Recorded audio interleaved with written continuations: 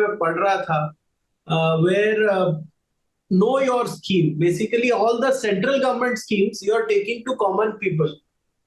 This is the best thing I can any government can do, because most states are not able to take benefit of already existing schemes. Government ने scheme तो बनाई है but लोग benefit नहीं ले सकते। ये आपने कैसे किया कि लोगों को ये अवगत कराया जाए कि क्या स्कीम है ऑलरेडी, उसका वो बेनिफिट ले सके? आपकी बात सही है। जैसे कि केंद्र सरकार हो, राज्य सरकार हो, ढेर सारी स्कीम तो निकालते हैं, लेकिन लास्ट पर्सन तक पहुंचाने के लिए बहुत टाइम लगता है कि कैसे पहुंचाए।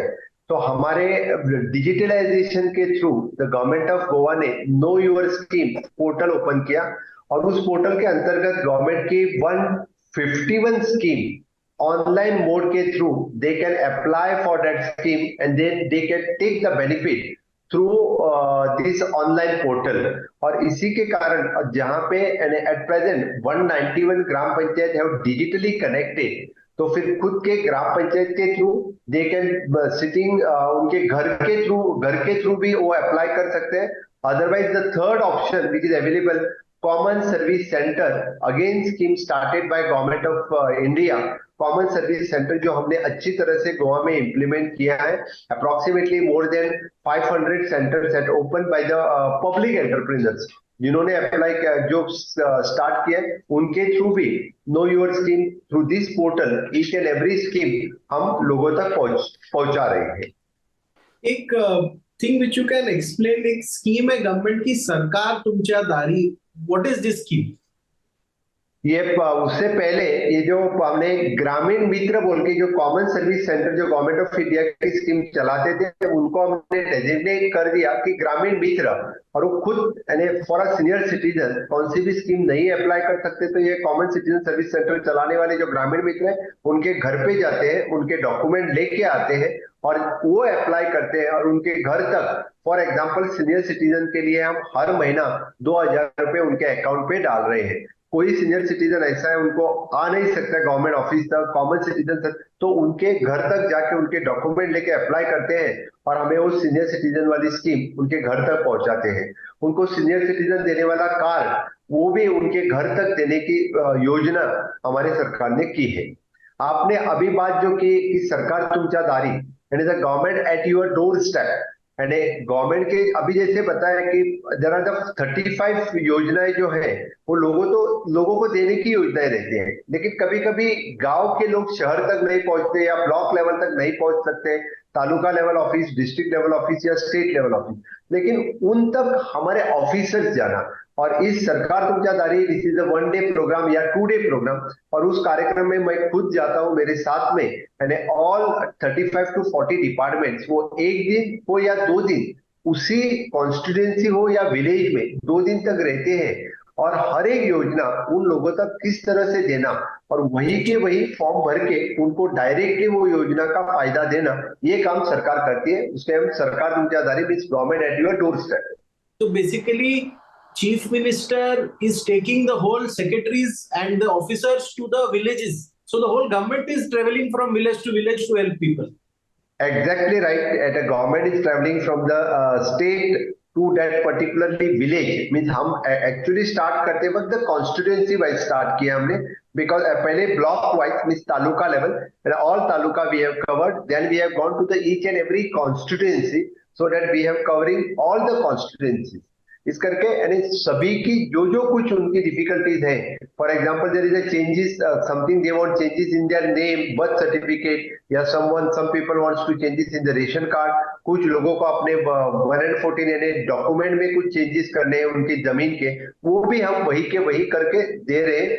Besides that there is a subsidy scheme, suppose they want the milk subsidy, some want agriculture subsidy, fishery subsidy, इस तरह की योजना भी वही के वही फॉर्म भर के उनको योजना का फायदा मिल सकता है। इस तरह से government is working. Okay, this is actually a commendable move that the government is going to the people. It is something which is very unique.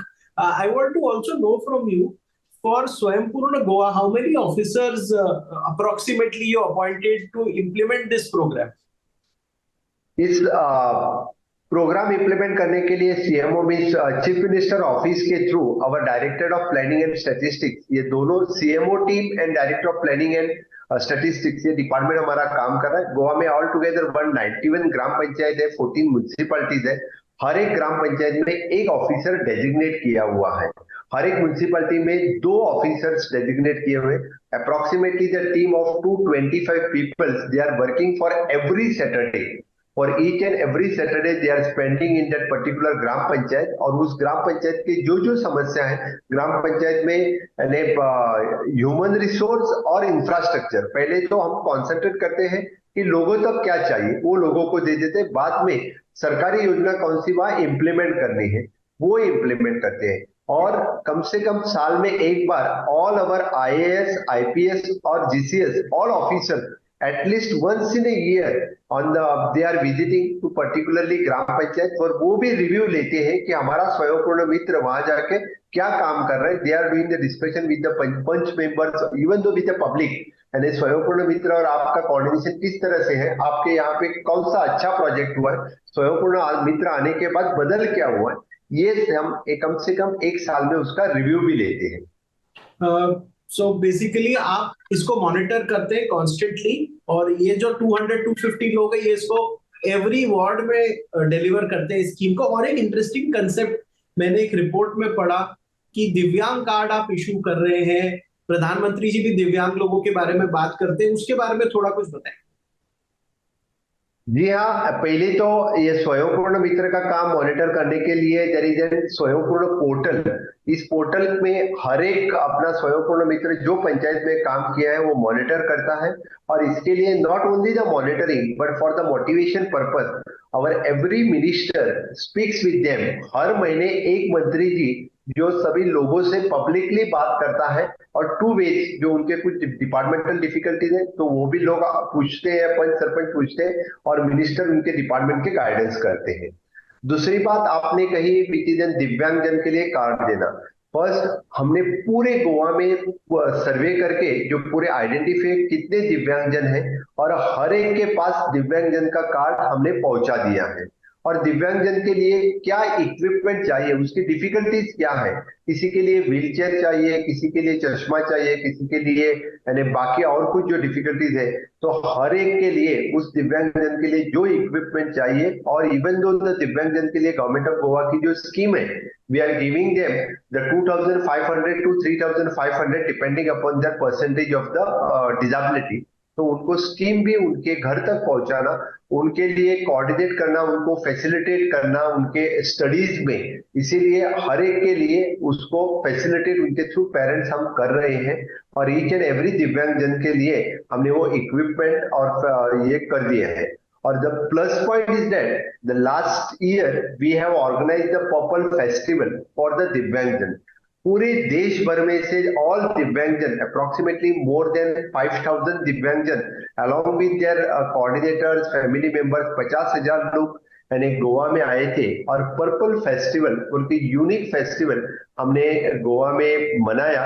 उनमें मोर देन 23 कॉम्पिटिशंस, 23 पार्टिसिपेशंस, उनके सभी disability commissions Goa, approximately more than 20 disability commissions from all over the India, they have participated, they have discussed about the issues of the दिव्यांगजन, they are forming the policies. इस तरह का festival हम गोवा में आयोजन कर सके, बहुत अच्छा फेस्टिवल रहा। और इस साल हम international purple festival organise Goa में करने जा रहे हैं कमिंग जनवरी में। ये अच्छा वो आपने शेयर किया। कृषि कार्ड के बारे में स्टेट क्या कर रहा है, बिकॉज उसमें भी आप लोगों ने कुछ काम किया है। कृषि, सॉइल हेल्थ और फिशरीज को लेकर के कौन से कार्ड स्टेट फार्मर्स को दे रही है? जी हाँ, हमेशा के लिए बात की जाती है कि किसान क्रेडिट कार्ड, और even though for the soil health card, Kisan insurance card. तो हमारे director of the agriculture, director of the fisheries, director of the veterinaries, in last इस स्वयंपूर्ण गोवा प्रोग्राम के थ्रू ही हमने ईच एंड एवरी स्वयंपूर्ण मित्र के थ्रू जितने सारे गांव में जो कोई किसान, चाहे वो हॉर्टिकल्चर, डेयरी कल्चर, फिशिकल्चर या एग्रीकल्चर जो रहता है, हर एक के लिए हर एक जो उनको कार्ड मिलना चाहिए, जो इंश्योरेंस कार्ड हो या क्रेडिट कार्ड हो या सॉइल हेल्थ कार्ड हो। गवर्नमेंट ऑफ इंडिया की बहुत ही अच्छी स्कीम थी जो फिशरीज, वेटरनरी और एग्रीकल्चर के लिए उनको सब्सिडाइज रेट में जो लोन मिल रहा था। गोवा के ऑलमोस्ट 80% फार्मर्स ने वो किसान क्रेडिट कार्ड का लोन दे दिया है, with less rate of interest, means with actually at the 0% rate of interest. They have taken the loan of the 1 lakh rupees at the 0% rate of interest. The 80% farmers have benefited through this loan, even though the fisheries, agriculture or the dairy farmers have also taken this loan. Okay एक insurance scheme with state government is running, जो प्रधानमंत्री जीवन बीमा योजना है, उसमें state क्या कर रहा है? एक्चुअली माननीय प्रधानमंत्री नरेंद्र मोदी जी ने हर एक स्कीम, हर एक योजना सभी देश के लिए वो हर एक टाइम इम्प्लीमेंट करते हैं। प्रधानमंत्री बीमा योजना या प्रधानमंत्री जनधन योजना हो या प्रधानमंत्री बीमा योजना के अंतर्गत दो इंश्योरेंसेस थे। One which is for the natural death, which is for the accident, second one is for the accidental death, which is again the 20 rupees is the installment for the annually and 230 rupees installment for the annually for the accidental and for this. तो हमने generally तो public को appeal कर दिया, again the और Swayampurna Mitra along with the nationalised bank, हमने गांव-गांव में उसके काउंटर्स ओपन कर दिए और गांव-गांव में लोगों को प्रमोट किया कि आप लोगों ने ये स्कीम का फायदा लेना चाहिए, क्योंकि इस तरह का इंश्योरेंस और कोई नहीं दे सकता है with minimum instalment which is approximately the 250 rupees annually instalment में इस तरह का इंश्योरेंस देने का काम माननीय प्रधानमंत्री नरेंद्र मोदी जी ने किया है। तो फिर लोग इसका फायदा लेने लगे। Even though those who are the working with the government in the semi government और द कॉन्ट्रैक्ट बेसिस पे जो काम कर रहे थे, उन सभी को यानी कंपलसरी इस इंश्योरेंस का फायदा लेने के लिए हमने कहा। तो जो एलिजिबल थे, तो एलिजिबल कैंडिडेट में से approximately the 80% people have taken this benefit of this बीमा योजना। Okay, one thing that I would like to also know, what kind of pensions are people getting in Goa, like widow pension, old age pension? What are the types of pensions you are giving to the people of Goa? हमारे social welfare department से अभी नहीं, from the 2012 से हमने जो 3-4 scheme जो start की हैं। एक तो दयानंद सामाजिक सुरक्षा योजना, हमारे ex chief minister Dayanand Bandodkar उनके नाम से जो चलती है, for the senior citizen every month we are giving the 2000 rupees DBT direct benefit transfer for this 2012 से लेके आज 10 साल से ये स्कीम हम चला रहे हैं। सेकेंड वन इज एन गृह आधार योजना, जो अभी लाडली बहना योजना की बात चल रही है मध्य प्रदेश में, वो हमने 2012 में स्टार्ट की थी। जो हर एक जो वुमन है उनका इनकम जो बिलो 5 लाख था, पहले बिलो 5 लाख थे, उनको 1500 एवरी मंथ उनके अकाउंट में डेबिट हो जाता है। इवन दो फॉर जो दिव्यांगजन है उनको 2000 से लेके 3500 तक हम दिव्यांगजन के लिए ये उनकी अलग से पेंशन है। Even though for the through NRI commission, जो फिशरमैन जो पहले बोर्ड पे बाहर जाते थे उनके लिए भी अप्रोक्सीमेटली 2000 रुपीज की पेंशन हम चला रहे हैं। जो कलाकार हैं उनके लिए भी, जो सीनियर सिटीजन हो जाते हैं बाद में आफ्टर द 50 इयर्स, उनके लिए अलग से स्कीम हम चला रहे हैं। Approximately 3000 rupees pension per month हम उनको दे रहे हैं। इवन दो गोवा में पायलट बोल के जो कंसेप्ट है, यानी those are using for the transportation purpose motorcycle से पायलट बोल के अलग से जो योजना है जो फॉर ट्रांसपोर्टेशन पर्पज, पायलट और जो रिक्शा पीपल्स है इनके लिए after the 50 we are giving them pension of approximately the 2000 rupees per month for them. Even though for the reporters, those who are the recognized reporters जो गोवा में है, after the retirement we are giving them the pension of approximately rupees 8000 rupees pension for this type of recognized press peoples. We are giving the pension for this. Means approximately Goa का population है 15 लाख, गोवा के voter है 10,50,000 और we are giving the pension for more than 3 lakhs, 1/3 population। हाँ, मैं जो voting population है इनमें से 3 लाख से ज्यादा लोगों को हम एवरी मंथ डीबीटी के through we are giving the pensions. Means approximately 40% of the voters we are giving the pensions every month, regularly उनके अकाउंट पे जाती है। ये तो अच्छा लगा सुन के। This is indeed I think something which should be appreciated. One thing I would like to know, you are yourself a youthful and a young chief minister. What are you doing for the yuva or the youngsters in the Swaympurna Goa scheme? स्वयंपूर्ण गोवा 1.1 कार्यक्रम में हमने जैसे कि agriculture, horticulture, फिशिकल्चर और dairy farming, इनमें स्वयंपूर्ण गोवा करने के लिए इन सबको प्रमोट किया। लेकिन we have started with the Swayampurna Goa 2.0 mission. और सेकेंड 10 ईयर में स्किलिंग, रीस्किलिंग, अपस्किलिंग के ऊपर हमने भर दिया है और ज्यादा करके लोगों को स्किल किस तरह से करना, ये काम हम कर रहे हैं। तो we have started with the apprenticeship programme. Apprenticeship is the compulsory और experience is the compulsory in the government job. पहले तो हमने सर्कुलर निकाल दिया है कि इससे आगे जब जितने सारे गवर्नमेंट जॉब आएंगे उसके लिए एक तो अप्रेंटिसशिप चाहिए, चाहे not only for the ITI and engineering student, पर फॉर ग्रेजुएट या under graduate also apprenticeship is compulsory या एक्सपीरियंस इज कंपलसरी। तो फिर अभी इस कार्यक्रम के अंतर्गत गोवा में हर एक बच्चा, जो चाहे वो 10th स्टैंडर्ड फेल हो, चाहे वो आईटीआई हो या आईआईटी हो या इंजीनियरिंग हो, हर एक बच्चे ने उसकी अप्रेंटिसशिप करनी चाहिए। तो गवर्नमेंट ऑफ गोवा ने मोर देन 10,000 पोस्ट अप्रेंटिसशिप के अंदर निकाल दिए हैं और ढेर सारे बच्चे अभी अप्रेंटिसशिप प्रोग्राम में गवर्नमेंट ऑफ गोवा में ज्वाइन हो गए हैं। इसके सिवाय हमने प्राइवेट लोगों को ऑनबोर्ड लेके and all the industries and pharmaceutical industries लेके मैन्युफैक्चरिंग इंडस्ट्री तक, और सभी को आह्वान किया कि आप सभी लोगों ने अप्रेंटिसशिप प्रोग्राम के लिए बच्चों को लेना है। तो 10,000 वैकेंसीज हमने प्राइवेट सेक्टर में भी ज्वाइन करके लिया है। ज्यादातर बच्चा भी अप्रेंटिसशिप ज्वाइन कर रही है।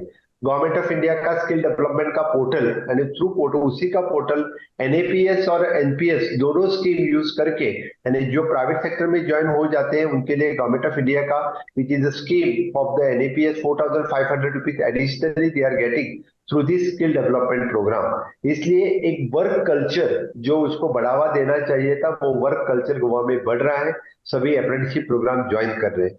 Even though we have started with the fellowship programme, और फेलोशिप प्रोग्राम गवर्नमेंट में हमने अच्छी तरह से जो पोस्ट ग्रेजुएट फेलोज है उसको गवर्नमेंट डिपार्टमेंट में हम ज्वाइन कर रहे हैं। They are working on the research oriented project पे वो काम कर रहे हैं। सो दे आर इससे भी ज्यादा रिसर्च बढ़ने के लिए जितने सारे गवर्नमेंट कॉलेजेस हैं, हमने ड्यूअल डिग्री प्रोग्राम स्टार्ट किया है। While doing the graduation also, if they wants to do the certificate या diploma programme, they can do in our directorate of the technical education.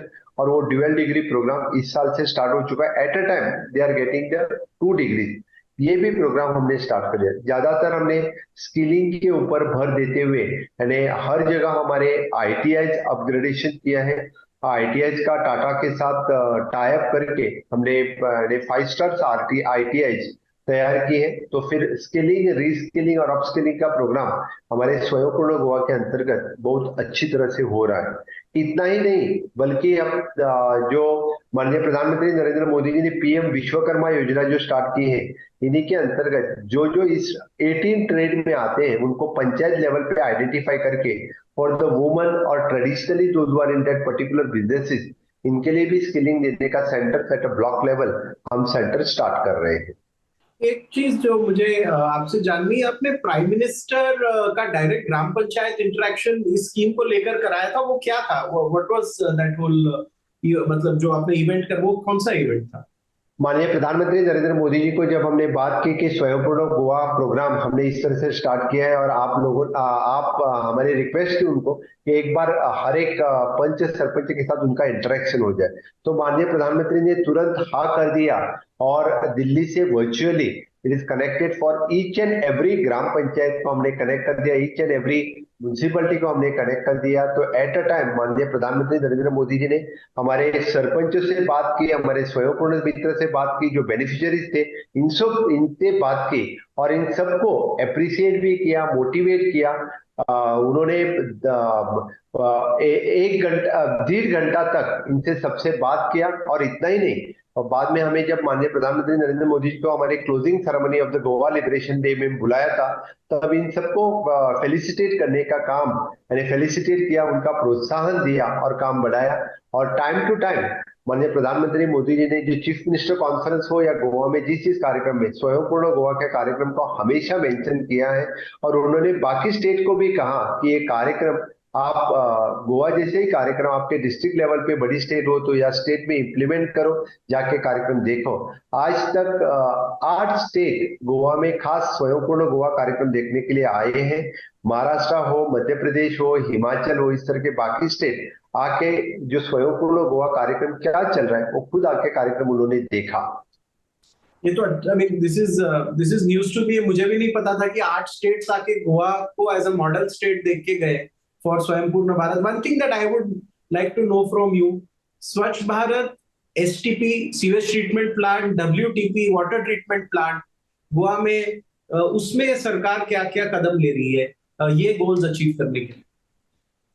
आपने जैसे कहा कि स्वच्छ भारत मिशन के अंतर्गत माननीय प्रधानमंत्री नरेंद्र मोदी जी ने पहले जो कहा कि पूरा प्रदेश स्वच्छ रहना चाहिए, तो फिर ग्राम पंचायत से लेके यानी म्यूनिसिपैलिटी तक हमने स्वच्छ भारत मिशन बहुत अच्छी तरह से इम्प्लीमेंट कर रहे हैं। और इसमें हमने ग्रामीण स्वच्छता के अंतर्गत केंद्र सरकार की जितनी फाइनेंशियल मदद देती मिलती है उतनी सारी फाइनेंशियल मदद लेके अच्छी तरह से छोटे छोटे प्लांट यानी एमआरएफ फैसिलिटीज उनको जो ग्राम पंचायत लेवल पे हमने इम्प्लीमेंट किया है।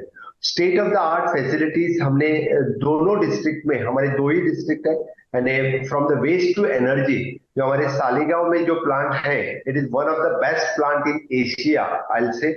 So many people have visited this plant. The scientist Dr. Anil Kakodkar, Dr. Kare, they are the advisor for this plant. Or from the waste to power, that plant itself it is self sufficient in power।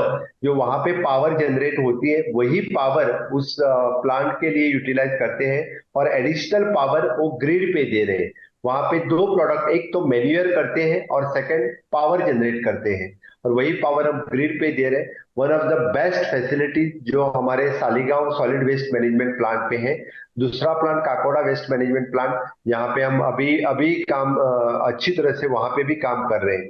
This solid waste management plant also, so many states have specially visited this plant, even though out of the country those who are coming to visit they have also visited the solid waste management plant। state of the art facilities वैसे हमने state में develop किया है। तो इस तरह के solid waste management treat करने में गोवा एक नंबर पे है।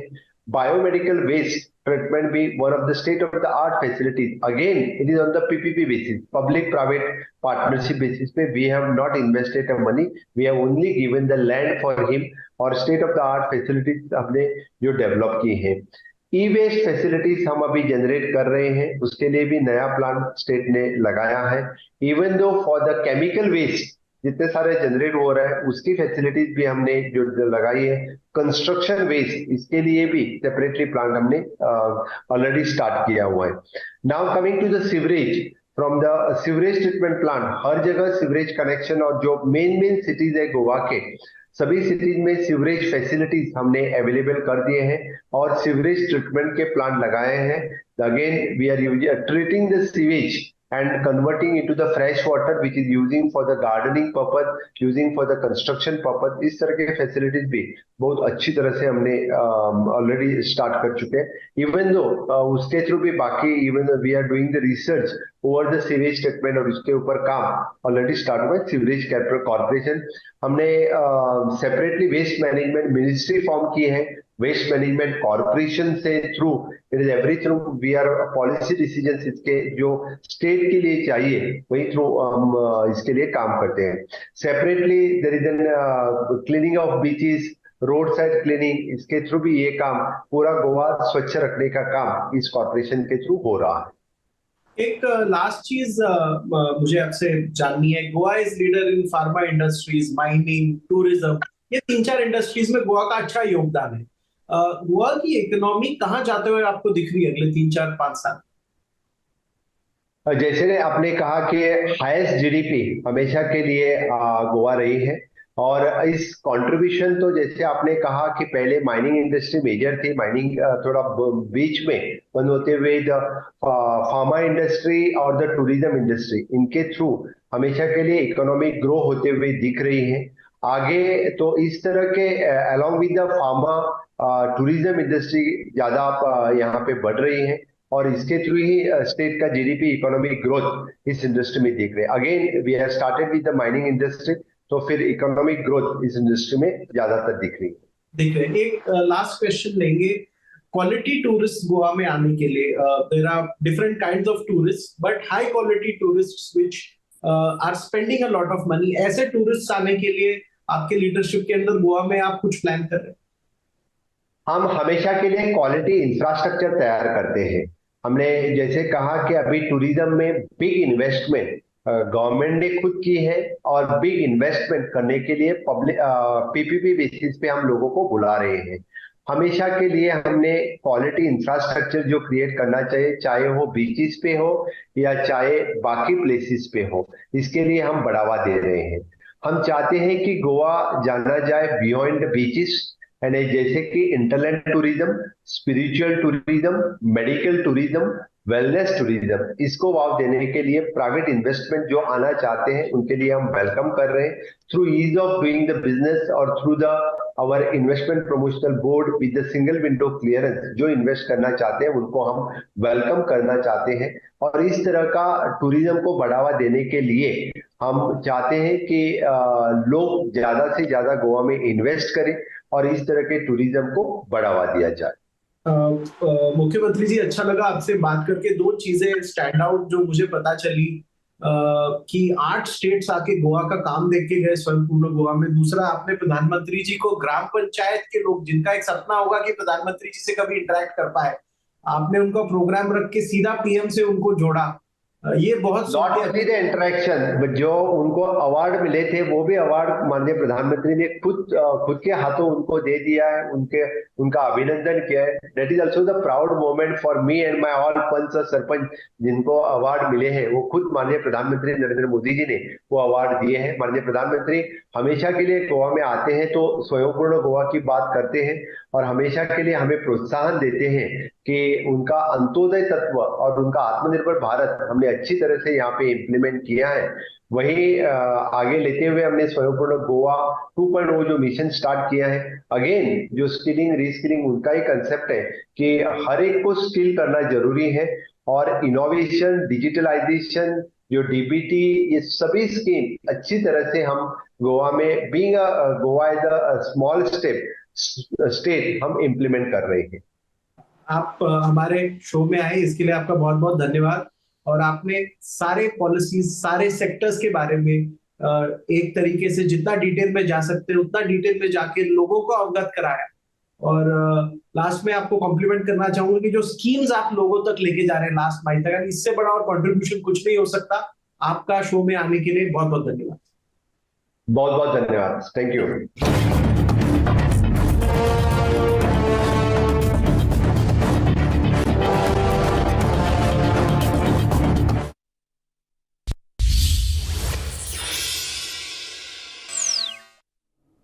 Welcome back. You're watching NewsX and I'm Asawari Jindal. Former Maharashtra Chief Minister Uddhav Thackeray has written to President Draupadi Murmu inviting her to participate in Aarti in Kalaram Temple in Nashik on January 22nd, which is of course the date for the Ram Mandir consecration ceremony. He said that there should have been consultation with Shankaracharyas on this ceremony. He further stated that he will perform Aarti on the banks of Godavari River on 22nd January. This comes amid Congress leaders' decline the Ram Temple inauguration ceremony. Shiv Sena UBT had earlier also stated that the soul of the Congress party is Hindu and that the party should attend the Lord Ram Temple consecration ceremony in Ayodhya if they have received the special invitation, keeping aside the political differences. However, Congress leaders are now saying that they might attend the temple after the 22nd January consecration. Meanwhile, my colleague Rushali Kadam joins us on the broadcast to give us more on this. Rushali, over to you. What more details can you share with our viewers as far as this invite is concerned? We have seen that how the invitations were sent, particularly if you're talking about Maharashtra, almost 350 invitations have been sent to different celebrities, political party leaders. But when it comes to Uddhav Thackeray, the invitation was sent by him by courier. So no physically any someone from the Ram Mandir Temple Committee came to invite Uddhav Thackeray. But this was not the case with the rest of the leaders. So somewhere that is a point which triggered, and Uddhav Thackeray has decided that he will not go to Mandir on the particularly on the 22nd, but he will perform the Aarti at the Kalaram Mandir in Nasik, where we have seen yesterday Prime Minister Narendra Modi also performed the Aarti. And of course, he took a part in the cleanliness drive. So it was decided and announced by Uddhav Thackeray that he is not going to go to Ayodhya, but he will perform the Aarti at the Kalaram Mandir temple. Kalaram Mandir itself has a different layers, because Kalaram Mandir is a very ancient mandir. The priests are claiming that the Ram spent quite a quality time. When he was out of the Ayodhya. So certainly it has a significance, and not only the spiritual significance, but also the Dalit movement played a vital role during the Kalaram Mandir opening ceremony. And that's the reason why this particularly Uddhav Thackeray has called and requested a president to attend the Aarti. All right, I think we've lost our connection over there. Meanwhile, joining us on the broadcast is Mr. Anand Dubey, Shiv Sena, Uddhav Thackeray faction.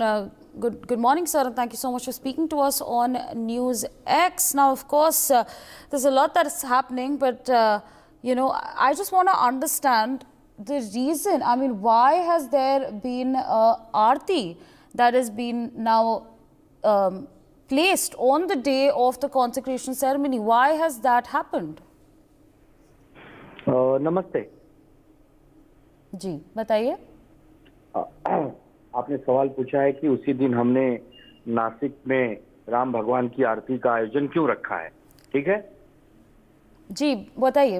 इसलिए रखा है कि 22 जनवरी को एक private limited company ने अयोध्या में श्री राम भगवान के निर्माण वाले दिन, मतलब जिस दिन उनकी प्राण प्रतिष्ठा होगी, उसमें कुछ लोगों को, लिमिटेड लोगों को बुलाया है. अब हमें तो उसमें बुलाया नहीं है, तो हम तो राम भगवान को मानने वाले लोग हैं, तो कहीं न कहीं तो पूजा अर्चना करेंगे. तो हम महाराष्ट्र से आते हैं. महाराष्ट्र में नासिक में पंचवटी में श्री राम भगवान ने अपने कुछ दिन वहां बिताए. तो स्वाभाविक सी बात है कि वहां भी वही राम भगवान है जो अयोध्या में है. तो हम वहां नहीं जा पा रहे हैं, तो हम यही दर्शन पूजन अर्चना कर रहे हैं. और क्यों न करें, हमारा अधिकार है. राम भगवान तो हर जगह है, कण कण में है. अगर अयोध्या में 22 जनवरी के दिन हमें न्योता नहीं है, तो हम जहां रहेंगे वहीं राम भगवान की पूजा करेंगे. हम महाराष्ट्र के नासिक में पंचवटी में उस दिन पूरे श्रद्धा से, प्रेम से, अपने दल बल के साथ राम भगवान की पूजन अर्चना आरती सब हम कर रहे हैं. इसमें किसी को कोई ऐतराज होने की कोई आवश्यकता नहीं है. बताइए. All right, sir. Absolutely, we've heard you there. Meanwhile, BJP spokesperson Ali Daruwala joins us on the broadcast. Good morning, and thank you so much for speaking to us on NewsX. Now, you've heard what the Shiv Sena UBT faction leader had to say over there. But of course, I'd like to ask you, I mean, there's so much happening. Congress has rejected the invite for the consecration ceremony. Mallikarjun Kharge, Sonia Gandhi, Adhir Ranjan Chaudhary, they all were given invitations, but of course Mallikarjun Kharge has come out and he said that the BJP has been targeting us relentlessly over the decision of not attending the event. And now we're learning that former Maharashtra Chief Minister Uddhav Thackeray has sent out an invitation to President Draupadi Murmu and to participate in Aarti at Kalaram Temple in Nashik on the same date as the consecration ceremony. What are your thoughts? Good morning, ma'am, Roshali and ma'am at the studio. I would like to say this is really a childish behavior. Today is just the 13th of Jan. We have got 9-10 days more for the auspicious program to be held. I'm sure he will be invited, and he has to be invited because Uddhavji Thackeray and his father, Honorable Bharat Thackeray, are natural alliance, and they have fought shoulder to shoulder with Bharatiya Janata Party to attain the freedom and attain the priesthood and the eminence that we have today. But let me assure you, yesterday Ma Pitambara was in Pune and she's flown to Bombay today, and there will be a series of high priests who will be visiting Honorable Uddhav Thackeray ji, and sure enough the invitation will be extended. None other but the highest priest in the Mandir. That was one thing. And second thing, what I would recollect from all this, Uddhavji having a very bad health, he may avoid this huge public gathering. He may be having a small get-together in Nasik, like how the spokesperson from Ubata Sena said. That also is a very right thing for him to do. But let's have some patience. Uddhavji is a natural alliance, and he and his party are equally responsible for the day that we are seeing today.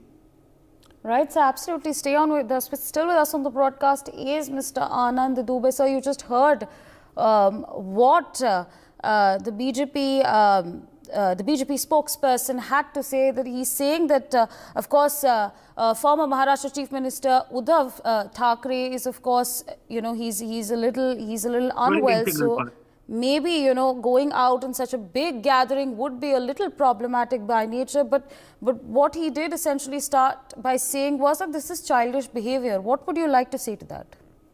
मुझे सिर्फ ये कहना है कि ये जो Bharatiya Janata party के नेता और प्रवक्ता हैं, ये डॉक्टर भी बन गए क्या? इन्होंने कहाँ से डिग्री ली है, कहाँ से पढ़ाई की है, क्या जानते हैं स्वास्थ्य के बारे में? कैसे जानते हैं कि उद्धव ठाकरे जी की तबीयत ठीक नहीं है? तो ये लोग ठीक है, अहंकार में चूर हैं।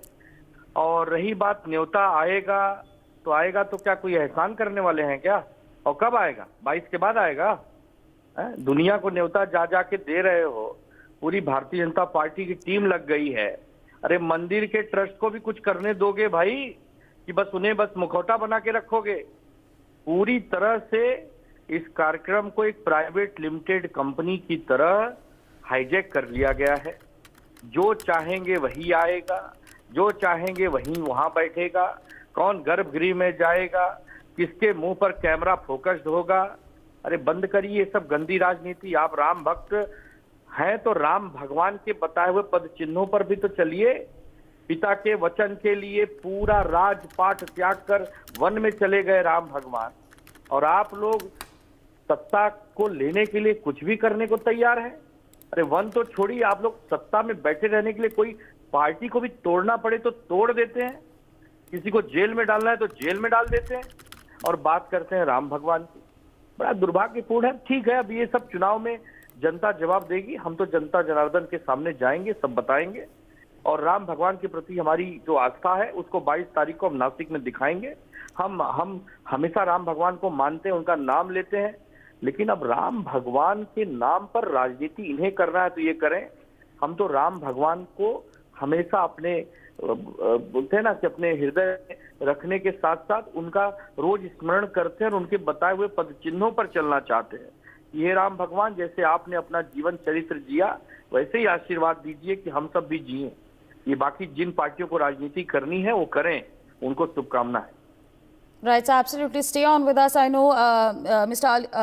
Ali Daruwala, you want to speak, but just give me a minute. We also have Mr. Vishwas Pathak, BJP State Coordinator, joining us on the broadcast. Good morning, sir, and thank you so much for speaking to us on NewsX. Now, you just heard what the Shiv Sena UBT spokesperson had to say. He said that the consecration ceremony is now being treated as a personal event. What he has essentially said that it is like a private limited company. This is what has been stated. What are your remarks on this?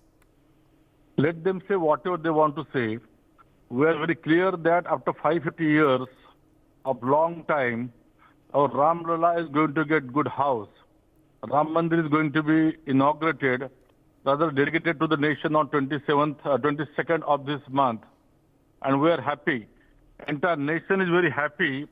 And when such event is happening, it should not be seen as a political, it should not be seen from political aspects. It is all about our आस्था. राम हमारे भगवान थे, आज उनको एक proper मंदिर मिल रहा है, मकान मिल रहा है, 550 साल की लड़ाई के बाद में मिल रहा है। यू नो दैट ये 90 के शतक में 1992 में जो कार सेवा हुई थी, उस कार सेवा में किन किन लोगों ने भाग लिया था, उसका ये फलित है। हम लोग बहुत खुश है।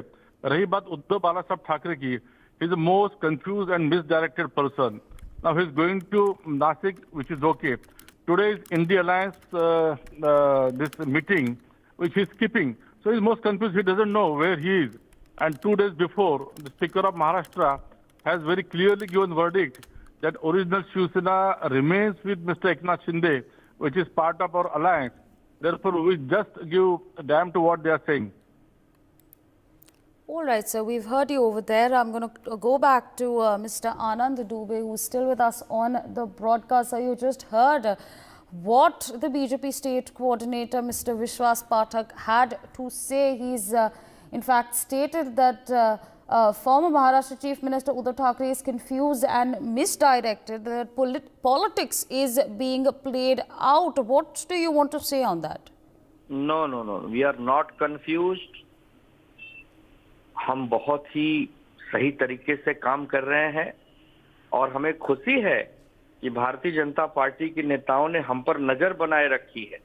आज जो इंडिया गठबंधन की बैठक है वर्चुअली, उसमें हम इसलिए नहीं जुड़ रहे हैं क्योंकि हमारा पूर्व नियोजित कार्यक्रम कल्याण लोकसभा में लगा है, जहां हमारे नेता उद्धव ठाकरे जी शाखा प्रमुखों से मिल रहे हैं, बातचीत कर रहे हैं, संवाद कर रहे हैं। और जिस घराने शाही की बात कल प्रधानमंत्री जी कर रहे थे, एकनाथ शिंदे जी के पुत्र श्रीकांत शिंदे उसी लोकसभा सीट से मेंबर ऑफ पार्लियामेंट हैं, तो हम वहां जाकर हमारे कार्यकर्ताओं की डिमांड पर उनसे मिलजुल रहे हैं, बातचीत कर रहे हैं। तो हम कंफ्यूज नहीं हैं, हम बल्कि खुश हैं कि ये लोग एक तरफ कहते हैं कि हम किसी से डरते नहीं और एक तरफ हमारी गतिविधियों पर नजर भी बनाए रखते हैं। तो ये डर अच्छा लगा, ऐसे ही डरते रहिए, जब चुनाव आएगा तब दूध का दूध और पानी का पानी हो जाएगा। All right, so stay on with us. Meanwhile, I see that Mr. Ari Daruwala wants to speak on this. Sir, of course, you just heard what the Shiv Sena UBT spokesperson had to say. They're saying that the BJP is scared of Shiv Sena UBT. He's also just stated that doodh ka doodh aur pani ka pani ho jayega in the upcoming elections. I'm going to go to you and I'm going to garner your reaction on this. Yeah, ma'am, we are drifting from the main issue. That is the invitation for the inauguration on the 22nd Jan for the inauguration of the Ram Mandir. Yes. Ma'am, I would like to make it very clear from his speech, what Mr. Dubeji said is total, I can see jealousy oozing out of it. They fought with us shoulder to shoulder, and when the time has come, when we need to celebrate along with the nation, not only nation, the full world, they are not there on the platform. It is one point of jealousy. I agree, no problem. Point number two, he said pride. We are in no pride, we are in no ahankar. Over here, Ram, ye sabke Bhagwan hai. And over here, not only Mandir, Masjid, Dargah, and even the Imambara and the Parsi Agyaris are celebrating. I would request, he doesn't need any invite. Ram, ye sabke Bhagwan hai. Ayodhya aapka, hamara, hum sabka hai. He can even just walk in, he will be given a red carpet. That will show his total, his his broad-mindedness and his greatness. If he walks in even without an invite, that will show he is connected to Ram and his Astha and not with this petty politics. Let us not make this into a spoil event. Let us celebrate and rejoice. When a Diwali has been called in the country, why isn't Uddhavji showing his large-heartedness and saying, sir, we don't need your invite. Ram hamara hai, ani Ram Rajya hai, jisme har ek banda ye pure desh mein azadi ke साथ घूम सकता है. That is when I would salute Honorable Uddhav Thackeray. Or not like people like Dubey who would make a scene out of this, being invited, not being invited, and all that thing. So I would say just show your large-heartedness. Honorable Prime Minister is on total good terms with Uddhav Balasaheb Thackeray. He's been misguided by the wolf and the fox and the sharks. He should just shrug it and join hands and walk shoulder to shoulder. Like Vishwasji said, Ram 550 years के बाद उनका आस्थि का स्थान मिला है. Let us all celebrate and rejoice. Right, absolutely. That you very well put. This is a global celebration, and of course, as Sir just said, the invite has in fact been extended to the Shiv Sena UBT faction. But of course, we've heard the BJP, we've heard the UBT, Shiv Sena UBT. We're going to leave it to our viewers to decide what they feel about this subject. But with that, I'd like to thank all our guests for joining us on the broadcast and sharing their perspectives with our viewers. We're going to tilt our focus to some more news that we're tracking on the same front. Congress National President Mallikarjun Kharge said that Congress's decision to decline the invite to Ram Temple was not intended to hurt anyone's sentiment or any religion. Congress bigwigs Mr. Kharge, Sonia Gandhi and Adhir Ranjan Chaudhary turned down the invitation to the Pran Pratishtha ceremony, calling it a BJP RSS event. Mallikarjun Kharge alleged that BJP has been targeting Congress relentlessly over their decision to not attend the event, and that is unfair. Kharge further stated that the party had already clarified that if anyone wants to visit Ayodhya for the Pran Pratishtha on January 22nd, they are free to do so. So this, of course, the latest that's coming in as far as the invitation war is concerned. Congress National President Mallikarjun Kharge stated that the Congress's decision to decline the invitation to Ram Temple was not intended to hurt anyone's sentiment or any religion. Congress bigwigs Mallikarjun Kharge, Sonia Gandhi and Adhir Ranjan Chaudhary turned down the invitation to the Pran Pratishtha ceremony, calling it a BJP RSS event. Mallikarjun Kharge alleged that BJP has been targeting Congress relentlessly over their decision to not attend the event, and this is unfair. Kharge further stated that the party had already clarified that if anyone wants to visit Ayodhya for the Pran Pratishtha on January 22nd, they are free to do so. My colleague Abhishek Singh joins us on the broadcast to give us more on this. Abhishek, over to you. What more details can you share with our viewers? Yeah, the consecration ceremony is going to held on 22nd of January in Ayodhya, and the huge politics is going on, and one by one the invitations are being sent to every political party or the leaders, and their reactions are coming on.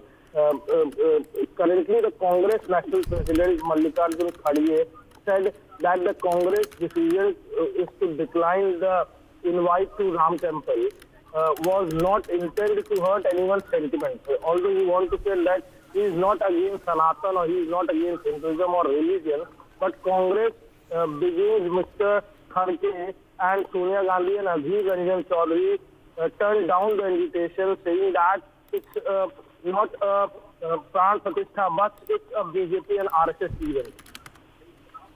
All right, Abhishek, with that, I'd like to thank you for joining us on the broadcast and sharing those details with our viewers. Meanwhile, still with us on the broadcast is Mr.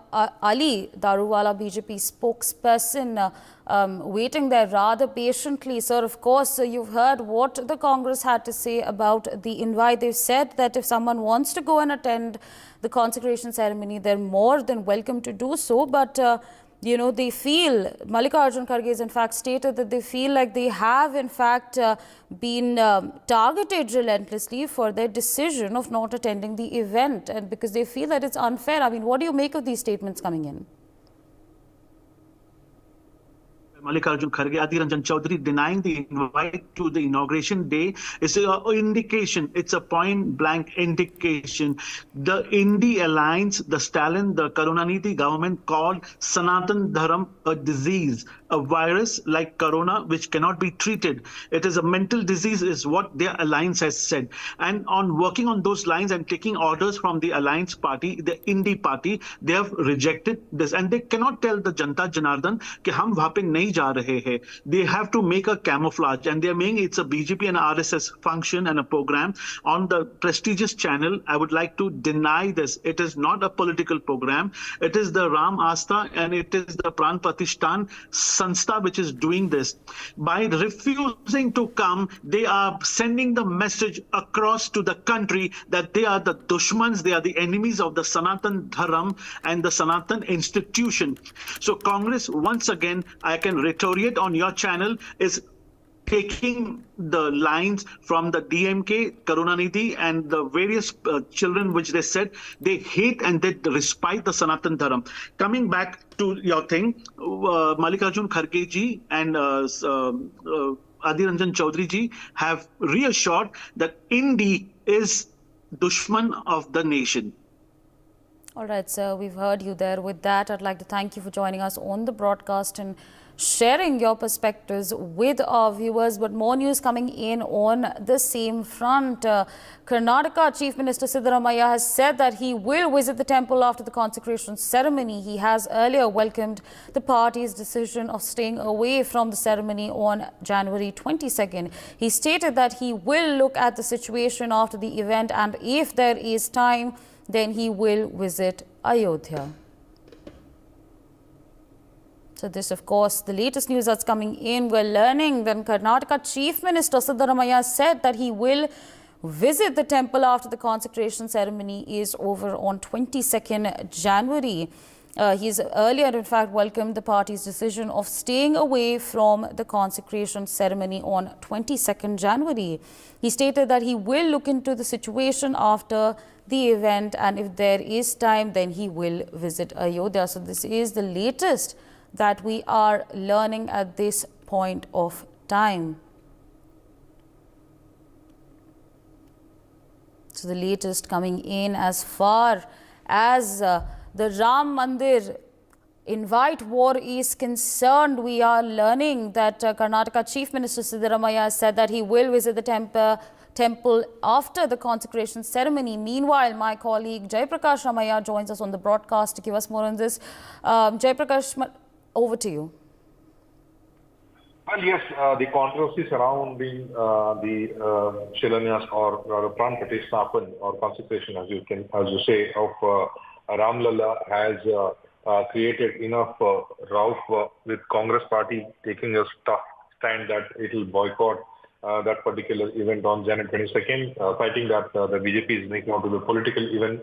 Also, the fact that the four Shankaracharyas have denied because the Ram temple is still under construction. And now all these controversies surrounding Karnataka Chief Minister Siddaramaiah also was part of the many controversies in the run-up to the inauguration of the Grand Temple in Ayodhya. Initially, he said that why was the Hindu activists and the RSS, VHP and the BJP at large were so particular to build Ram temple there. Ram resides in every village, in every town. This temple could have been built somewhere else, for which he would have supported, but not on a place where masjid was demolished. Now, of course, attending a program in Shimoga yesterday, the Unity program, he said that he is not anti-Hindu as being made out by the BJP, and that he will definitely go to Ayodhya, but not on 22nd, but after that. In the same breath, he also said that where is the invite? I never got an invite from the Ram Janmabhoomi Trust to attend the particular program. So this being the case, he says that if they had invited me, I would have thought over it. But now that there is no invitation, I will go to the program or rather the temple premises after 22nd January. All right, so with that, I'd like to thank you for joining us on the broadcast and sharing those details with our viewers. And I'd also like to thank all our guests for joining in and sharing their perspectives with our viewers. Meanwhile, it's a wrap on this bulletin. More news and updates on the other side. Stay tuned on NewsX.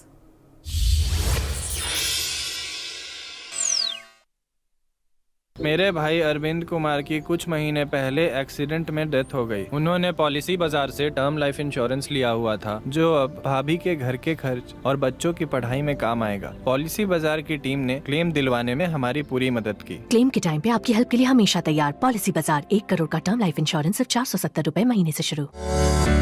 NPS is a mode of creating post-retirement corpus having two basic characters in it with its hand: disciplined saving and vigilant investment. अगर ये दोनों उसके criterias meet out होते हैं तो retirement corpus को पैदा करने के लिए इससे बढ़िया तरीका जो सिंपलेस्ट मोड में है वो और कोई अवेलेबल नहीं है। अपने बेहतर कल को सुनिश्चित करने के लिए NPS जरूरी है। लोन चाहिए तो पैसाबाजार.com पर जाओ। यहाँ आपको मिलेंगे 60+ लोन ऑप्शंस, वो भी बेस्ट इंटरेस्ट रेट्स के साथ विद मिनिमम डॉक्यूमेंटेशन। पैसाबाजार.com, लोन सही मिलेगा यहीं।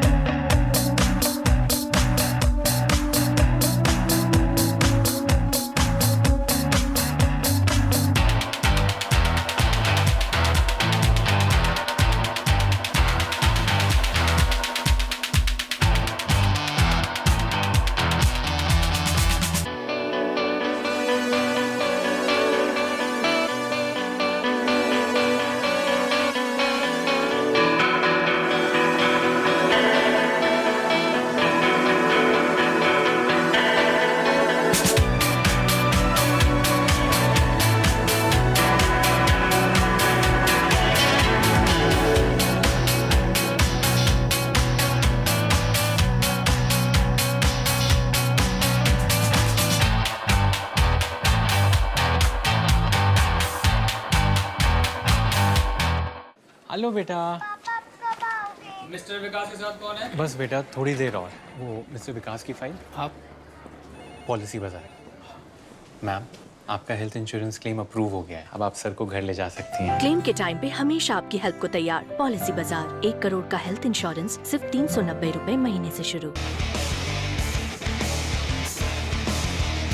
उड़े देश का आम आदमी। यशस्वी प्रधानमंत्री श्री नरेंद्र मोदी जी के इस विजन ने regional and international air connectivity को दिए हैं नए आयाम। नए भारत का नया उत्तर प्रदेश बनकर उभरा है सर्वाधिक इंटरनेशनल एयरपोर्ट वाला राज्य। भगवान बुद्ध की तपोभूमि कुशीनगर में इंटरनेशनल एयरपोर्ट शुरू होने के 25 महीने में ही मर्यादा पुरुषोत्तम प्रभु श्री राम की जन्मभूमि अयोध्या में प्रारंभ हुआ है। महर्षि वाल्मीकि अंतर्राष्ट्रीय हवाई अड्डा अयोध्या धाम का संचालन। जब नियत नेक हो तो इसी तरह से काम होता है, इसी तरह के नतीजे मिलते हैं। ये अयोध्या नगरी भी तो इसकी साक्षी है। माननीय मुख्यमंत्री योगी आदित्यनाथ के नेतृत्व में देश के एविएशन मैप के शीर्ष पर है उत्तर प्रदेश। एयरपोर्ट से ऊंची उड़ान, कनेक्टिविटी को नई पहचान। लोन चाहिए तो पैसाबाजार.com पर जाइए। यहाँ आपको मिलेंगे 60+ लोन ऑप्शंस, वो भी बेस्ट इंटरेस्ट रेट के साथ विद मिनिमम डॉक्यूमेंटेशन। पैसाबाजार.com, लोन सही मिलेगा यहीं।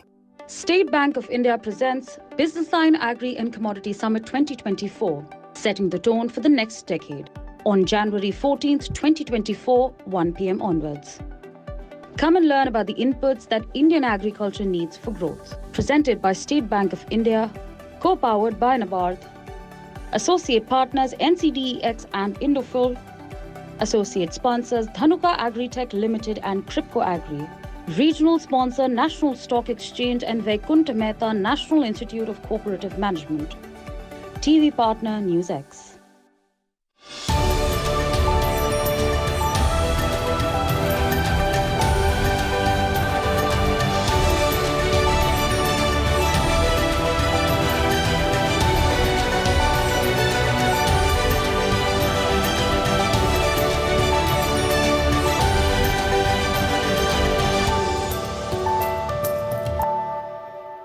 As you know, we're trying to write the gender balance, but writing the gender balance basically means equality. I don't think any woman is asking for more or less. A man who makes a false promise to a woman by being deceitful or making a false promise of giving her employment or promotion is liable for a jail term of 10 years or fine. Woman has filed rape on false promise of marriage case against not 1, not 2, not 3, not 4, not 5, 7 to 8 men in toto. And I have database of around 25 to 30 cases, me alone. What we women want at these times on NewsX.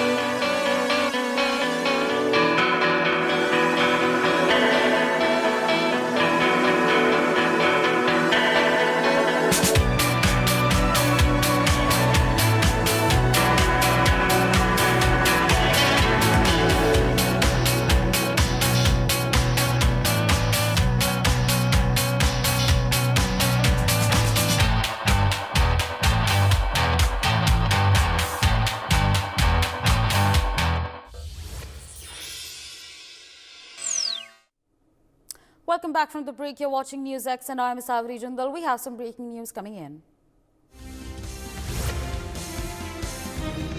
On a viral video showing a group of sadhus being assaulted by a mob in the Purulia district, Purulia SP Avijit Banerjee has said that a case has been initiated on the complaint by a sadhu. 12 people have been arrested so far and an investigation is underway. Let's in fact listen in to what he had to say.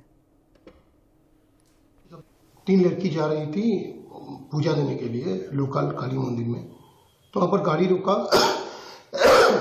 and sadhus asked them, due to the language war, ये misunderstanding हुआ है, ये लड़की लोग सोचने लगी कि ये उनको कोई पीछा कर रहा है या कुछ कर रहे हैं, तो ये ह्यूमन क्राई किया। तो लोकल पब्लिक आ गए और उनको घेर के गोरांगी का जो दुर्गा मंदिर का पास उन लोगों को लेके गया, गाड़ी को वेंडलाइज किया एंड इनको साधु लोगों को मैन हैंडल किया। पुलिस के पास जब खबर आया, police immediately rush to the spot and evacuated the sadhus. Police provided them all possible assistance. The vandalized vehicle was repaired. एक केस स्टार्ट हुआ है on the basis of the complaint submitted by the sadhus. 12 persons have been arrested so far. Investigation is going on. हम लोग जो इसमें कुछ लोगों को पीछे में ले रहा है, पुलिस कस्टडी में ले रहा है, पुलिस रिमांड में, तो फर्दर इन्वेस्टिगेशन के लिए investigation is going on. My colleague Brian Thomas joins us on the broadcast to give us more on this. Brian, of course, what we are learning at this point of time is that 12 people have been arrested so far and an investigation is underway into this matter. I mean, what more details can you share with our viewers on this? Well, Asavri, the latest that we're getting to know is that the 12 people are arrested after 3 sadhus from Uttar Pradesh. They were en route to Gangasagar Mela in West Bengal, were beaten up by a mob that happened on a Thursday evening, and this happened in Bengal's Purulia district. The accused will also be presented before a court in the Purulia district, and the sadhus had there was a man and he had 2 sons, and they hired a vehicle to reach Gangasagar for the very Makar Sankranti festival, and unfortunately they were beaten up by the mob, and as they inquired about the route, also some locals became suspicious, and which led to an agitated crowd accusing of kidnapping. They further assaulted them, and according to what we are knowing also the details, that 3 teenage girls whom the sadhu had asked about the route screamed and ran away, prompting locals to apprehend and manhandle the sadhus. And video from the spot also, if you see, the video has also been viral, where there are people, beating them, stripping their clothes off and just beating them up. And even the situation escalated. Local police had to intervene. BJP local leaders had to intervene and rescue the sadhus, and they took them to Kashipur police station. And on this incident, Abhijit Banerjee, who is the Purulia superintendent of police, said that a case was registered and investigations were underway. Police also said that the raids were being conducted to apprehend those who were involved in this assault. And the police also said that the sadhus had lost their way and had stopped to confirm the route with 2 girls. The girl got scared and ran away, they said, and prompting locals to guess that the sadhus must have harassed the girl. And a transport to Gangasagar Mela was later, arranged for the sadhus, as said by the, commissioner. And even he says that there were some language issues, there was some misunderstanding that happened, and as a result of that, their cars were vandalized, they were manhandled, and even though the police came and intervened and helped that sadhu to reach the nearby police station. But yes, 12 people have been arrested so far, and an impartial investigation is going on. A thorough investigation is going on to apprehend more people responsible. Right, absolutely, Brian. Stay on with us. More breaking news coming in. BJP MP Jyotirmay Singh Mahatos has met sadhus who were assaulted by a mob in Purulia district. So this is the latest that we are learning. BJP MP Jyotirmay Singh has now met the sadhus who were in fact assaulted. Still with us on the broadcast is my colleague Brian Thomas. Brian, over to you to give our viewers more details on this.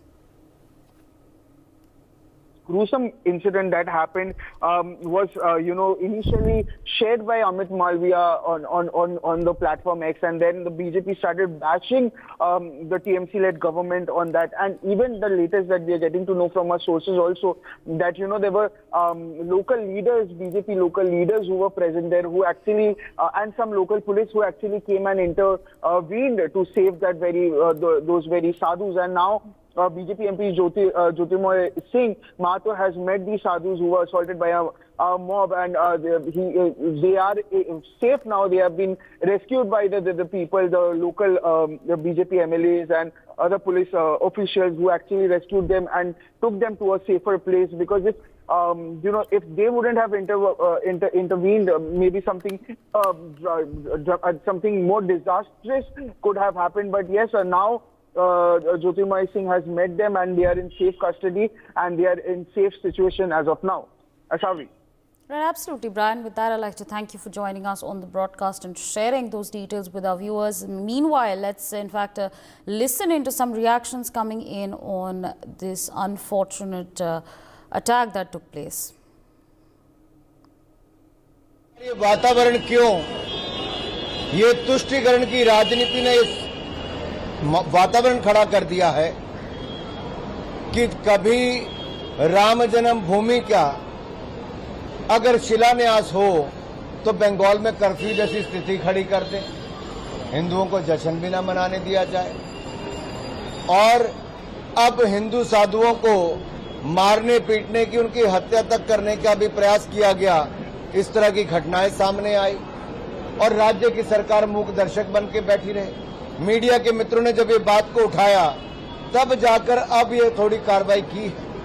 सवाल ये खड़ा होता है कि तुष्टीकरण की राजनीति पश्चिम बंगाल को कहां लेकर जा रही है और आखिरकार ये हिंदू विरोधी सोच क्यों है। जिस प्रकार से साधु संतों को पीटा गया, टीएमसी के गुंडों के द्वारा मारा गया गंगा सागर से वो जब जा रहे थे, क्या पालघर पार्ट 1 जिस प्रकार से हुआ था उद्धव ठाकरे जी के राज में, आज ममता दीदी के राज में पालघर 2 इसलिए हो रहा है क्योंकि वहां पर राजनीतिक हिंसा इस चरम पर आ चुकी है, इस लेवल पर आ चुकी है कि वहां पर कोई भी सुरक्षित नहीं है। चाहे वो ईडी के ऑफिसर्स हो, सेंट्रल एजेंसी के लोग हो, चाहे वो राष्ट्रवादी लोग हो, चुनाव के बाद कुछ लोग हो या साधु संत हो, कोई सुरक्षित नहीं है पश्चिम बंगाल में। ये कानून व्यवस्था की स्थिति हो चुकी है। सवाल ये भी बनता है कि क्या इतनी नफरत, जय श्री राम से इतनी नफरत कि उनको गिरफ्तार कर देंगे? क्या इतनी नफरत हो चुकी है हिंदू होने से कि अगर कोई साधु संत जा रहे हैं तो उनको गुंडे पीट लेंगे, मार लेंगे?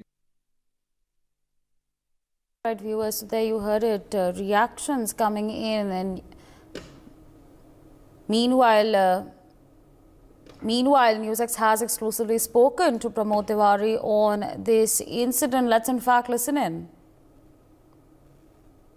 ब्लॉक की आज 5वीं बैठक वर्चुअली हो रही है, क्या सीट शेयरिंग को लेकर के और कन्वेनर को लेकर के फैसला हो जाएगा या क्या मुद्दे रहेंगे? देखिए, जो एजेंडा होगा और जो निर्णय हो अधिकृत प्रवक्ता शाम को बता देगा इंशाल्लाह।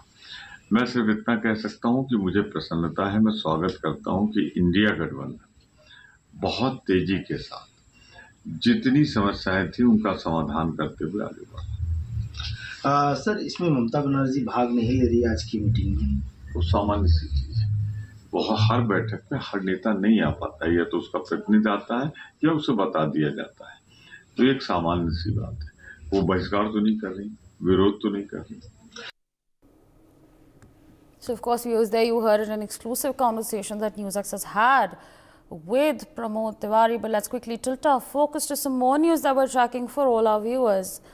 Now, it's another day of escalation in the Red Sea war. The United States Navy has carried out the second round of strikes on Houthis in Yemen, this time hitting their radar site in Sana'a. Speaking after the strikes, Joe Biden said that the response, I beg your pardon, to Houthis' outrageous behavior will continue. Yesterday, it was the US and UK Air Force that conducted strikes on 30 Houthi sites. Let's now, in fact, decode the impact of this development in detail. So, of course, viewers, the latest that is coming in, we're seeing a lot of attacks that are taking place. But what I have, viewers, on my screen over here are some visuals that are going to give you an insight on how the container ships are now rerouting to avoid the Red Sea, to avoid any potential attacks on them. So, viewers, I'm going to quickly show you what I have here on my screen. All right, viewers, there you have it, a visual. So, of course, there have been a slew of attacks that have taken place. Here, what I have, viewers, is how the container ships are rerouting to avoid Red Sea. So, as you can see, what it was looking like before these attacks started on the visual that you see on the top portion of your screen is from November 2023, and as you can see, the route that the commercial vessels were in fact carrying was here, and you went from the Gulf of Aden, you took the entire Suez Canal, and this was the route that was being followed. Meanwhile, what you see over here, viewers, from January 2024, after a slew of attacks took place, just to in fact tell you a few which you will be able to recall, the MV Kemp Pluto attack took place on 23rd December. 24th December, we also saw MV Sai Baba that was in fact attacked. Meanwhile, MV Ruin was attacked on 14th December, and of course a lot of other attacks have taken place. So what you see over here, viewers, is how the route has now been detoured. They're now taking a completely different route in order to now make their commercial ships and to in fact have everything out there. So you see there has been a drastic shift in the route that is being taking place. Meanwhile, A.K. Sivach, a defense expert, joins us on the broadcast. Good morning, sir, and thank you so much for speaking to us on NewsX. We've now in fact outlined how there has been a detour after a slew of attacks that have taken place, and now in fact keeping in mind that the US has now done a second retaliatory attack. I mean, what do you make of these developments? What do you make? I mean, there has been a complete transition in how things are panning out. The things are hotting up, there is no doubt. In the Red Sea, as far as the Houthi rebels are concerned, they are now hitting on the ships which are now passing through the Red Sea and then going through the Suez Canal.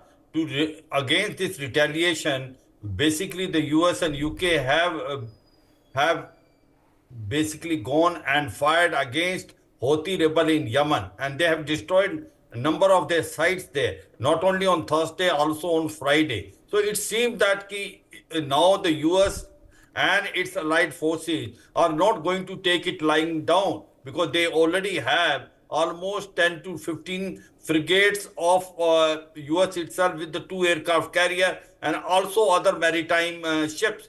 So the point today is coming is the Houthi rebel is still striking on the commercial ships, and due to which the pressure is on them. They are now taking a longer route. They are circuiting the whole African continent on the port of Good Hope and then going to Europe. It means it is taking another 10 to 15 days more, and 30% is more cost. Remember, the Red Sea is where the 12% of the trade goes. And as far as the oil is concerned, almost 40 to 50% oil coming from West Asia come through this route. So the whole situation has become very volatile. And the chances of now Iran coming into the war are increasing, because this is an attack now on Yemen. The Houthi rebels are there, and therefore the chances whether Iran can also jump into this war, it becomes more promising, and more chances are there. So the whole situation is very volatile. But to me, it looks like that Houthi rebels will keep on striking on the commercial ship, and Americans as well as UK and its other allied forces, including Canada, Australia, as well as Bahrain, they are going to strike on Houthi rebels in Yemen. It will carry on. As far as India is concerned, remember, India has not joined any maritime international force, but we have sent our 10 warships, which include destroyers and frigates, to ensure that the Indian commercial ships are not targeted. Because we don't want to be seen as a part of a maritime force, because we have a very good relation with Iran also. And in Chabar port, we are now exploiting there. So therefore, we will like to follow a very independent path. We are ready to help other nations' ships which are friendly in case they have any problem in the Red Sea. But we are going to make sure our commercial ships are not being affected. The time will only tell how things pan out there. But as on today, things looks to be very volatile, and things look as if the war focus has now shifted from Gaza, Hamas area to now the Red Sea. And this has become now you can say a burning point, and the chances of this war now increasing to a regional war and further increasing now is becoming almost real in time to come. Right, sir, absolutely. In fact, to enunciate on what you just spoken about, I have another visual on my screen over here. I'm going to request my crew to pan on what I have over here because it's going to give us an elaborate understanding of exactly what's taking place. Of course, viewers, what you have over here is a visual. This is, in fact, as of 9th January 2024, it in fact showcases the maritime incidents that have taken place in Bab el Mandeb. So, of course, I did take a look at it. There are 38 incidents in total that have been outlined. I'm going to quickly take our viewers through what we have over here. On 31st December 2023, there was a boarding attempt. On 3rd December, number 9 ship had threats over radio. So that is what the MT Patna Ray also received threats over radio. 19th November 2023, Galaxy Leader received boarding attempt. 10th December 2023, drone incidents. And in fact, what you see over here are a row of drone incidents that took place. It took place on 10th December, 27th November, MSC Ambra in fact also witnessed a drone incident. 25th December 2023, MSC United 8 also witnessed a drone attack, but they missed that shot. 23rd December 2023, FASA also in fact almost had an accident, a drone attack, but they missed it. 15th December, there was another possible missile attack. 15th December again, MSC Alana also received threat via radio. So, of course, what you see over here are 38 attacks that we have over here for all our viewers. So, of course, there is a lot happening, and this is in fact happening between, the late days of November up until the month of December. So, 38 incidents have been reported. There may be more. We don't know the actual number. But again, this is a very, very scary number, And I mean, what do you think? I'm going to, in fact, rope in Mr. Shyam Kumar, defense expert, into the broadcast and garner his reactions on this. Do you think this is an indication of a possible spillover? Yes, thank you. Captain Shyam, being from Navy, obviously these developments are quite close to my heart, and obviously it is concerning India. The Red Sea developments are fallout of Houthis' support for Hamas. And we all know the axis of reaction, that is Hezbollah, Hamas and Houthi, are causing concern for the entire globe because it is affecting the economy. See, statistically, we are aware that it is a very important channel, Bab and Mandeb, with a choke point, and Houthis being controlling the entire Yemen and mostly the South Yemen, they are in a favorable situation, and therefore they are trying to influence the world. The whole world has understood. United Nations has passed a resolution. As I have been saying earlier also, American ships and Americans' response have been quite measured and quite calibrated. And they have been restraining by one-to-one countering attacks of drone and missiles. With the military capability of Yemen rebellions, the entire infrastructure and military capability must be destroyed, must be affected. Only then this problem can be sorted out. And therefore, in a stepwise heating up the situation, Americans have responded with the UK ships and Air Force carrying out attack at Sana'a airport, even the military base, the naval port facilities of Yemen, and have considerably destroyed, as they say, the war waging capacity of Houthis. Now, this deterrence is important. It is important because the whole world is saying that it is wrong to affect the economy and trade of and commerce of the world, which is China, Russia, America, entire Europe, and the entire thing going from Gulf or Southeast countries to eastern coast of America, up to there and Europe. So therefore, the Suez Canal and Bab el-Mandeb and Gulf of Aden has become a flashpoint, and things are being actually diverted from Hamas and Israel war to this area. Indian Navy has deployed its ship, we are aware. You talked about number of attacks. The attack has happened in southern, next to the Dwarka, in our coast, 200 nautical mile from our coast. And now Iran has been blamed for it, although it is not clear. It was a long-range drone. Why I'm saying this? Because our foreign minister on a talk from American Secretary of State has planned a visit to Iran, who is backing up the whole thing. So in international situation, this visit is very important because we got to find out how the things have got affected in the coast of India, Arabian Sea, apart from Red Sea, which in any case is concerning us. Secondly, the Commerce Minister and all ministries are working out the oil price rise, commodity price rise. Insurance companies are delaying the insurance. Ships are not sailing. These needs to be definitely looked at properly. All countries are involved. India is involved. So we are looking forward to some development in Iran's visit of our foreign minister and calibrated attacks more and more through the Operation Paradise Guardian or other ships. Indian Navy unilaterally is guarding the Arabian Sea, North Indian Ocean and the Indian Ocean altogether, and on a very high alert, as I'm aware. So therefore, I think we have to wait and watch, but there are no other options than what is happening today. And the ships, seafarers, mercantile, sea lanes of communication, freedom of navigation has to be ensured.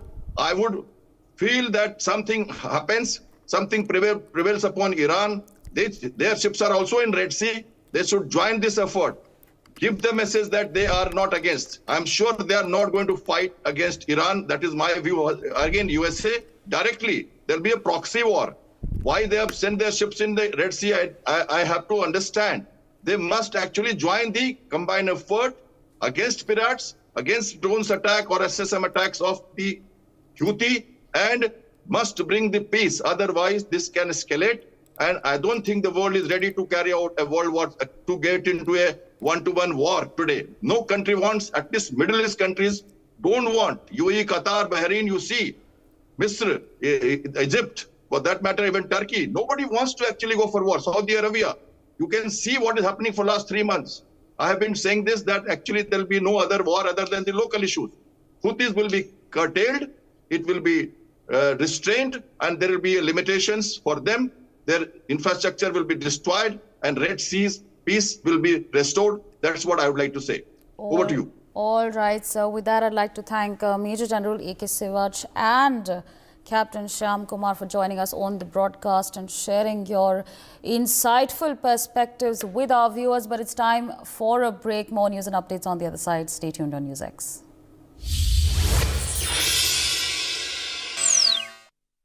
It's January. Get ready for the सबसे grand celebration of all time. From Swadish cuisines to non-stop shopping, and from romantic music, art and culture to thrilling sports and dhamakedar entertainment. Find it all at Mumbai Festival, 20th to 28th of January 2024. Sapnों का gateway. Everyone's invited. Loan चाहिए तो पैसाबाजार.com पर जाइए। यहाँ आपको मिलेंगे 60+ loan options, वो भी बेस्ट इंटरेस्ट रेट के साथ विद मिनिमम डॉक्यूमेंटेशन। पैसाबाजार.com, लोन सही मिलेगा यहीं। मेरे पास ऑलमोस्ट सभी तरीके के कस्टमर्स आते हैं जो छोटा कारोबार करते हैं, दुकान वाले हैं, हाउसवाइफ्स हैं। तो वो लोग समझते हैं इस चीज़ को कि आज वो वर्किंग हैं, कल को जब वो वर्किंग नहीं रहेंगे तो उस कंडीशन पे उनका क्या होगा। तो इसीलिए रिटायरमेंट प्लान हमें पहले से ही लेना चाहिए कि हम अपने ओल्ड एज पर आकर उस रिटायरमेंट प्लान का फ़ायदा उठा सकें। अपने बेहतर कल को सुनिश्चित करने के लिए NPS ज़रूरी है।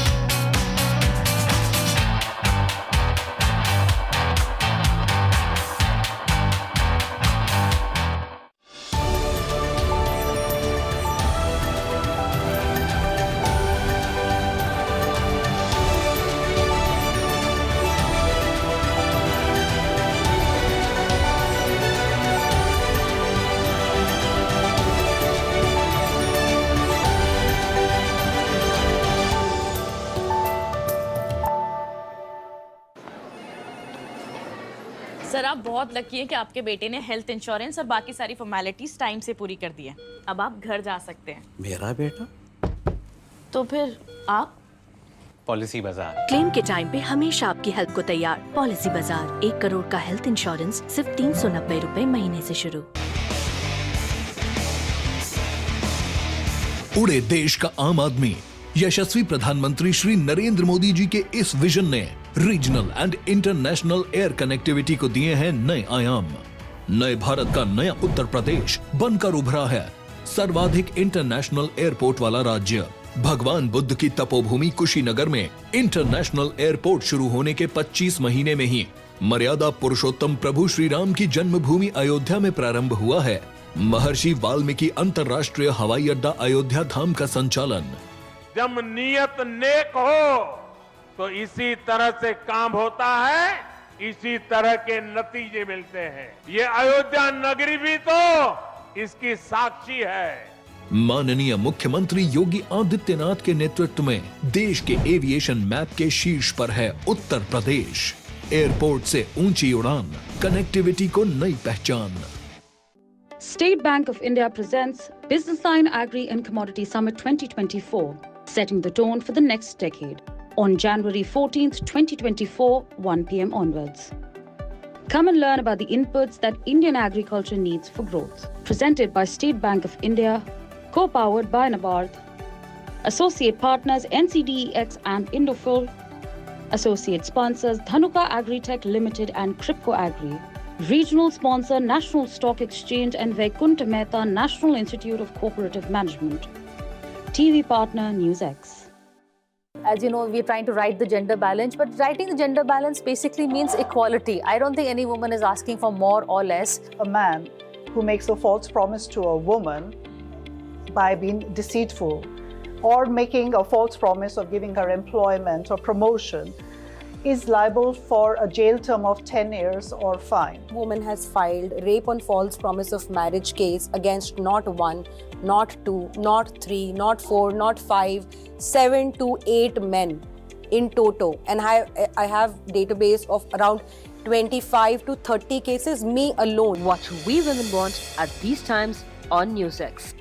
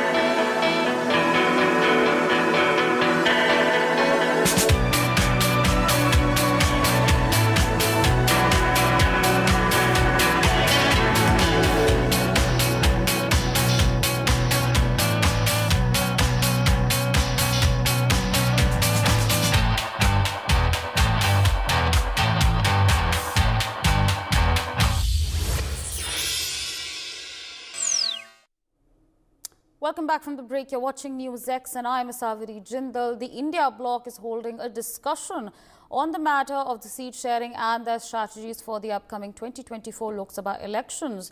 The virtual meeting has been convened over Zoom. TMC chief and West Bengal CM Mamata Banerjee has skipped the meeting, citing prior engagements. This comes amid Mamata running loggerheads with the Congress over seat sharing in West Bengal. Meanwhile, discussion is also expected on the expansion of India bloc and whether the leaders will participate in Congress's Bharat Jodo Nyaya Yatra.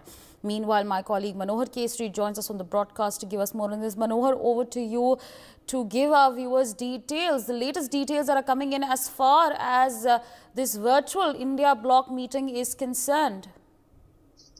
देखिए, बिल्कुल अगर हम कांग्रेस की बात करें इस बैठक में, तो कांग्रेस के नेता मौजूद हैं वर्चुअल मीटिंग में, लेकिन कई ऐसे इंडिया ब्लॉक के लीडर्स हैं। जैसे हम बात करें शिवसेना यूबीटी के, तो उद्धव गुट के प्रमुख जो है उद्धव ठाकरे, वो इस बैठक में शामिल नहीं है। अखिलेश यादव नहीं है, ममता बनर्जी शामिल है, इसी तरह से कई पार्टी के नेता शामिल नहीं है। हालांकि इनका ये कहना है कि अभी जो है सो पहले से ही इनकी कहीं पर कोई कार्यक्रम शेड्यूल थी, जिसकी वजह से वो मीटिंग में भाग नहीं ले पा रहे। लेकिन मैं आपको बता दूं कि जिस प्रकार से 4 जनवरी के बाद से कंटिन्यू ये खबर आ रही थी कि वर्चुअल मीटिंग होगी, और यही कारण था कि दूसरी पार्टियों के नेता जो है तो अलग अलग अपने फंक्शन में या अपने राज्य के कार्यक्रम में व्यस्त है।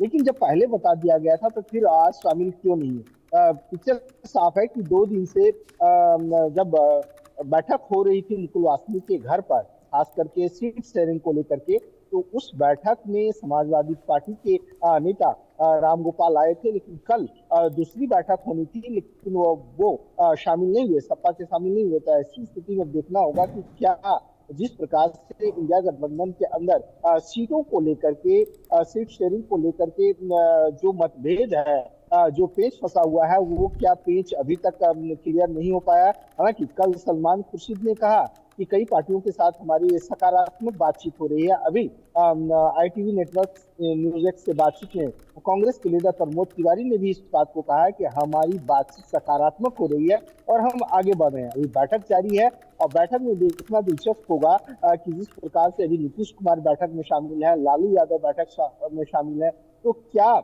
जो 3 इशू आज का एजेंडा है कि कन्वेनर कौन हो सकता है इंडिया ब्लॉक का, दूसरी बात है सीटों के शेयरिंग को लेकर के क्या रूपरेखा होगी, तीसरी बात है राहुल गांधी की न्याय यात्रा कल से शुरू हो रही है। तो ऐसी स्थिति में इंडिया ब्लॉक के जो तमाम लीडर्स हैं वो किन किन जगहों पे और कहां पर पब्लिक रैली में शामिल होंगे। जी Absolutely, Manohar. Stay on with us. In fact, we have some breaking news coming in, some more information, in fact, pouring in on this front. We are getting to learn that the India bloc leaders are speculative to join Bharat Jodo Nyay Yatra. So the latest that's coming in as far as this India bloc meeting is concerned and the fate of Bharat Jodo Nyay Yatra is concerned. My colleague Manohar Kesri is still with us on the broadcast. Manohar, what more details can you share with our viewers on this?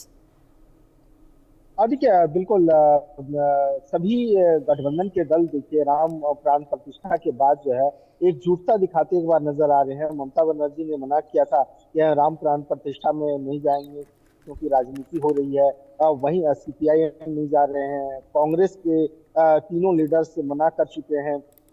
अभी तक अखिलेश यादव का नहीं पता है कि उनको invitation अभी तक नहीं मिला है, अगर वो मिलेंगे तो वो जाएंगे या नहीं जाएंगे। तो ऐसी स्थिति में एकजुटता फिर से दिखती हुई नजर आ रही है।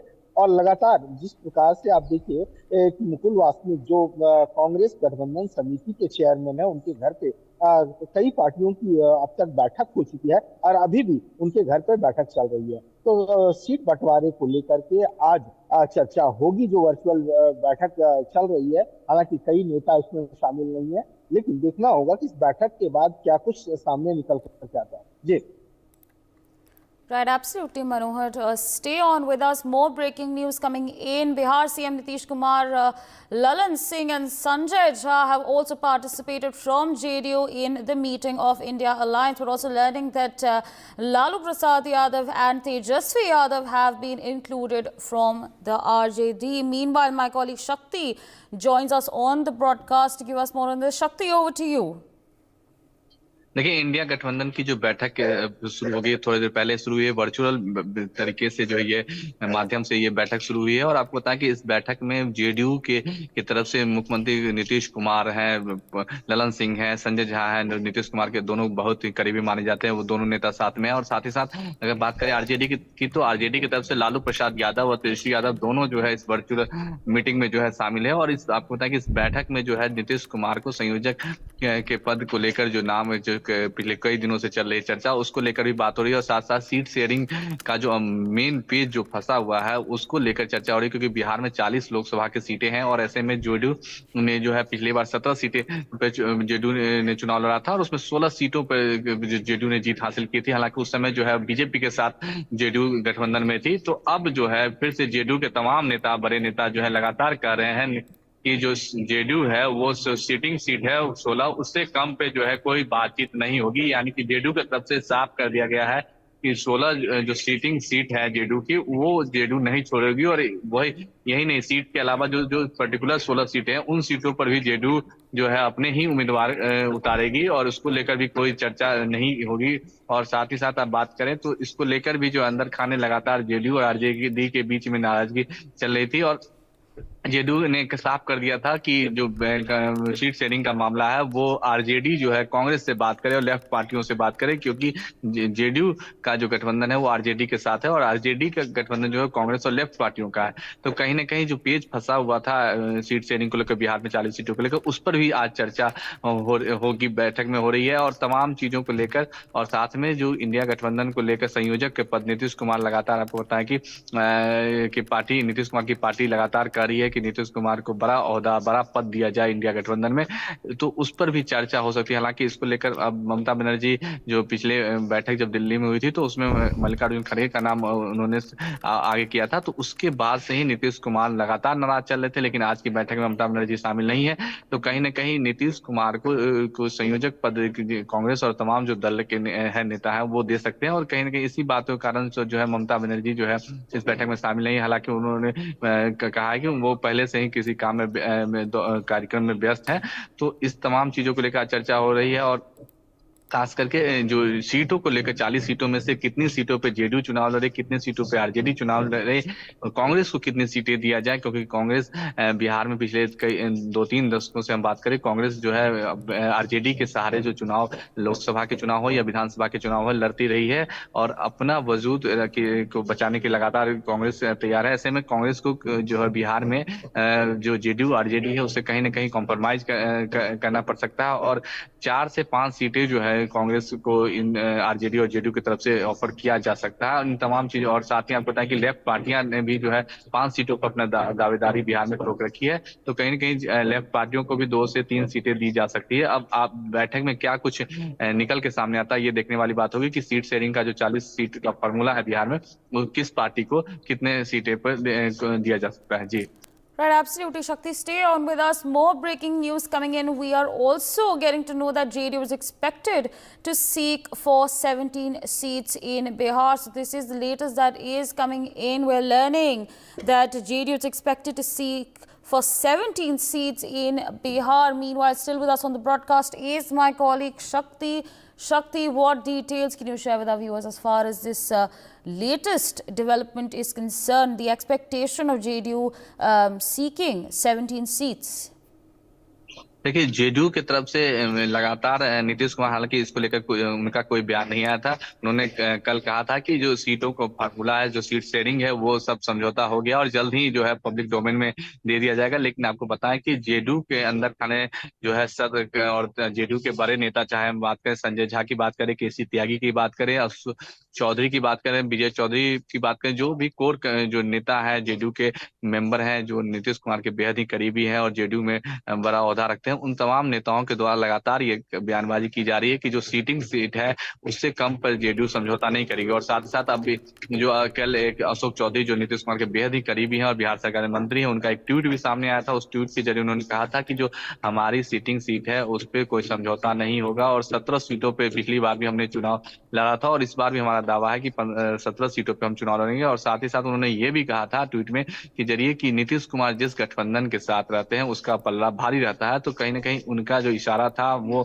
इंडिया गठबंधन के सदस्य दलों पे बिहार में था, जो आरजेडी की बात करें या कांग्रेस की, इन दोनों पार्टियों को निशाने करके उन्होंने ट्वीट किया था। और अब जब बैठक इसमें होगी तो इस बैठक में जो हो रही है उसमें ये चर्चा भी हो रही है कि कौन 17 सीटों पे जेडीयू चुनाव लड़ेगी नहीं लड़ेगी, क्योंकि जेडीयू के जो तमाम नेता है वो कहते रहे कि 17 सीटों से कम पे चुनाव नहीं होगा। अब इसमें एक मामला ये भी है कि जो मधेपुरा की सीट है उस पर भी जो है पेच फंसा हुआ है, क्योंकि वहां से जेडीयू के सांसद सिटिंग सांसद है अभी, और मधेपुरा सीट में पिछली बार अगर हम बात करें तो शरद यादव, दिवंगत शरद यादव ने वहां से चुनाव लड़ा था और वहां से जो है उनकी हार हुई थी। जेडीयू के उम्मीदवार को तकरीबन 6 लाख से ज्यादा वोट मिली थी और शरद यादव को 3 लाख के करीब जो है वोट मिली थी। तो ऐसे में जो है अब जो है शरद यादव की मृत्यु हो गई। अब उनके बेटे शांतनु जो है वो मधेपुरा से जो है आरजेडी की तरफ से चुनाव लड़ सकते हैं। तो कहीं ना कहीं पेच जो है मधेपुरा की सीट को लेकर फंसा हुआ, क्योंकि नीतीश कुमार की पार्टी जेडीयू ने साफ कर दिया कि जो सिटिंग सीट है वहां से उस सीट पर कोई समझौता नहीं होगा। ऐसे में आरजेडी की तरफ से शरद यादव, आपको बताएं कि जो शरद यादव की जब उनकी मौत हो रही थी उससे पहले उन्होंने अपनी पार्टी का विलय आरजेडी की तरफ से करा लिया था। तो ऐसे में आरजेडी के कोटे से जो है शांतनु, जो कि शरद यादव के जो उनके पुत्र हैं, वो चुनाव लोकसभा का लड़ सकते हैं और वो लगातार वहां पे दौरा भी कर रहे हैं पिछले कई महीनों से। तो ऐसे में जेडीयू और आरजेडी के बीच जो है कई सीटों पर अगर सीट शेयरिंग पर बात बन भी जाती है तो आने वाले दिनों में एक इंडिविजुअल एक सीट को लेकर भी जो है वो खींचतान हो सकती है। तमाम और भी सीटें हैं जिसको लेकर जो है आगे भी इसको लेकर पेच फंसा हुआ नजर आएगा। जी Right, absolutely. Shakti, stay on with us. We have, in fact, some more breaking news coming in. Besides Mamata Banerjee, former Maharashtra Chief Minister Uddhav Thackeray has also skipped the meeting, citing their earlier scheduled programs. Samajwadi Party Chief Akhilesh Yadav has also skipped the meeting, is what we're learning at this point of time.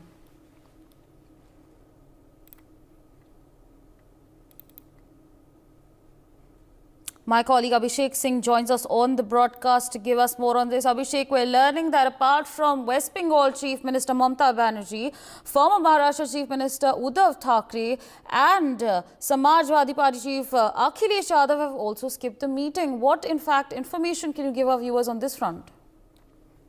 Yeah, the Samajwadi Party Chief Akhilesh Yadav has already said admitted this, that either he is going to attend the India Alliance meeting or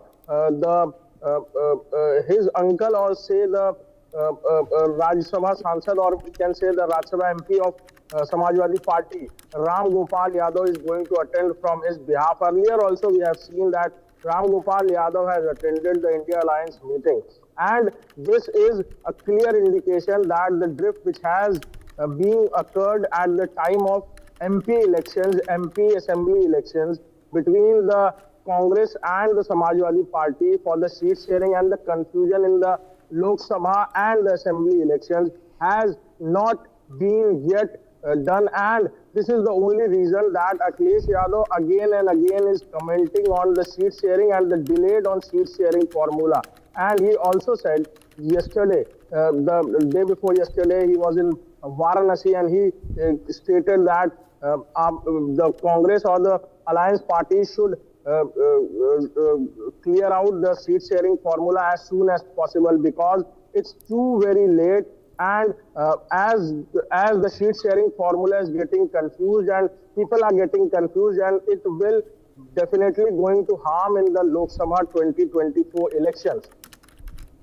Right, absolutely. Stay on with us. My colleague Rushali Kadam also joins us on the broadcast to give us more on this. Rushali, of course, we are learning that former Maharashtra Chief Minister Uddhav Thackeray has also skipped the India bloc meet. What more details can you share with our viewers? Hello? Yes, Rushali, can you hear me? Yeah, I can.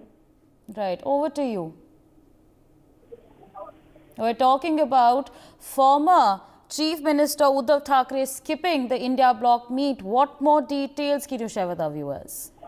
Well, we have seen that it's Uddhav Thackeray who urged Congress recently that, they should rethink about, going to attend the inauguration of Ram Mandir temple. So certainly, he has made his point. Now he has decided that, to visit Nasik Kalaram Mandir. So he has made his stand clear as far as the Hindutva is concerned.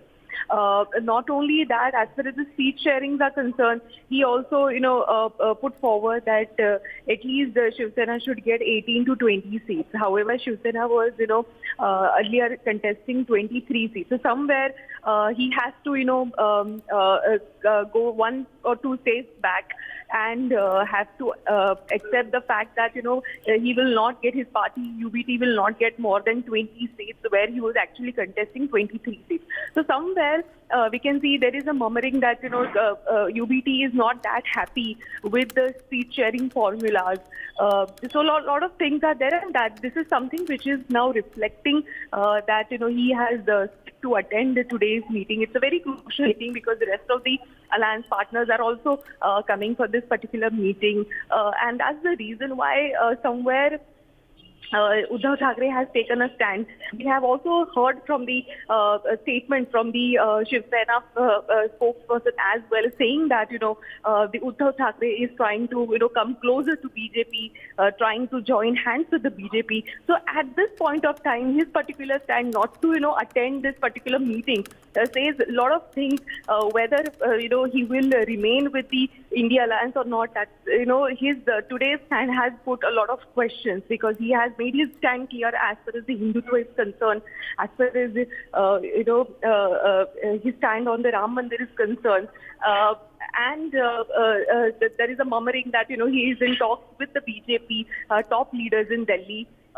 Everything is somewhere reflecting that, today he has skipped to attend this particular meeting, and also he is not very happy with the seat sharing formula which has been imposed before him, that he will not get more than 20 seats in the alliance. Right, absolutely, Vishali. With that, I'd like to thank you for joining us on the broadcast, and in fact, I'd like to thank all our reporters for joining us on the broadcast and sharing those details, those developments with our viewers. But meanwhile, we have some reactions coming in on the India Alliance meet. Let's listen in.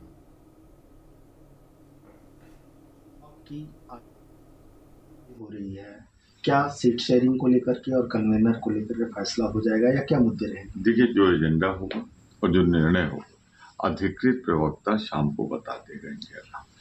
मैं सिर्फ इतना कह सकता हूं कि मुझे प्रसन्नता है, मैं स्वागत करता हूं कि इंडिया गठबंधन बहुत तेजी के साथ जितनी समस्याएं थी उनका समाधान करते हुए आगे बढ़ा। सर, इसमें ममता बनर्जी भाग नहीं ले रही आज की मीटिंग में?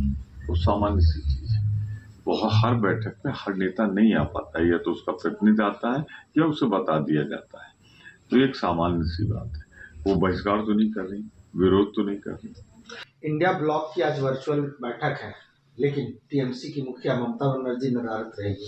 देखो, ये कुछ नहीं है, ये सामंती सुल्तानों की सूबेदारी का संग्राम है, और इसलिए मैं कह रहा हूं कि सामंती सुल्तानों के सूबेदारी का संग्राम है कि इसमें कई ऐसे हैं जो पहाड़ से गिरे और जुगाड़ पे अटके। उनको लगता है कि हम जो है वो इस गुनाहों के गटर पे, गठबंधन की शटर से अपने को बचा लेंगे, तो इनको 24 के चुनाव में भी चारों खाने चित होने वाले हैं।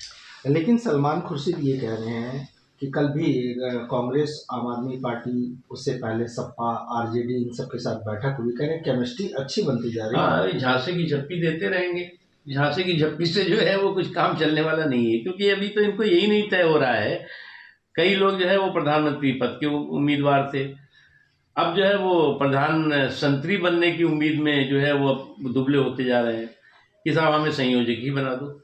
यह एलायंस कैसा है, देश और दुनिया जानती है, सब लोग जानते हैं कि यह घमंडिया गठबंधन है, अहम में और घमंड में रहने वाला, और वो भी भ्रष्टाचारियों की जमात, घोटालेबाजों की जमात, जहाँ सिर्फ तुष्टि और तुष्टिकरणी है, कुर्सी से मतलब है, देशवासियों से, विकास से कोई मतलब नहीं है, देश के तरक्की उत्थान से मतलब नहीं है, ऐसा गठबंधन है।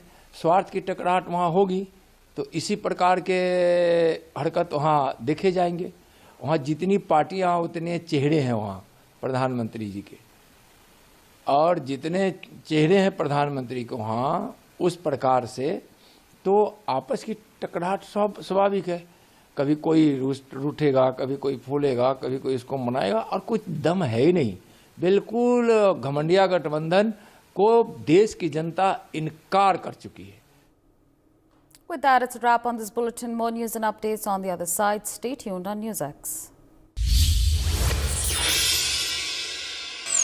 लोन चाहिए तो पैसाबाजार.com पर जाओ। यहाँ आपको मिलेंगे 60+ लोन ऑप्शंस, वो भी बेस्ट इंटरेस्ट रेट्स के साथ विद मिनिमम डॉक्यूमेंटेशन। पैसाबाजार.com, लोन सही मिलेगा यहीं। मेरा काम वाइंडिंग का है, रिपेयरिंग का करता हूँ, मजदूरी का लाइन है। अब आज तो मेरा शरीर काम कर रहा है, कल मेरा शरीर नहीं काम करेगा तो मुझे कौन सपोर्ट करेगा? पेंशन नहीं है तो जीवन नहीं है। फिर ये ऐसा है जैसे शरीर के अंदर खून का होना, अगर खून नहीं है तो शरीर बेकार है। एनपीएस में जो मेरी आमदनी है उसमें मैं थोड़ा थोड़ा जमा कर लेता हूँ और मुझे पूरा यकीन भी है कि मेरा बुढ़ापा सही कटेगा पेंशन के थ्रू। अपने बेहतर कल को सुनिश्चित करने के लिए एनपीएस जरूरी है।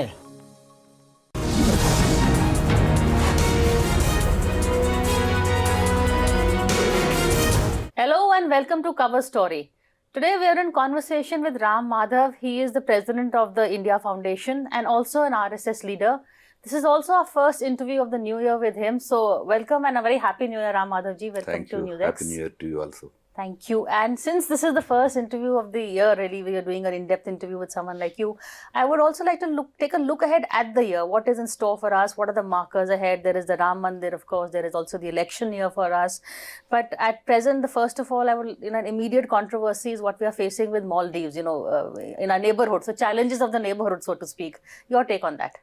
Firstly, this is going to be not just change of year for us, like New Year.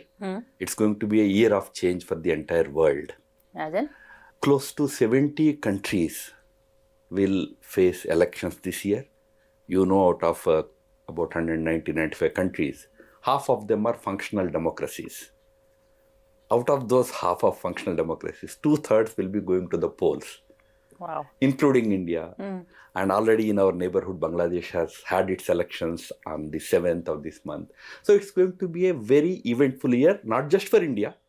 Bharat is going to have a very eventful year. Right. Starting with the Ram Mandir, Murti, Prana Pratishtha of the Bhagwan Ram there, to elections and then the very eventful year ahead of us. But he's From our side also, I think we have to be a little more, mature, and I would say take things in our stride. Sometimes, as small countries, there are certain inherent fears and all. We should take it in our stride. We are a very big country. We are a very dignified nation in the world.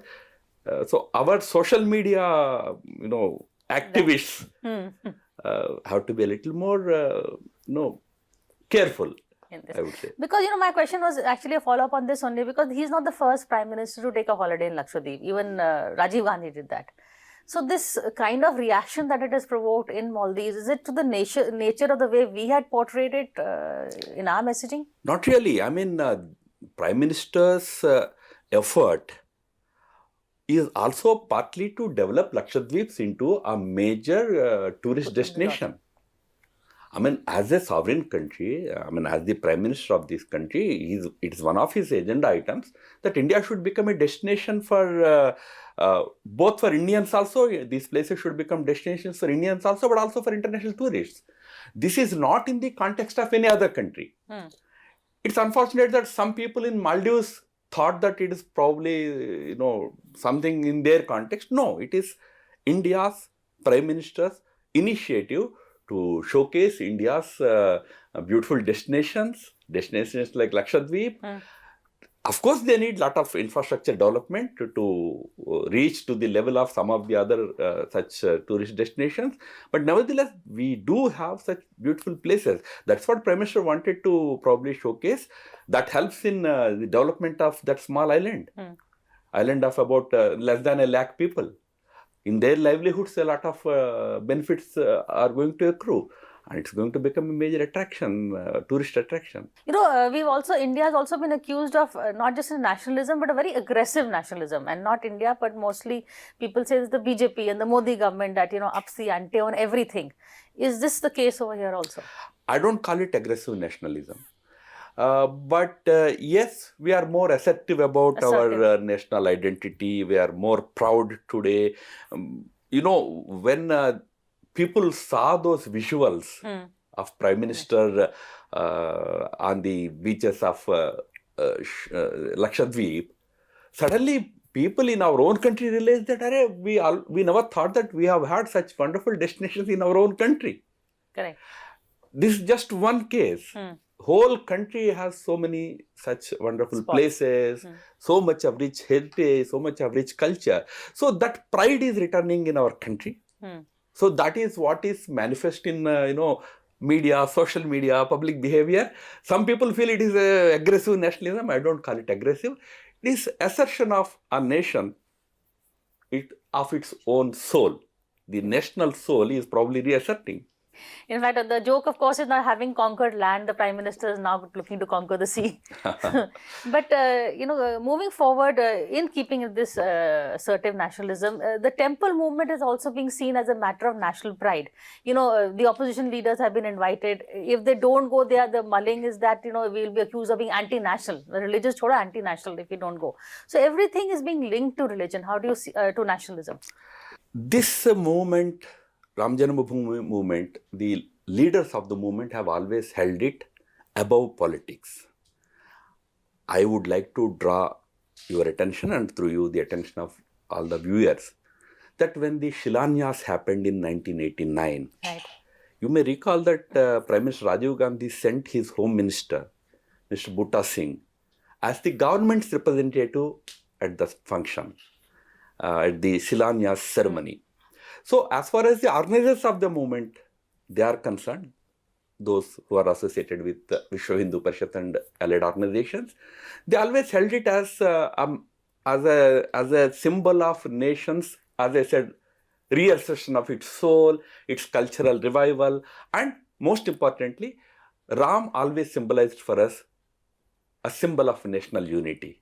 Ram unifies the whole nation. That's how we always looked at it. The organizers have always looked at it. In that same spirit, the spirit was the same in 1989. The spirit continues to be the same in 2024 when the Ram Lala's Pran Pratishtha happens on 22nd of January. Now, invitations have been extended to diverse sections of our society, leaders of different sections, cross-sections. Industrialists have been invited, media personalities have been invited, film personalities have been invited, social leaders, political leaders, everybody has been invited. Now, whether to go there or not to go there is a decision that obviously they will take based on their own understanding and their own priorities. But as far as organizers are concerned, it is an effort to display that spirit, that this symbolizes the country's rich cultural heritage. It belongs to everybody. You may belong to any political party, any religious organization. This inheritance belongs to each and every Indian, 1.4 billion Indians. But, in the messaging, is the Congress making a faltering? Because, they've always, they tried to play the Hindu card in Madhya Pradesh, Rajasthan and failed. Because somehow they've not been able to convince the voter what is lacking. Because as you said, 89, they are the ones who did the Shilanyas, but they never owned up to it. And still not owning up to it. What have they done right in recent years, you tell me? They have huge issues with Ram Mandir at Ayodhya. They are giving various types of statements, politicization, etc., etc. Their own chief minister in Chhattisgarh, former chief minister, Mr. Baghel, went around inaugurating Ram temples in the state. I mean, if you build and inaugurate a Ram temple, that's a secular activity. If some magnificent temple is coming up in Ayodhya, you have 100 types of doubts, suspicions, criticism and all that. Congress has to decide what they want to, how they want to look at all these things. As I said, this Ram temple agitation has had a history of, the locks were opened when Mr. Rajiv Gandhi was the Prime Minister in 1986. That time, Congress had a thinking that probably it would help them change their perception about them as an appeasing party because of the Shabana case and all. Correct. Then 89, they were present there. Today, which route to take? Let them decide. Faltering has become the core characteristic of that party. Very Hamlet, like they just can't decide where to go. But so what do you see the challenges, or what does the year ahead hold for us? What are the markers that one should be looking for? One thing I could see is the kind of very emotional grassroots level response that we are all witnessing about Ram Temple. Gives me an indication that we are entering into a very significant phase in our national life. Something that should have happened in 1947 after independence is somehow happening now, where the core sentiment across the spectrum, leave aside leaders of political parties, across the spectrum is about a pride in one's national identity, one's cultural identity. That kind of great sense of pride is what we are witnessing right at the grassroots all over the country. It bodes very well for the nation. The whole effort of Prime Minister in the last few years has been to rouse this kind of a sentiment of pride, national pride, patriotism you call it, but also love for the culture and all. That will help in taking this country forward, in a much more coherent way. All earlier efforts is to suffer on account of this whole debate as to whether you should respect your culture or not, whether it is secular or not, or whether you should do this or do that, or Hindus and Muslims should live together, or you should appease them, on all these questions. But there seems to be a greater unanimity now that we should be proud about our identity, our culture, our nationhood, and we should march forward in that direction. That will be good for the country. That will make things very different in the in this year and coming forward. I would see it as going to be a main defining factor for next 25 years, what Prime Minister calls as Amrit Kal. But when will BJP get out of this Stockholm syndrome? The Prime Minister Modi wants to always better Prime Minister Nehru's record, or he's always comparing himself to him in a better light, trying to say that I bettered his record. Amit Shah wants to beat Rajiv Gandhi's record of 400 plus seats. Why is this benchmark always? The BJP should stop looking back and start looking forward. As far as I know, none of them have said anything like that until now. The but these are all interpretations that one can give. Each Prime Minister has had his own contribution, and history is the judge for all these things. You please remember. Whatever Nehru might have thought about himself, and at one point historians have written that Nehru used to feel very sad that what would happen to this country after him. But this country survived, this country thrived. Today it is scaling new heights. Well, every leader had his own understanding about his role. But every leader will be judged by the posterity, by future generations. I can certainly say that the contribution of Prime Minister Modi in the last 10 years and going forward, probably many more years to come, will be very significantly remembered. Because for that important factor that I mentioned earlier, what some of us belonging to an ideological parivar, you may say that, would have wanted our country to become after independence. We see it happening now. A country now turning to its own identity and reinventing its own soul. That is happening under the current leadership. For that, Prime Minister Modi will always be remembered in history. I think that will be his, significant and standalone contribution in the history of our country. But yet, we are seeing reports of how, the BJP propaganda vans are being stopped for not saying Bharat Sarkar. Why Modi Sarkar? Why not Bharat Sarkar? So, things like that. Yes, I agree with you. No arguments there in terms of the cultural renaissance, the back to roots movement. But is it also very personalized back to roots? It's, it is the Modi stamp, the Modi Sarkar, the Modi government. Will that also be remembered for? I also saw those vans. They very much talk about Bharat Sarkar. Programs, plans of Government of India, they talk about. But since Prime Minister is Prime Minister Narendra Modi, his photo, his face, his statements will be, highlighted prominently. This is quite natural. It happened with every Prime Minister. You faulted Indira right from Gandhi the for time that. of... But you faulted them for that. No. Now you're doing the same thing. Sometimes opposition may take objection to it. Why are you projecting this leader too much? But You must also remember that we praised Indira Gandhi when she achieved certain very significant things like, success in 1971 war or subsequent Bangladesh, creation of Bangladesh. And those issues, right in the parliament, the BJP leadership, the then Jan Sangh leadership had praised her also. So where the credit is due, there we should give credit to the leadership. In this case, there are significant, things that the current Prime Minister has done. So naturally, people fondly remember him. People are now questioning that why you're not saying of India. No, it's a democracy, no? So, okay. in a democracy, some people will always question. There's no doubt about it. I'm not saying that. I'm not against that also. But at the end of the day, in a democracy, people will decide.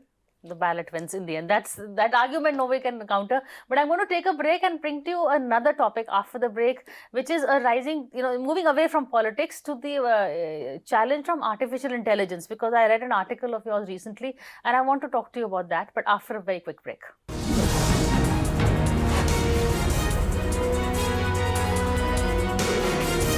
कुछ महीने पहले मेरे दोस्त की health अचानक खराब हुई और कुछ दिनों में ही उसकी डेथ हो गई। उसने पॉलिसी बाजार से टर्म लाइफ इंश्योरेंस लिया हुआ था। मैंने पॉलिसी बाजार को कांटेक्ट किया। उनकी टीम ने क्लेम दिलाने में उसकी पेरेंट्स की पूरी हेल्प की। क्लेम के टाइम पे आपकी हेल्प के लिए हमेशा तैयार। पॉलिसी बाजार 1 करोड़ का टर्म लाइफ इंश्योरेंस सिर्फ 470 रुपए महीने से शुरू।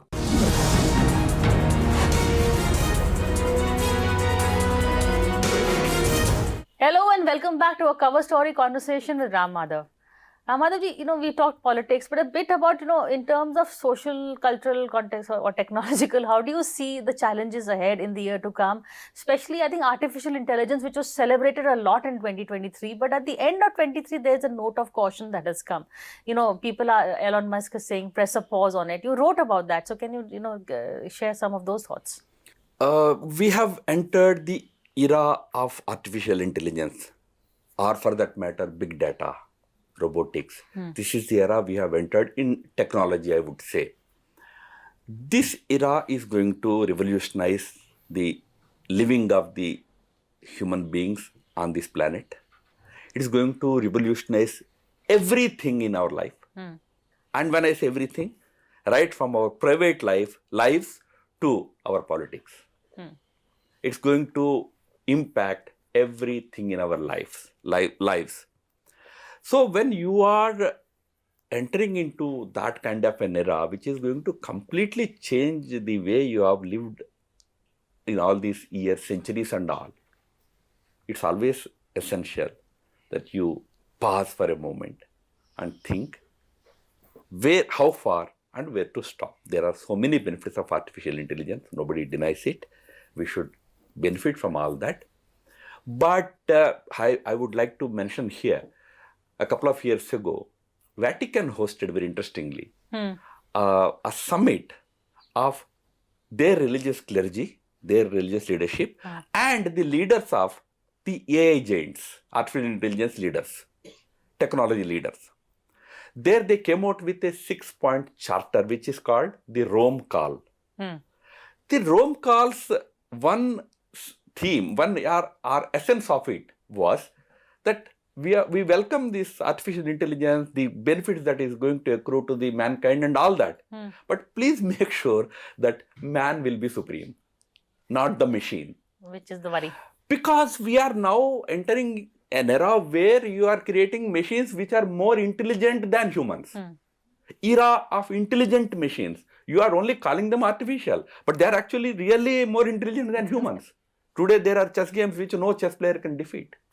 They are more intelligent than an ordinary chess player. So when you are entering into that era, you have to see the pros and cons of it. Let me just add one line why I am saying this for better understanding. You see, when automation happened, industrial revolution happened, that was a major upgradation of humankind's living style or living standards. But when industrial revolution happened, suddenly machines started playing a major role in production and everything. There was a Karl Marx standing up and saying that this is all good, but what about the sufferings of the workers? I may disagree with his philosophy of Marxism and communism, but there was a philosophical intervention there. Then out of that came so many issues like human rights debate happened, and we came out with human rights, fundamental rights of workers, fundamental rights of humans. We did not allow this age of machines to, hostage. make people hostage. Do we have any international philosophers today? Today, everything is going to be decided by Elon Musk. Everything is going to be decided by, Sundar Pichai or somebody, Google or Microsoft. They will decide everything. We need to have some intervention. We welcome changes, but changes will have different consequences. When nuclear research reached the stage of a bomb, we had a horrible consequence. Subsequently, we decided that no, we should control it. Can we think of the negative consequences of it and then decide how to use it better? So you're saying, press pause before, and don't do it as an afterthought, but do it as a since you mentioned about Elon Musk and another 35,000 eminent people got together and gave a call that you pause it for 6 months. Let us first debate over how far we should go, where to stop. I'll give you another analogy. So we are progressing with rapid speed in genetic technologies also. Genome and all those things also. Now tomorrow, if genetic scientists decide to create, in our epics, we have people with horns, people with long teeth, people with tails. If somebody says, I will create them, do you let him create them? Then you will say no. What is the purpose of that creation? So some red lines you have to have while you benefit fully out of these new frontiers that you are crossing. You would have some philosophical outlook about what is good and what's not good.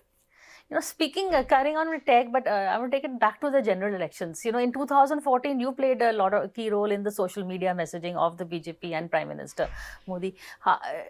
Since then, social media is becoming more and more dominant. Do you see this election also? What are the worries? Deep fakes, etc. How will the election be fought on what platforms do you see? Of course, this is one concern that many countries have today about the negative role that this AI-driven, tech tools could play in the course of elections and everything. I mean, you talked about deep fakes. You remember the last elections in the US, 2016 elections in US when Trump got elected. There was a huge debate in US about the Russian intervention of the Russian bloggers, Russian social media bots and all that. Correct. This cyber-based technology, digital technologies have certain powers. That will always be a concern.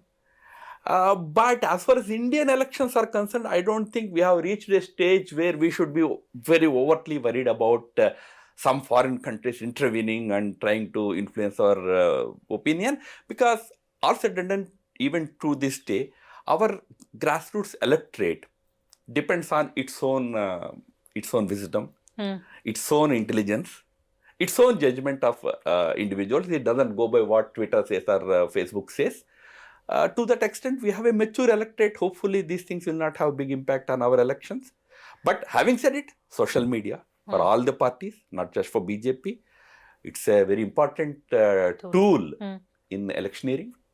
And also, I'm seeing there's a trend in terms of messaging. People are now moving away from mainstream channel messaging platforms to YouTubers are getting a lot of. So people without, whatever it is, at least in the mainstream media, there is some kind of a ethical editorial line that is taken. YouTube, everything goes. So is that going to help the dialogue and the narrative, or is that going to, confuse the voter even more? I mean, I don't want to be judgmental about either mainstream or alternate media. I thought, since you... But fact remains that there is an alternate media today in the form of YouTube channels, podcasts, various other medium is available. And it's a democratic media. Since it's a democratic media, like in a democracy, you can't control every individual. Right. You can't control every individual on social media also. It's a democratic media. So, lot of good YouTube channels are there, which have huge following, and the number is growing. So, it's actually a competition to you all in the mainstream. I mean, we do a 25-minute interview. How many will watch it for 25 minutes? Is a big question mark. Not just me. Any interview. No, any but news. now YouTubers are doing 2-hour interviews, which 2 people hour are watching. interviews. So we have a long way to go. Yeah, you are right. I mean, sometimes they are watched more by the audience. So that's why media is also transforming. Media is also, it's today more democratized. That note, I just have one more question to ask you before I go.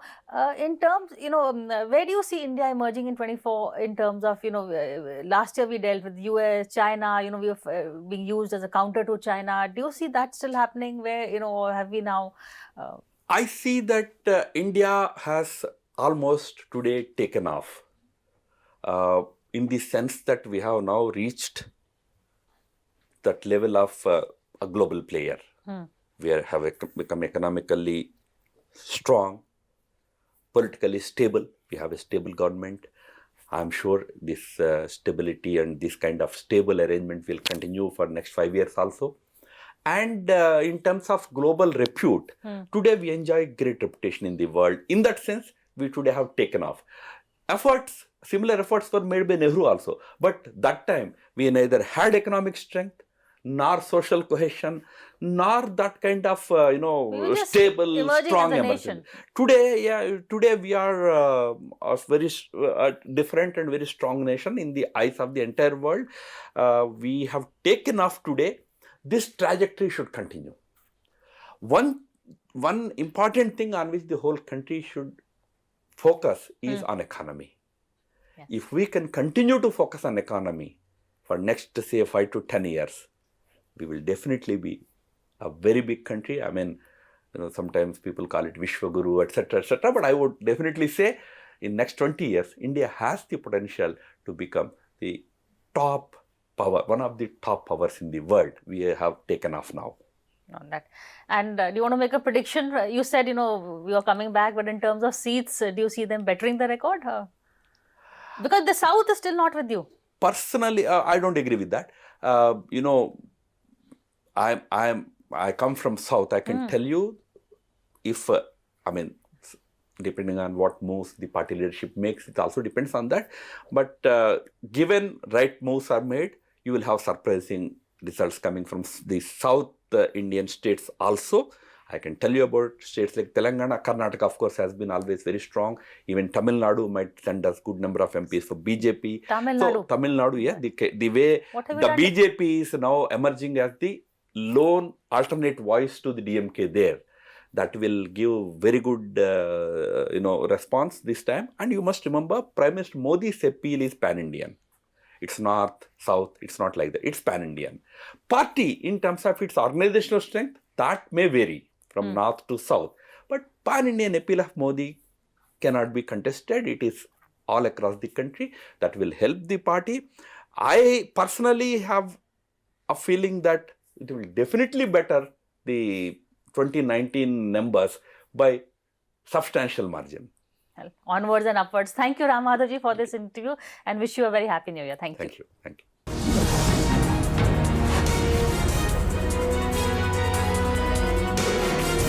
Loan मिलेगा या नहीं ये आपके credit score पे depend करता है। तो आज ही पैसाबाजार.com पर जाइए और अपना क्रेडिट स्कोर चेक कीजिए फ्री में, क्योंकि लोन की जरूरत कभी भी किसी को भी पड़ सकती है। बस एक्टिंग करा लो इनसे।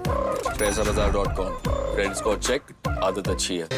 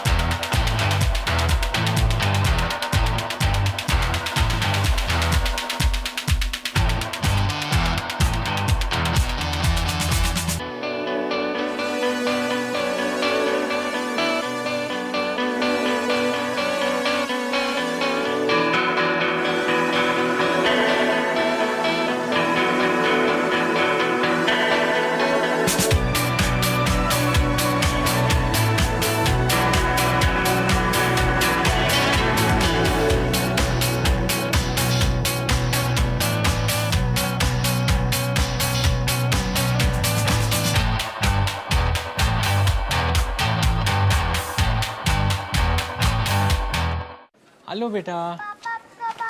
मिस्टर विकास के साथ कौन है? बस बेटा थोड़ी देर और, वो मिस्टर विकास की फाइल। आप पॉलिसी बाजार। मैम, आपका हेल्थ इंश्योरेंस क्लेम अप्रूव हो गया है, अब आप सर को घर ले जा सकती हैं। क्लेम के टाइम पे हमेशा आपकी हेल्प को तैयार। पॉलिसी बाजार, 1 करोड़ का हेल्थ इंश्योरेंस सिर्फ 390 रुपए महीने से शुरू। रिटायरमेंट पे कोई सोचता ही नहीं है, सोचता कभी 50 की उम्र में आकर। और एक ऐसा तबका जो रिटायरमेंट के बारे में आज भी बिल्कुल नहीं सोचता, वो है औरतें। औरतें कमा के भी वनरेबल हैं, पैसा कमाती हैं, घर पे दे देती हैं और एक एक रुपए को मांगती हैं। सो एनपीएस एक इक्वालिटी ला रहा है कि भाई चाहे वो आदमी है, चाहे वो औरत है, चाहे वो ट्रांसजेंडर है, चाहे वो अदर जेंडर है, हम सब एक बराबर प्लेटफॉर्म पे हैं। अपने बेहतर कल को सुनिश्चित करने के लिए एनपीएस जरूरी है।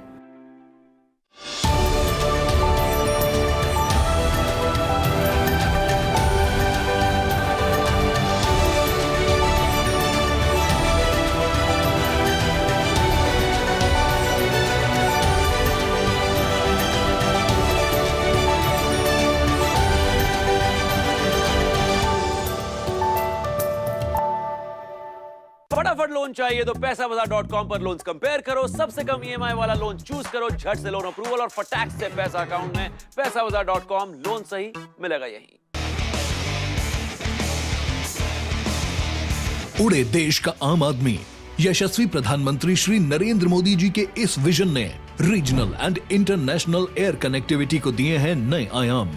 नए भारत का नया उत्तर प्रदेश बनकर उभरा है सर्वाधिक इंटरनेशनल एयरपोर्ट वाला राज्य। भगवान बुद्ध की तपोभूमि कुशीनगर में इंटरनेशनल एयरपोर्ट शुरू होने के 25 महीने में ही मर्यादा पुरुषोत्तम प्रभु श्री राम की जन्मभूमि अयोध्या में प्रारंभ हुआ है। महर्षि वाल्मीकि अंतर्राष्ट्रीय हवाई अड्डा अयोध्या धाम का संचालन। जब नियत नेक हो तो इसी तरह से काम होता है, इसी तरह के नतीजे मिलते हैं। ये अयोध्या नगरी भी तो इसकी साक्षी है। माननीय मुख्यमंत्री योगी आदित्यनाथ के नेतृत्व में देश के एविएशन मैप के शीर्ष पर है उत्तर प्रदेश। एयरपोर्ट से ऊंची उड़ान, कनेक्टिविटी को नई पहचान।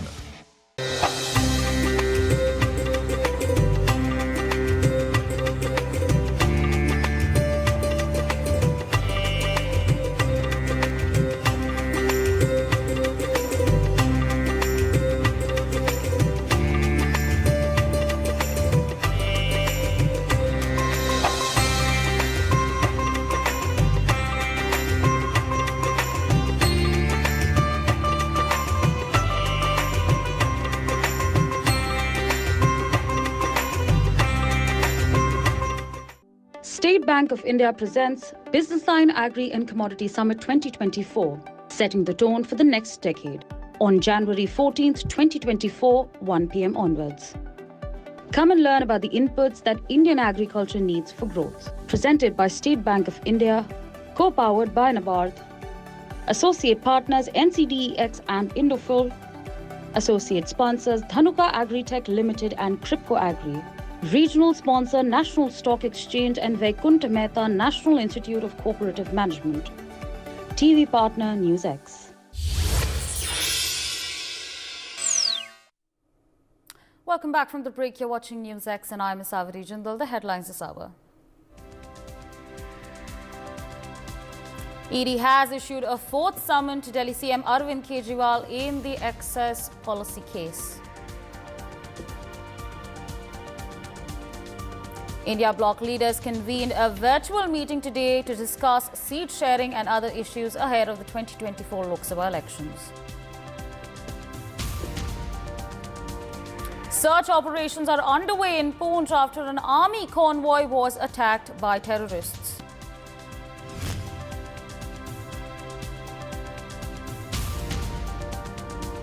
A video went viral showing a group of seers being assaulted in West Bengal. 12 people have been arrested in the case.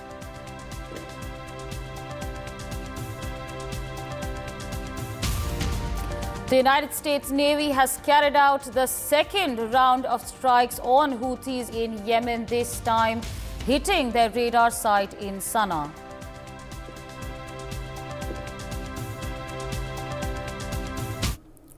A group of sadhus who were going to the Ganga Sagar Mela were brutally assaulted by a mob in Purulia district in the western part of Bengal. It is still not known what has triggered these attacks, but it has shocked a lot of people. This incident has also been condemned by a lot of political leaders.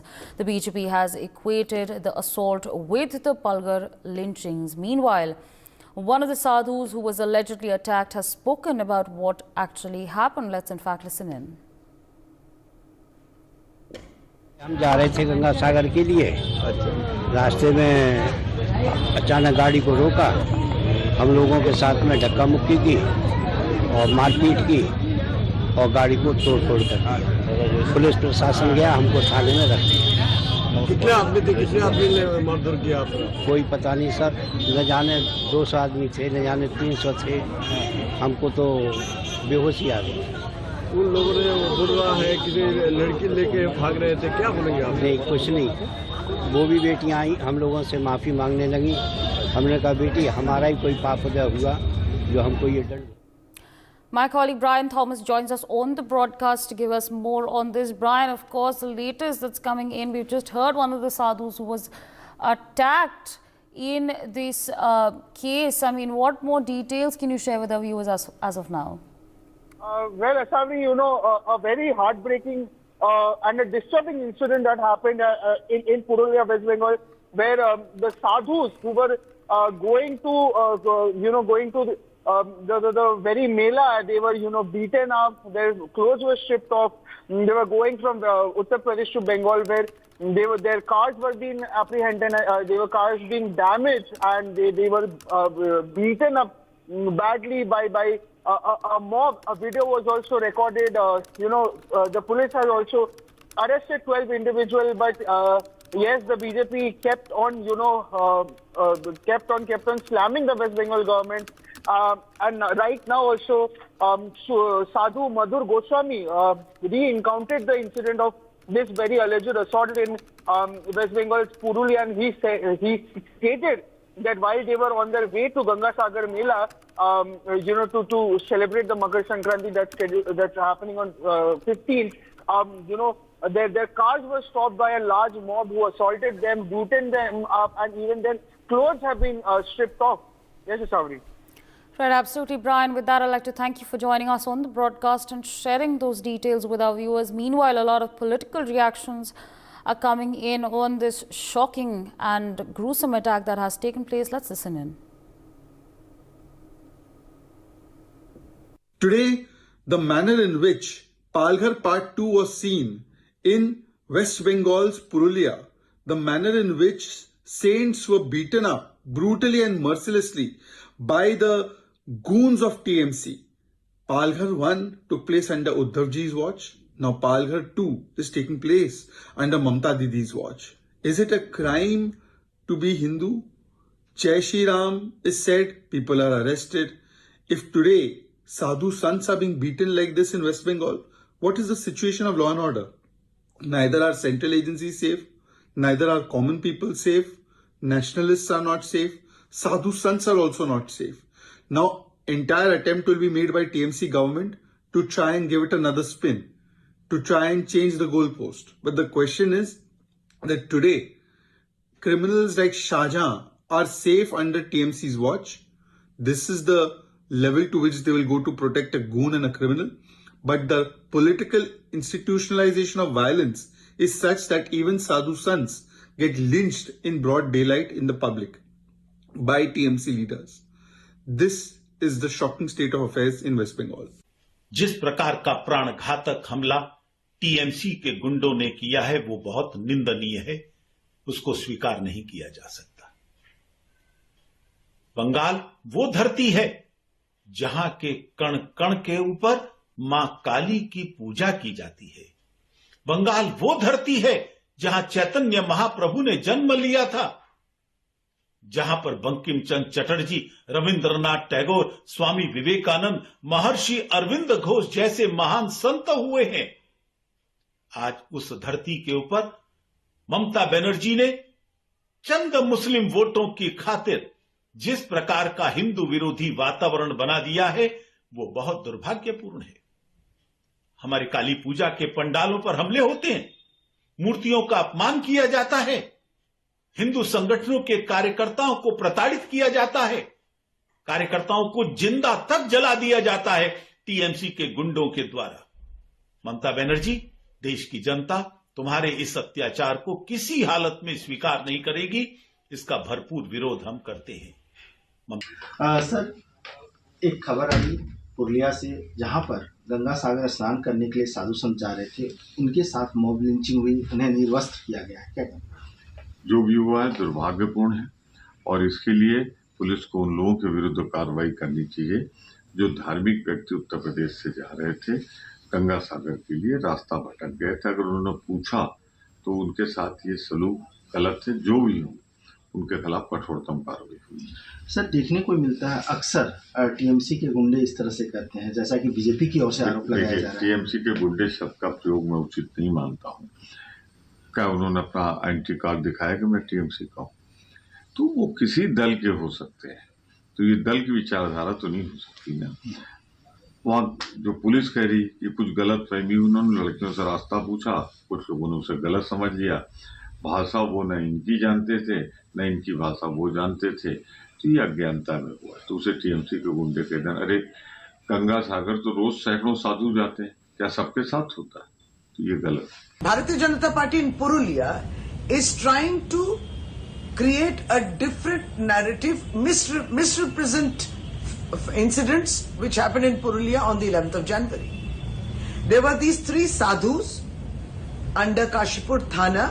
The area comes under the jurisdiction of Kashipur Thana in Garanti, in Purulia. Now the local people beat up these sadhus because their allegation is that they were kidnapping 3 local girls of those village, from that village. And the local people have reacted and rescued the girls. The police had arrived, controlled the situation and have taken the sadhus to the Thana. Cases have been started by the local villagers against these sadhus, by the sadhus against the local villagers. The situation is under control by the police. Investigation is on. But Bharatiya Janata Party leaders in Purulia, as is always, are trying to misrepresent and trying to again malign the entire incident. Well, viewers, shifting our focus to some more news that we're tracking on the broadcast. The Enforcement Directorate has issued a 4th summon to Delhi Chief Minister Arvind Kejriwal to appear before them for questioning in the alleged excess policy case. He has been asked to appear before the probe agency on January 18th. In a response to ED's last summon, which came on December last week, CM Kejriwal expressed his willingness to cooperate with the agency but declined to appear on the summoned date, considering the notice illegal. He has also raised questions about the agency's investigation, noting that his earlier replies have not been responded when the initial summons was sent. My colleague Naveen Nishan joins us on the broadcast to give us more on this. Naveen, of course, 4th ED summons sent to Delhi Chief Minister Arvind Kejriwal. What's the latest that we're learning at this point of time? बिल्कुल, देखिए बता दें कि दिल्ली के मुख्यमंत्री अरविंद केजरीवाल को ED का जो 4th समन है वो ईडी की तरफ से भेजा गया है और उन्हें 18 जनवरी को ईडी की पूछताछ में शामिल होने के लिए कहा गया है। इससे पहले 3 समन अरविंद केजरीवाल को भेजे जा चुके हैं और तीनों समन के जवाब में अरविंद केजरीवाल ने ईडी के समन पर भी सवाल उठाए थे और कहा था कि ईडी का जो समन है वो पूरी तरह से गैर कानूनी है और राजनीति से प्रेरित है। ऐसे में एक सवाल ये भी उठता है कि क्या अरविंद केजरीवाल 18 जनवरी को ईडी के समन में पूछताछ में शामिल होने के लिए जाएंगे या नहीं जाएंगे, क्योंकि पहले से ही मुख्यमंत्री अरविंद केजरीवाल का जो गोवा टूर है वो कहीं ना कहीं प्रस्तावित है। 18, 19 और 20 जनवरी 3 दिनों के लिए मुख्यमंत्री अरविंद केजरीवाल को गोवा जाना है। वहां लोकसभा चुनाव की तैयारियों को लेकर वो वहां के कार्यकर्ताओं के साथ मीटिंग करेंगे, वहां जो रैली है उसे भी संबोधित कर सकते हैं। कल शाम को ही मुख्यमंत्री अरविंद केजरीवाल की तरफ से जानकारी दी गई थी कि उनका 3 दिनों का गोवा का कार्यक्रम है और आज सुबह ईडी ने उन्हें समन जारी किया है और को पूछताछ में शामिल होने के लिए बुलाया है। तो निश्चित रूप से अभी के समय एक असमंजस की स्थिति है और जो सबसे अब उस बात की जानकारी दे रहे हैं कि आम आदमी पार्टी की जो टीम है वो लीगल जो उनके एक्सपर्ट्स हैं सलाह मशवरा करेगी और उसके बाद आगे फैसला तय किया जाएगा। Right, absolutely, Naveen. But of course, the third summon, this is in fact the fourth summon to Delhi Chief Minister Arvind Kejriwal. Are we garnering any reactions around this development that's taken place? Political reactions?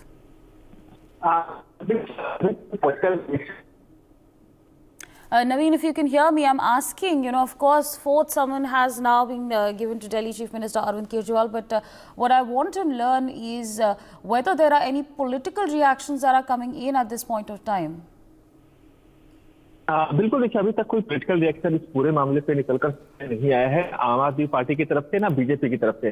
लेकिन पहल की बातों को देखें तो BJP लगातार आम Aadmi party हमलावर रही है, हमला बोलती रही है, लेकिन अभी तक कोई दोनों पार्टियों की तरफ से सामने नहीं आया है, क्योंकि 18 जनवरी को अरविंद केजरीवाल को पेश होना है और अगर उस दिन अरविंद केजरीवाल पेश नहीं होते हैं, समन पे नहीं जाते, तब निश्चित रूप से प्रतिक्रिया देखने को मिल सकती है। लेकिन अभी तक दोनों पार्टियों की तरफ से, चाहे वो आम आदमी पार्टी हो, चाहे वो चाहे वो भाजपा हो, इन दोनों पार्टियों की तरफ से अभी तक कोई जो रिएक्शन है वो निकल सामने नहीं आई है। Right, absolutely. Naveen, stay on with us. We're also being joined by Ms. Raj Lakshmi Joshi, political analyst. Good afternoon, ma'am, and thank you so much for speaking to us on NewsX. Now, in your assessment, what is going to happen on 18th January, the day when Delhi CM Arvind Kejriwal is supposed to, in fact, present himself before the ED? Very good afternoon. And, it is unfortunate the kind of attitude being displayed by the Delhi Chief Minister, Mr. Arvind Kejriwal, in response to these summons. Because this is not the first or second time, it is the fourth time, as you were rightly mentioning. So just imagine the kind of excuses that are being given. The first time it was about campaigning for the state assembly elections in the 5 states.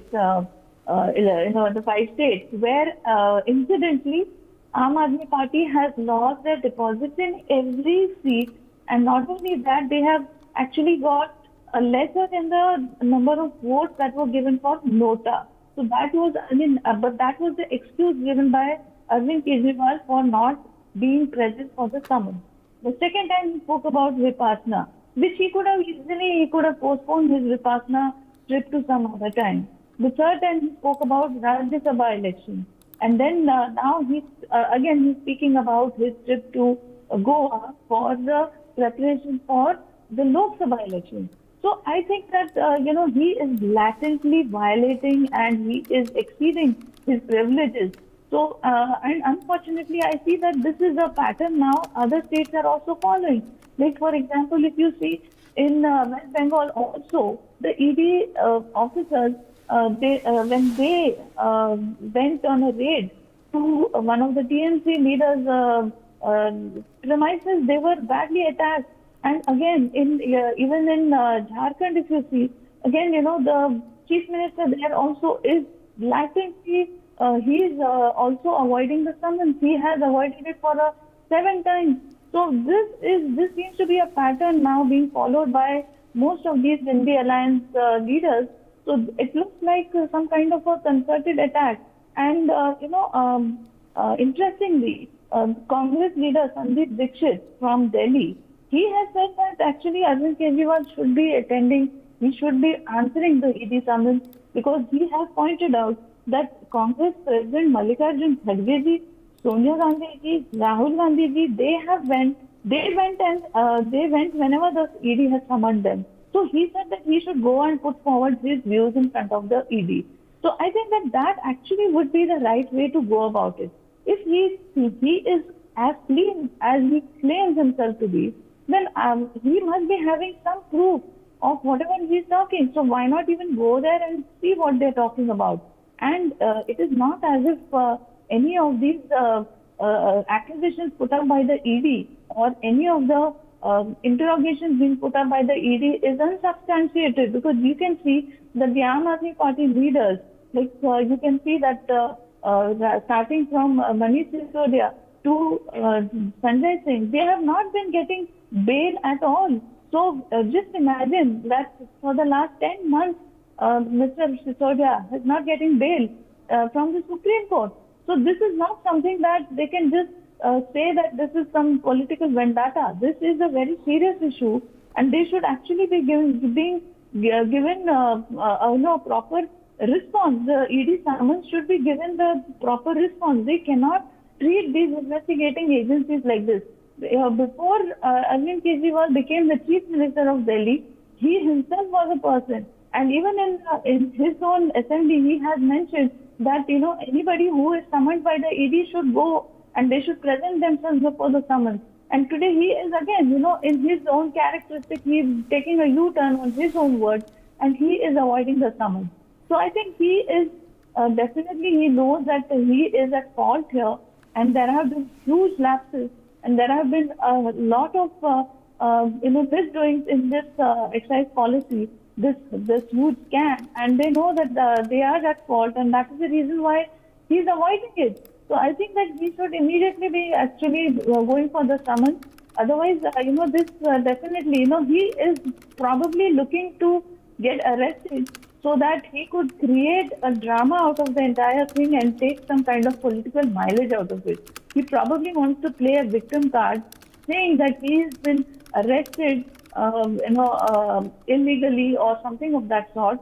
So he probably wants to create a drama out of it. And that I think, he's purposely pushing the ED to take some kind of action against him so that he can, because he has no other way out of this. So he wants to create as much political drama out of it and get some kind of mileage out of the whole issue. This is how I look at it. All right, ma'am. With that, I'd like to thank you for joining us on the broadcast and sharing your perspectives with our viewers. But now let's in fact listen into some political reactions coming in. Kejriwal has been issued the summons for the 4th time as per the media reports. Today the question is that after skipping the first 3 summons, making a bahana of being a star pracharak where they lost all their deposits on the seats, then he made the bahana of Vipassana, then he said it is political vendetta. If it is political vendetta, why is it that Congress party is standing in support of the case against you and saying you are corrupt? Congress party has done press conference. Why is it that Supreme Court is not giving you relief and bail to Manish Sisodia for months now and has said 338 crore money trail has been found? Why is it that Sanjay Singh has not got relief from High Court? Why is it Vijay Nair has not got relief from courts for the last 1 year? Are they also vindictive? It means that you have something to hide because you are the kingpin of the Sharab Ghotala. You must present yourself to the agencies like you demanded when you were with Anna Hazare. At that time, you used to say, first resign, then there will be investigation. Today, you are not ready to cooperate with the investigation because from Anna Hazare, you have now gone to Lalu Prasad Yadav. This is the siyasi dharmantran that has taken place. इस देश की विभिन्न कचहरियों में, चाहे trial court हो, चाहे high court हो, चाहे honourable supreme court of India हो, इन सब ने पाया है कि शराब घोटाले में प्राइमा फेसी एविडेंस एस्टैब्लिश हो गई है आम आदमी पार्टी के लीडर्स के खिलाफ, और इसीलिए अनिवार्य हो गया है कि जांच एजेंसियां अपना काम करें और शराब घोटाले की जांच अच्छे से करें।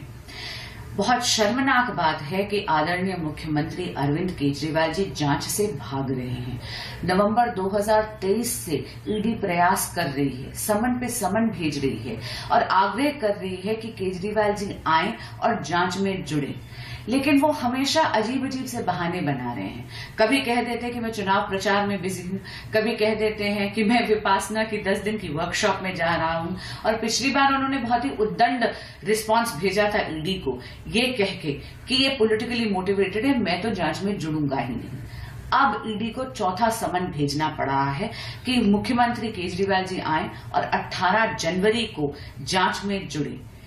केजरीवाल जी, मैं आपको कहना चाहूंगी, section 50 subsection 3 of the PMLA act अनिवार्य करता है कि अगर ईडी का समन आया है तो आपको जांच में जुड़ना ही पड़ेगा, ये मैंडेटरी है, लेकिन आप बार बार इस कानून का उल्लंघन कर रहे हैं। अरविंद केजरीवाल को पेश होने के लिए सम्मन दिया है, लेकिन सुना है कि अरविंद केजरीवाल इस बार फिर ईडी का सम्मान ना करते हुए, कानून का सम्मान ना करते हुए पेश नहीं होने के लिए कह दिया गया है।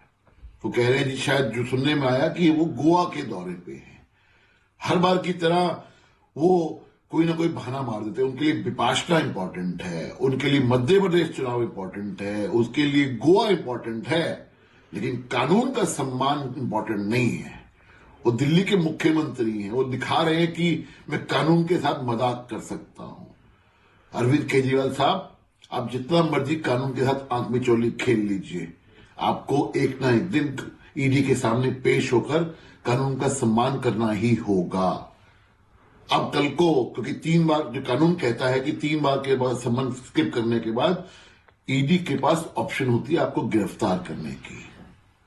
कल को अगर ईडी ने आपके खिलाफ स्ट्रिक्ट एक्शन ले लिया तो बाद में वेंडेटा पॉलिटिक्स मत खेलिएगा, देखिए जी मेरे साथ क्या हो रहा है, मेरा बेचारा बनने की कोशिश मत करिएगा, क्योंकि कानून का सम्मान आप नहीं कर रहे हैं। देखिए, अरविंद केजरीवाल ने जो आज रिएक्ट किया है अफसोसजनक है। हर बार जांच से भागने का रास्ता ढूंढते हैं। अब जैसे ही चौथा सम्मन आया है तो उन्होंने कहा है कि मैं तो गोवा के ट्रिप पर हूं। मतलब आप राजनीतिक पर्यटन करेंगे लेकिन जांच से भागेंगे, क्योंकि आपने चोरी की है, आपको जवाब देने से डर लगता है, आपने शराब नीति में घोटाला किया है, कब तक भागेंगे? आप हर बार बहाना बनाते हैं। अरे आप मुख्यमंत्री, आपने संविधान की शपथ ली है, खड़े होकर कानून की शपथ ली है कि मैं कानून के नियमों का पालन करूंगा।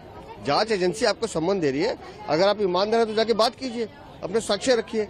लेकिन क्योंकि आपको भी मालूम है आपने चोरी की है और जांच से बचना चाहते हैं, इसलिए इस बार वो गोवा का भ्रमण कर रहे हैं।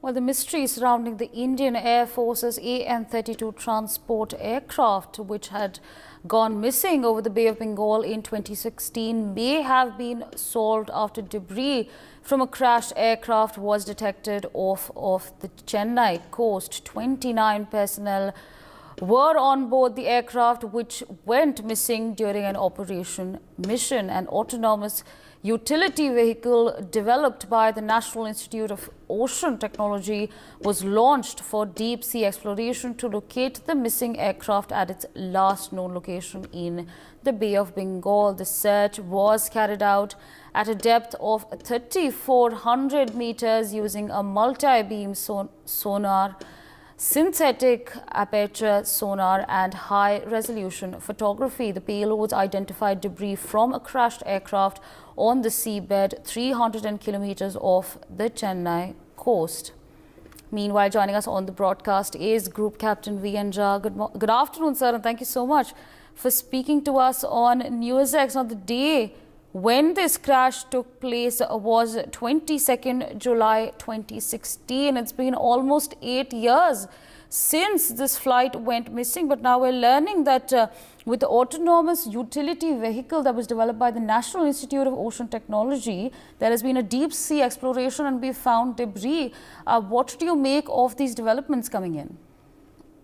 Yes, it was a very tragic incident that time in 2016. But today, I think it was day 4 yesterday when these sonar waves had picked up the debris which resembled the crashed or the lost AN-32 aircraft. We have got a glimpse, or rather the hope of some sort that we will come to know about what exactly happened. Till now, we were unaware of it. All aircraft, they have got the black box. There will be cockpit voice recorder. And the way aircraft lost all communications with the ground station, with the air traffic control. I think there was a takeoff, followed by that about 16 minutes later, pilot had communicated everything fine, everything normal. And then thereafter, the radar lost the blip of the aircraft. So that was a very tragic thing, and in the mammoth effort of the surveillance or the rescue subsequently, we were unable to locate the lost aircraft. And today, when all those families whose near and dear were lost on that day, they have at least a sort of glimpse of hope that they will come to know about something. They will have the the mortal remains of their lost near and dear. But there is a problem right now. The aircraft at the seabed is very, very deep, more than 3 kilometers in depth. Going to that place will be slightly difficult. Maybe human may not be able to go there, but some sort of robotic vehicle that should be able to first go there. And subsequently, again, people will have to go, they will have to locate the black box, they will have to find the CVR, and that has to come and tell us what exactly happened. So I compliment the oceanography department to have located the lost aircraft. And in the coming days, there will be all effort will be made to retrieve the mortal remains of our lost soldiers, as well as the black box and the CVR, so as to tell us what exactly had gone wrong with that. Indeed, sir, absolutely. With that, I'd like to thank you for joining us on the broadcast and sharing your perspectives with our viewers. Meanwhile, we have some breaking news coming in.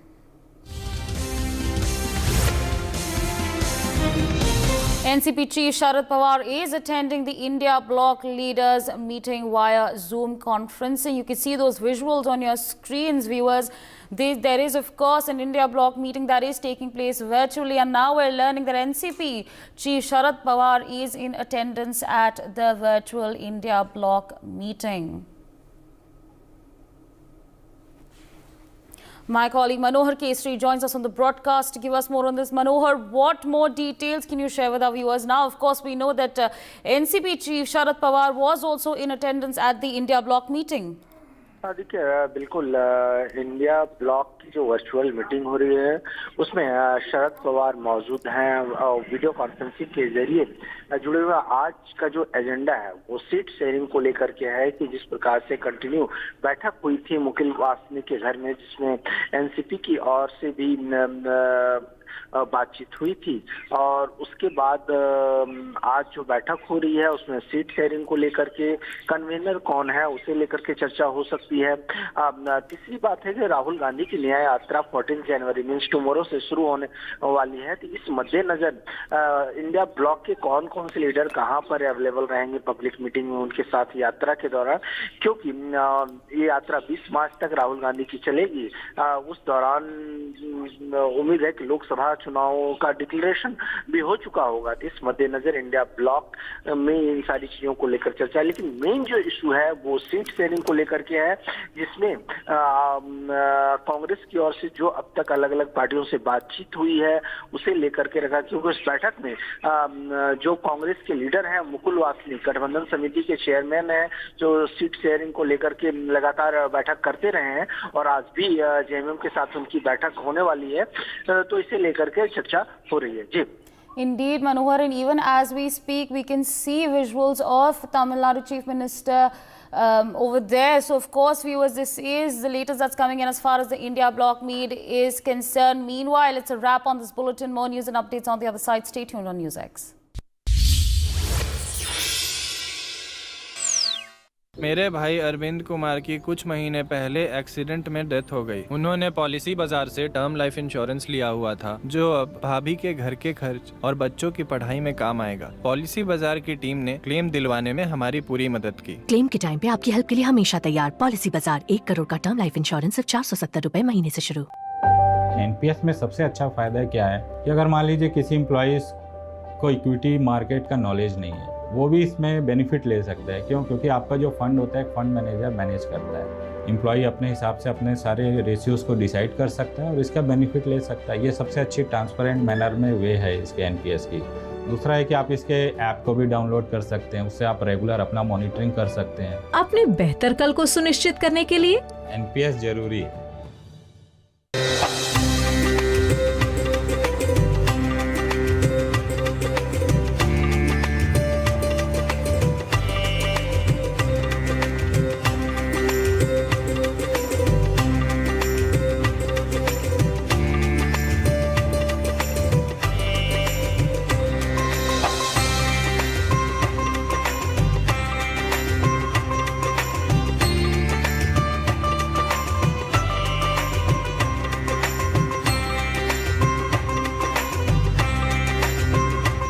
Loan मिलेगा या नहीं ये आपके credit score पर depend करता है। आज ही जाइए पैसाबाजार.com पर और अपना क्रेडिट स्कोर चेक कीजिए फ्री में, क्योंकि लोन की जरूरत किसी को भी कभी भी पड़ सकती है। चल एक्टिंग तोड़ भेल बनो।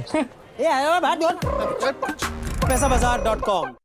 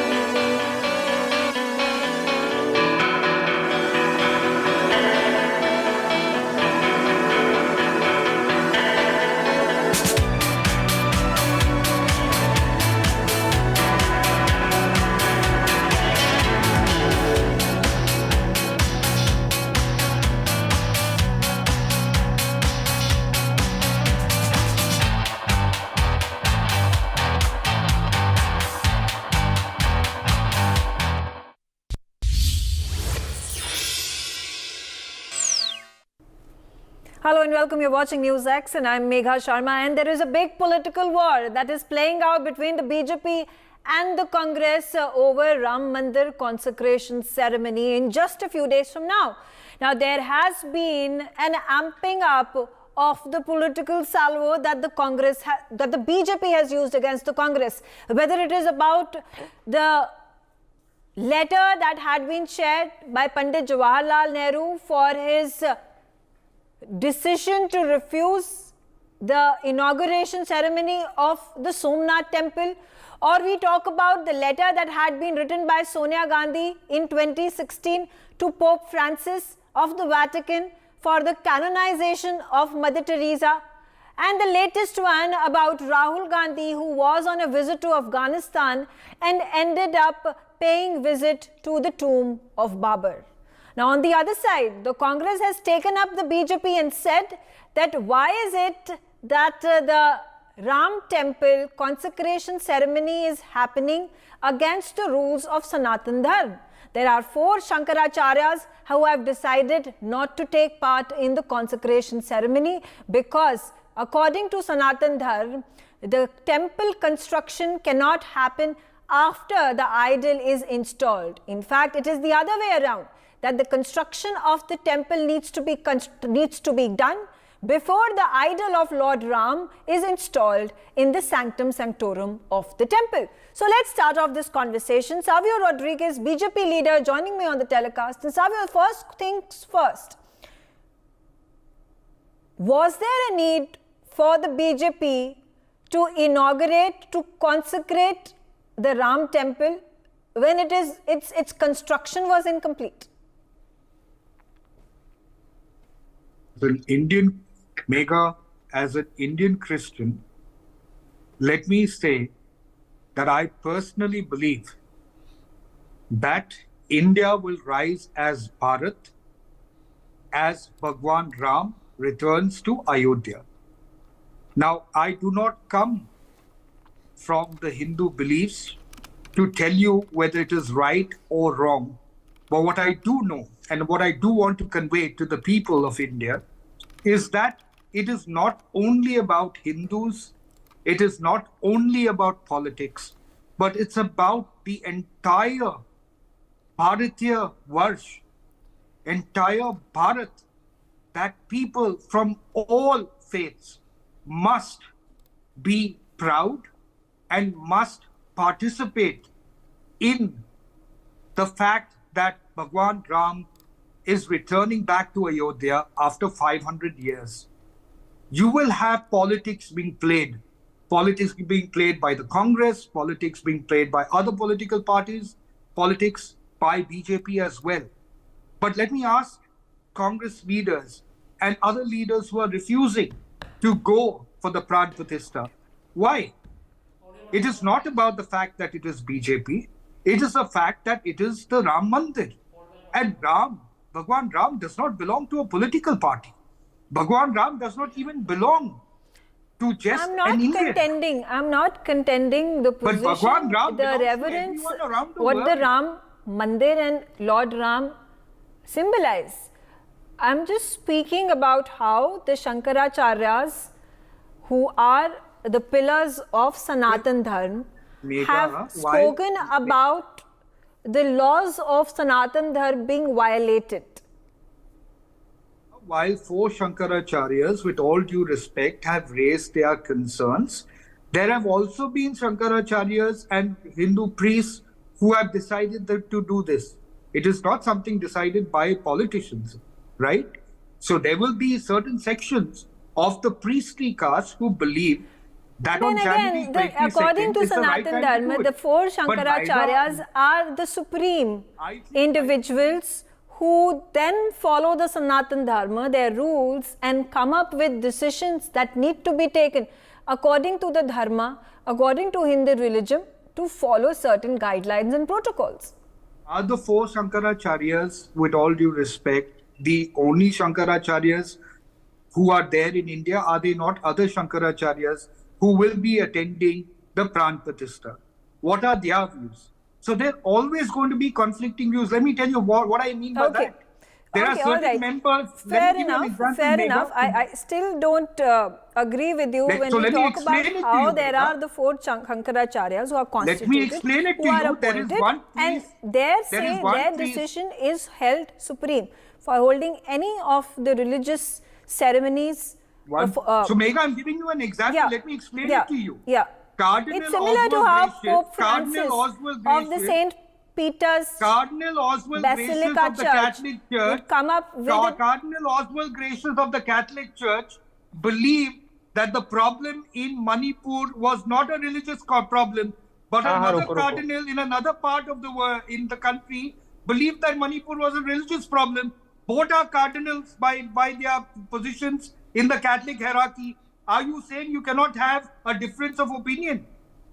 I'm talking about how the kind of position and the power that is held by the supreme religious heads of a religion, of a faith. All right, again, I'm talking about the importance and the supremacy. For example, if a statement comes from the Pope Francis himself, from the Vatican, his position, his power, and his statements are going to hold precedence over all the cardinals or the archbishops of the world making statements.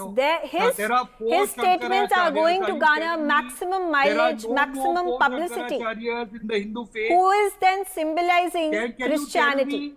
All right, joining also with me. Fair enough, Savio. I'll quickly come to Nikhil Jain. And Nikhil, I have a question for you. With regards to the kind of conflicting ideologies that the Congress has been playing around since 1947, particularly in wake of, like I mentioned in the introduction of my debate, it was Pandit Jawaharlal Nehru, the first Prime Minister of our country, who spoke about secularism of the country and therefore his hesitance to go and attend the inauguration of Somnath Temple. We then saw that the President of our country nonetheless went and attended the inauguration. And then several years later, decades later in fact, when Sonia Gandhi spoke to, in fact in a letter to Pope Francis, spoke about how the millions of people in our country, including the 20 million Christian community of our country, highly regards Mother Teresa as the harbinger of peace, of harbinger of equanimity, of tranquility, of easing the pain of the people.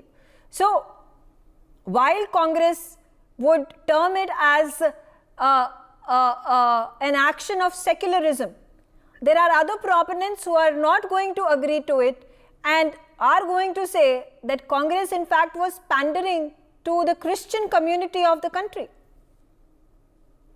To make a couple of points, first of all, I'd like to tell Savio, my good friend, that there are only 4 Shankaracharyas in the country. The Hindu faith only has 4 Shankaracharyas. 2 of them have denied to go to the event on the 22nd of January, citing that religious rituals are not being followed and this is essentially a political event. Secondly, when we talk about Prime Minister Jawaharlal Nehru not attending... to have agreed. No. The other two have not commented. To the best of my knowledge, the other two have simply not said anything, whether they'll be attending or not. Look at the statement that's come out 2 hours ago. Okay, Savio, like if you're going to dismiss the statement, they've debunked any comment. Savio, Megha, can I make my bid without interruptions? I wasn't clear. Yeah, Nikhil, please go ahead.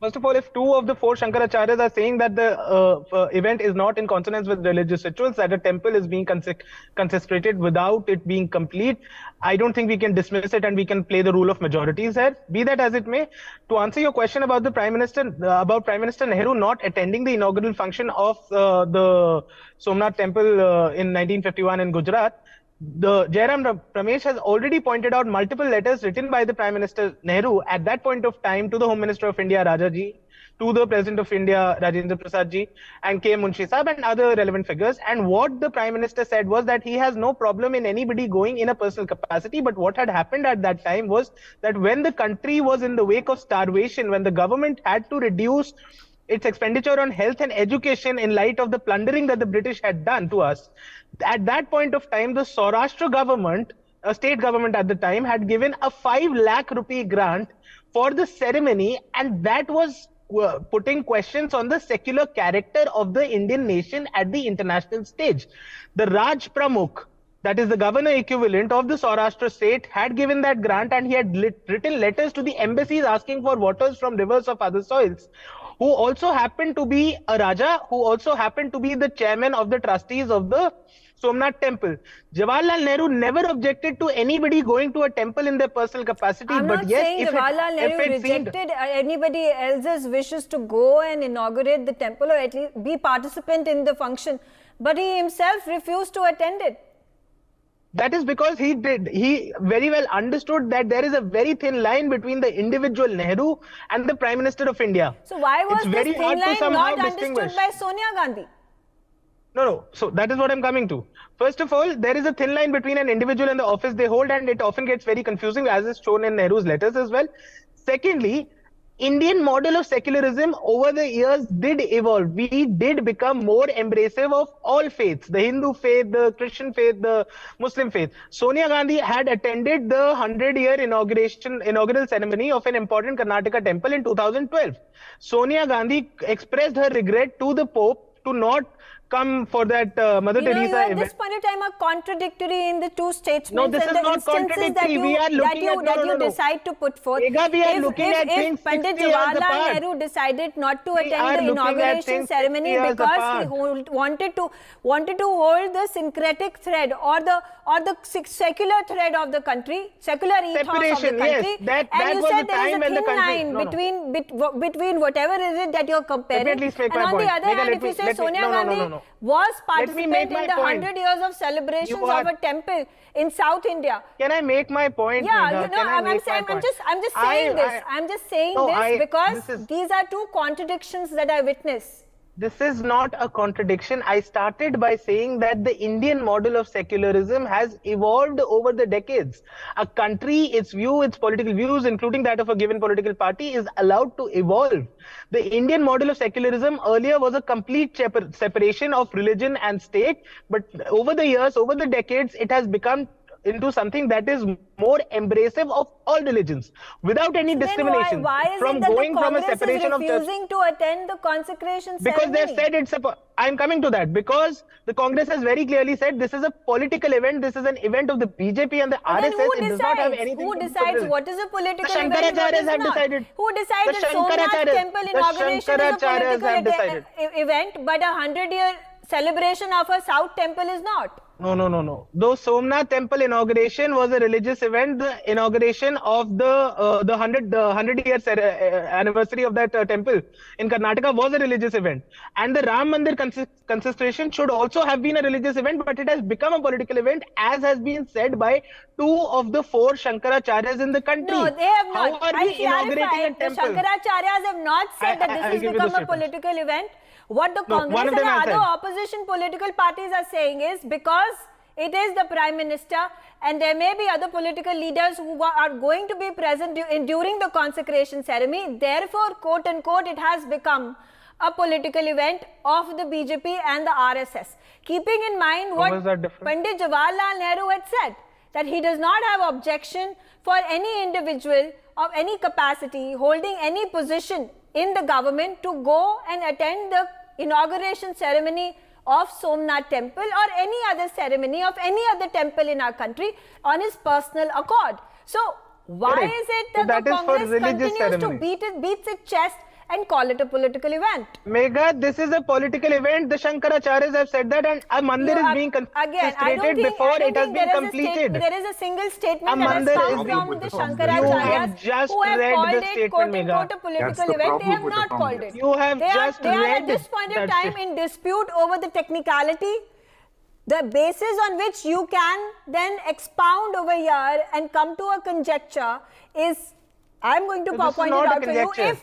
if the consecration is happening before the inauguration, then is BJP using it as a plank for the Lok Sabha 2024 election? Okay, quickly coming to you, Deshat Nigam. Absolutely they are. Deshat Nigam, the situation such as this, where the BJP and the Congress are fighting a war of words, and it is becoming more and more aggressive, and the examples that have been given by the BJP, they have looked through the archives of the Congress, whether it is about Rahul Gandhi visiting the tomb of Babar, or we talk about the Sonia Gandhi, Mother Teresa canonization event and the letter that went to the Pope. But all in all, when we also witness that Prime Minister Narendra Modi has also visited the dargahs and the masjids, and he has also traveled the world, and he has met the Pope, he has gone to the masjids, he has gone to the mosques, he has gone to the dargahs across the globe. So, do you think it is a sound argument to put forth? Well, Megha, let me make it very clear. The word secular came in 1975 in our constitution. Prior to that, Nehru had already died, and India, in its ethos, if you look at the constitution, you have the entire Ram Darbar, Ram Sita's photo in our constitution, Krishna's photo in the constitution, giving Updesh to Arjun. So it was basically recognized. Akbar was there as a king, not as a representative of Islam in our constitution. So our constitution had clear inclination towards Bharatiya civilization and Sanatan Dharma. And to call it a secular, the word came in 1975. And therefore, and through a backdoor also, when the emergency was already imposed. And so far as the Nehru's family, who used to give Bharat Ratnas to themselves, they had so much angst. That's incorrect. Against, that's incorrect. Please hold on. Don't interrupt. I never did to you. Let me also point out the second election of Dr. Rajendra Prasad was fiercely opposed by Nehru. And Congress wanted Dr. Rajendra Prasad to become second time the president. And therefore Nehru had to back down. And Dr. Rajendra Prasad was not given even a house in Delhi to stay. He retired in Patna and stayed in Congress's headquarters, Sadakat Ashram. And in a small room, he died of poor health. This was the angst of Nehru against Dr. Rajendra Prasad. It's all recorded.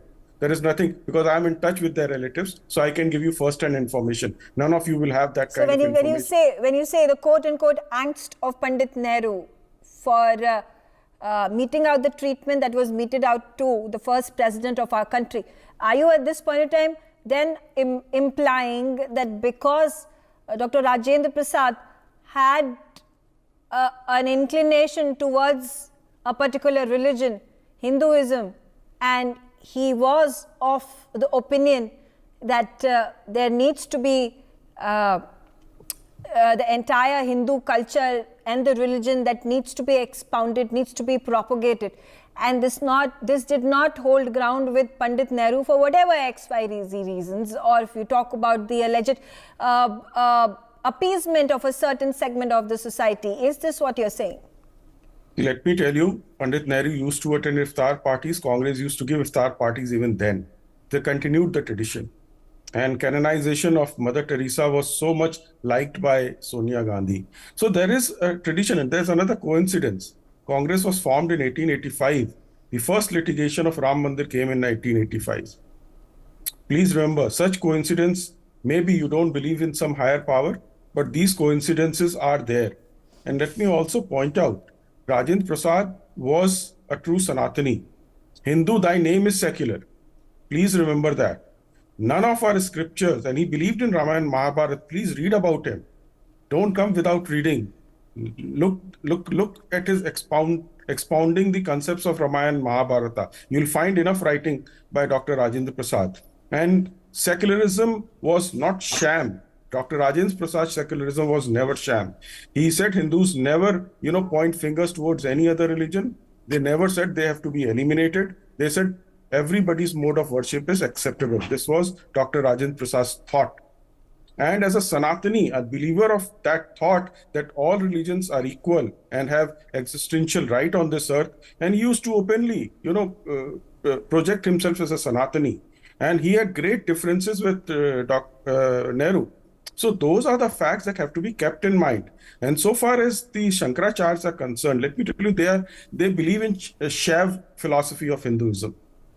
And Ram is Vaishnav, incarnation of Vishnu. We have so much of diversity. They can have a difference and still be a Hindu. They believe in a different philosophy, and we respect them. We respect their view. They want to come. But they believe and they stringently follow the philosophy and the protocols of the Sanatan Dharma. Shaiv Hinduism. There are two branches that we have. There are other branches also. Shaiv Hinduism. Vaishnav and Shaiv are two very important branches, and Shankaracharyas follow Shaiv branch. And Ram is an incarnation of Vishnu, therefore Vaishnav branch is different. So we have so much, and let's not make a big halla-balla. We don't have the structure of Christianity where a pope is the singular head. We have various heads of various sects in our country. We have 7 schools of thought, philosophy thought. Okay. Which propound different things. So I'm not going to make halla-balla about whether our respected Shankaracharyas Okay, come fair or enough. Point taken, and these kinds of parallels that you've drawn to come to a conclusion that you have come to can be conjecture, can be at this point in time contended by the opposition political parties, by the Congress. That's their take. But Deshatan Nigam, again, would it have harmed the BJP had it decided to wait for the construction of the temple to be complete and then hold the consecration ceremony? Would it have really mattered? Let me tell you. If it mattered, then is it again because of the Lok Sabha 2024 elections and the campaigning that the BJP, it seems, according to the opposition, has already started with the Ram temple? And if it is such a thing, why doesn't the BJP come out and say so? Because it is part of the BJP manifesto. Yes, you rightly pointed out that it has been a part of BJP's manifesto since a very long time. BJP and RSS, I think, are very proud of the fact that they took part in this Ram Mandir movement, and they have not hidden anything. It is the opposition which is now seeing, politics. If something is a part of the BJP's manifesto and has been approved by the people of this country through elections, there is nothing wrong in it first. Secondly, an auspicious occasion has been worked out. A Muhurat has been worked out. Very clearly, such auspicious occasions come once in a lifetime, and those occasions and nakshatras, placement of nakshatras and stars are already there, and they have said so. And it is a function of Ram Mandir Trust. Supreme Court ensured that the Ram temple is to be built. The trust is giving invitation to the people, irrespective of which party you belong to, which religion you belong to. Muslims have been invited, Christians have been also invited, the other sects have also been invited, Mathadish have been invited. Therefore, if you want to read politics into it, I think the opposition would be committing harakiri. Or if I may say, slow, painful death, which actually probably through coincidence started in 1885. Okay. And let me also tell you, the people say religion is personal. Let me tell you, religion, Sanatan religion is something which brings anushasan or discipline in society, brings spirituality and morality to the people at large, the part of society. It's a part of society, something which is, and that's the role of the other religions as well. The religion developed because of certain kind of discipline was required, spiritual. Moral discipline was required in our society. So to call it something personal, yes, you may connect in a very personal way to God, in your own individual way, but to say that it is not a part of society in public and it is very individual, I don't agree with it. Okay, all right. Nikhil, quickly coming to you, since we're talking about secularism and this is the basis of the political ideology that the Congress at this point in time is professing, giving reason that they would not attend the Ram Mandir consecration ceremony. There have been several instances that have been documented where Rahul Gandhi had been visiting the temples, especially before the elections, state or Lok Sabha would happen. So, is this also not contradictory to what the Congress professes? And over and over and over again. My point has been simple. The Congress party's point has been simple, that this is not a religious event. This has become a political event. It is being done in contravention to Hindu rituals and Hindu practices. This is all about politics and it has nothing to do with religion. The Congress has time and again made its stance very clear that it is embracive of the Hindu faith, of the Muslim faith and all the faiths in the country, which is why time and again senior Congress leaders, including people from the Gandhi family, have been going to temples, to mosques, to gurdwaras and to other places of worship to show their support and solidarity with people of all religion. So has Prime Minister Narendra the Congress Modi. party is So declining. has Prime Minister Narendra Modi. He has visited mosques across the globe. This is no. Churches across the globe. This is? And first now of all, he is first of all, also visiting the Prime temple. Minister. And this is besides the point that he is a devout Hindu. Megha, you never interject when a BJP panelist is speaking. You absolutely do not. Deshrattan Saab had an absolute 6-minute uninterrupted speech. The moment I speak a sentence, you feel the urgent need to interject me. I cannot make my point if every half a minute I am interjected by the Okay, go ahead. Please put out your point. Yes, go ahead. What is it? Is January. Get ready for the सबसे grand celebration of all time. From Swadish cuisines to non-stop shopping, and from romantic music, art and culture to thrilling sports and dhamakedar entertainment. Find it all at Mumbai Festival, 20th to 28th of January 2024. Sapnों का gateway. Everyone's invited.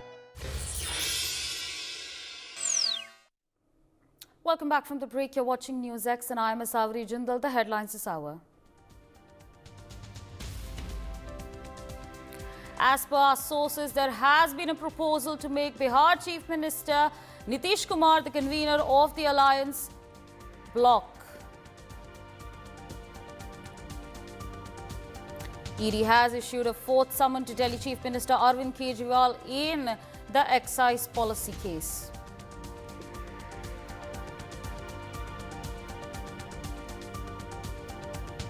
India bloc leaders convened a virtual meeting today to discuss the seat sharing and other issues ahead of the 2024 Lok Sabha elections. Search operations are underway in Poonch after an army convoy was attacked by terrorists.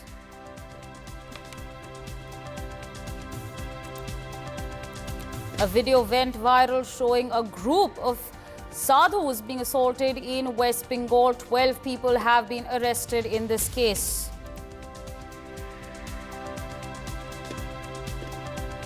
The United States Navy has carried out the second round of strikes on Houthis in Yemen, this time hitting their radar site in Sana'a.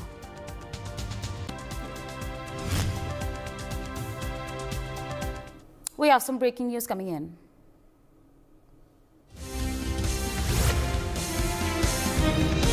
We are getting some important information about the India bloc's meeting. We are getting to know that a proposal has been put forward to make Bihar Chief Minister Nitish Kumar the convener of the India Alliance bloc. However, Nitish Kumar has refused to be the coordinator and has said that someone from Congress should take on the role. The virtual meeting of the Alliance bloc is underway while addressing like M.K. Stalin and Sharad Pawar, among others, are in attendance. West Bengal Chief Minister, however, and former Maharashtra CM Uddhav Thackeray could not attend the meeting, citing prior commitments. So this is the latest information that is coming in at this point of time. We're learning that a proposal was put forward to make Bihar Chief Minister Nitish Kumar the convener of the India bloc. However, Nitish Kumar has refused to be the coordinator and has said that someone from the Congress should take on the role.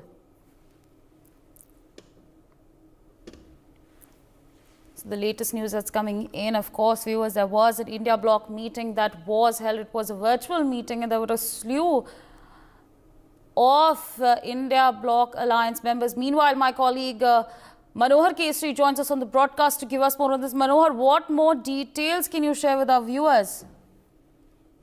देखिए, बिल्कुल India block की meeting में सबसे बड़ा फैसला ये हुआ है कि नीतीश कुमार ने संयोजक का प्रस्ताव ठुकरा दिया है।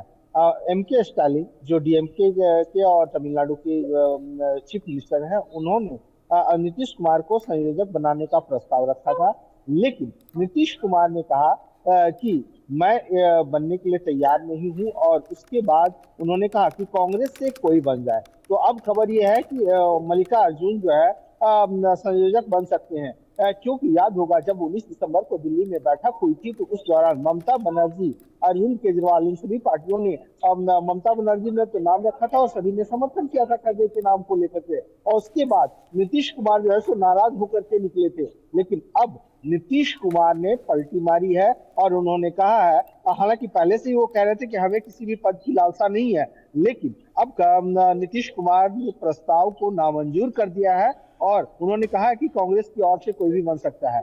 अब सबसे बड़ी बात है कि सीट शेयरिंग को लेकर के अब देखना दिलचस्प होगा, क्योंकि अब बहुत मोड़ लेता हुआ आ रहा है। वहीं अगर आप देखेंगे इस मीटिंग में ममता बनर्जी शामिल नहीं हुई, उद्धव ठाकरे ने शामिल नहीं हुए, अखिलेश यादव शामिल नहीं हुए, तो सभी चीजों को लेकर के भी इंतजार करना पड़ेगा। जी Right, absolutely. Meanwhile, my colleague Dharamveer Sinha joins us on the broadcast. Dharamveer, of course, what we're learning at this point of time is that Bihar Chief Minister Nitish Kumar has rejected the proposal as the convener of the India Alliance bloc. What more details can you share with our viewers on this?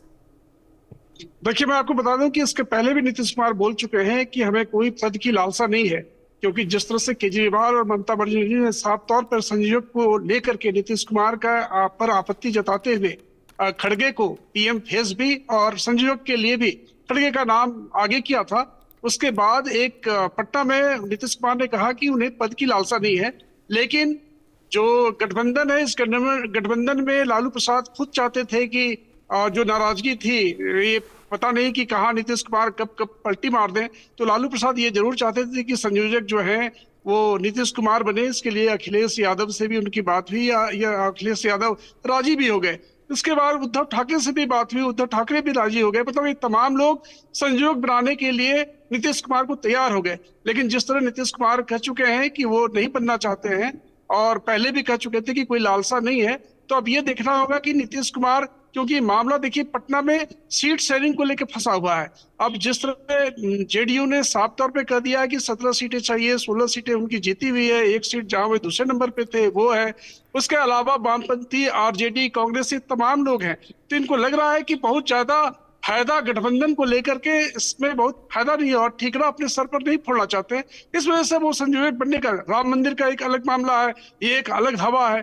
तो नीतीश कुमार ये जानते हैं कि गठबंधन बहुत कुछ, एक तो सीट शेयरिंग पे फंसा हुआ है। अभी तक इतने दिन हो गए, 5वीं बार ये बैठक है, हालांकि वर्चुअल बैठक है, उसमें ममता बनर्जी नहीं आई, तमाम तरह की बात है, उद्धव ठाकरे नहीं आए, तो कहीं ना कहीं सबके बीच नाराजगी है और वो अपने सर पर लेना नहीं चाहते, और हमें लगता है कि इसी वजह से नीतीश कुमार इस पद को ठुकराया है। जी Right, absolutely. Dharamveer, stay on with us. Meanwhile, Ms. Raj Lakshmi Joshi, political analyst, joins us on the broadcast. Good afternoon, ma'am, and thank you so much for speaking to us on NewsX. We're learning that Bihar Chief Minister Nitish Kumar has rejected the proposal of becoming the convener of the India bloc. We're simultaneously learning that there is a possibility that Mallikarjun Kharge might become the convener of the India bloc. What are your reactions to this development that's coming in? A very good afternoon. Yes, there are a lot of you could say, surprises, or there are a lot of developments every day in the alliance, and it is surprising that they have not yet been able to actually conclude upon who the convener would be. Because then, once that is decided, and once there is anything conclusive about the seat sharing, a lot of issues have to be decided before they can even start with the campaigning or, the next processes.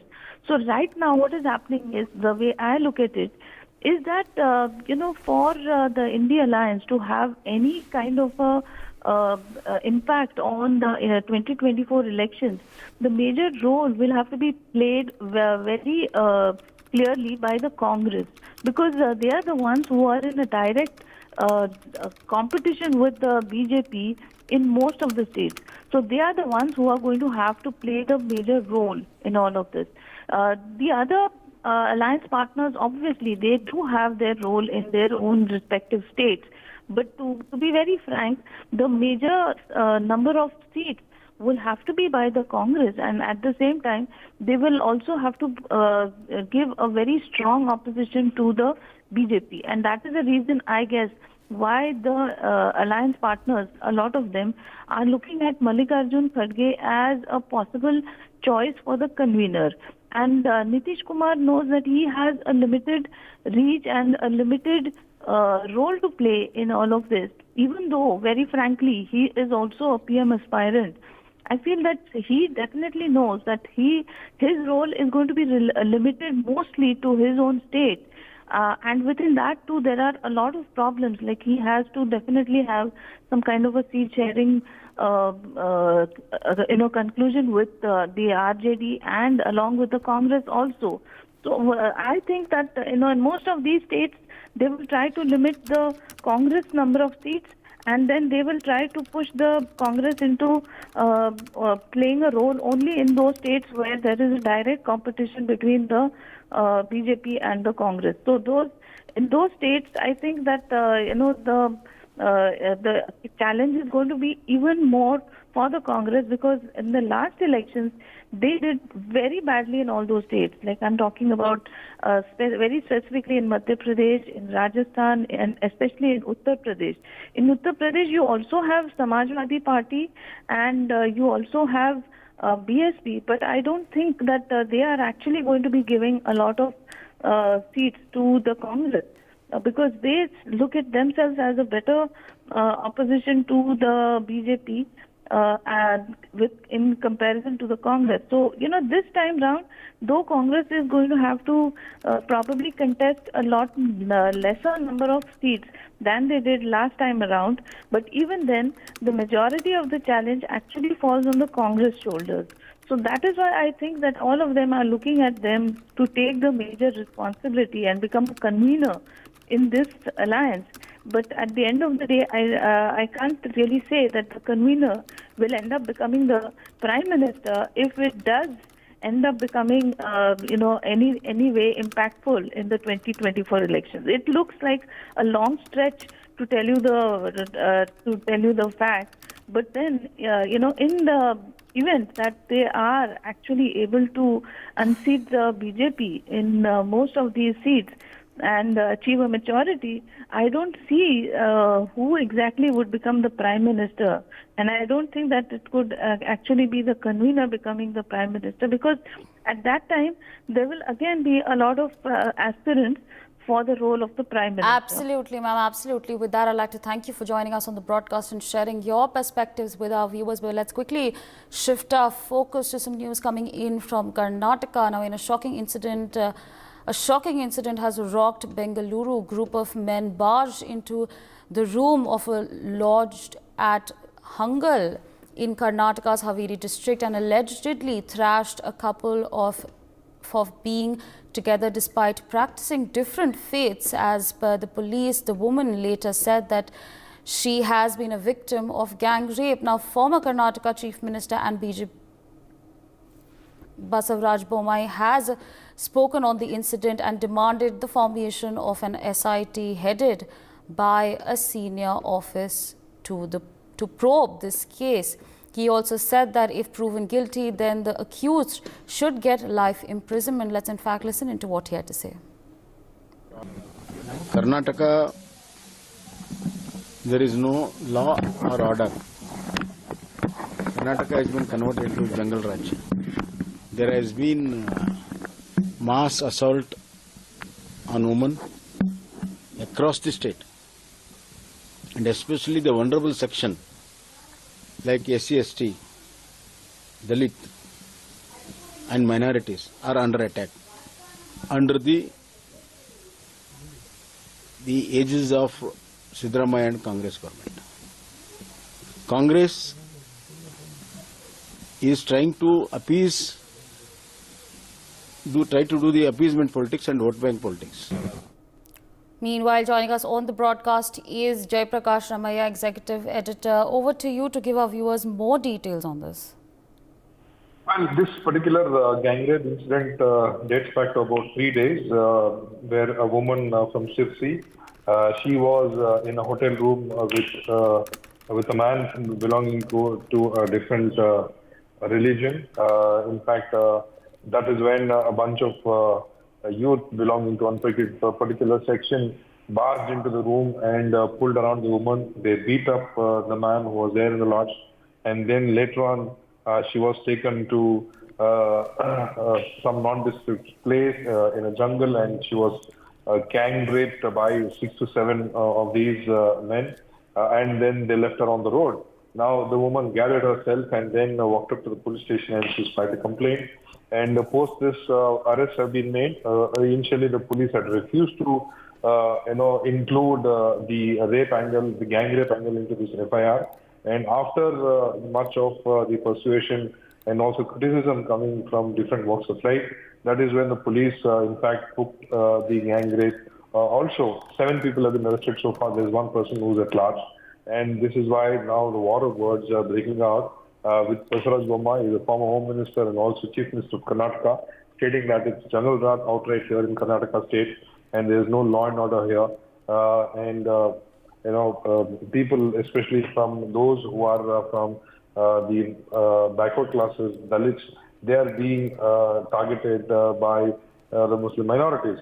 Now, this statement comes in the backdrop of these 7 Muslim boys who were initially not picked up for investigation. Later on, after the gang rape angle came in, the moral policing angle case then later became a heinous crime of gang rape. Right, absolutely. So stay on with us. More news coming in on the front. On the same front, Karnataka Home Minister G. Parmeshwara has slammed the Bharatiya Janata Party and said that they are the ones who are encouraging moral policing in the state. He further stated that the government will not tolerate these kind of things. Let's in fact listen in. See, they are the people who encouraged or encouraging this moral policing in the state. They should know more about that. And we are only here to regulate, stop this moral policing, and we are able to do it. And whenever this kind of incident happens, we are there to take action according to the court of law.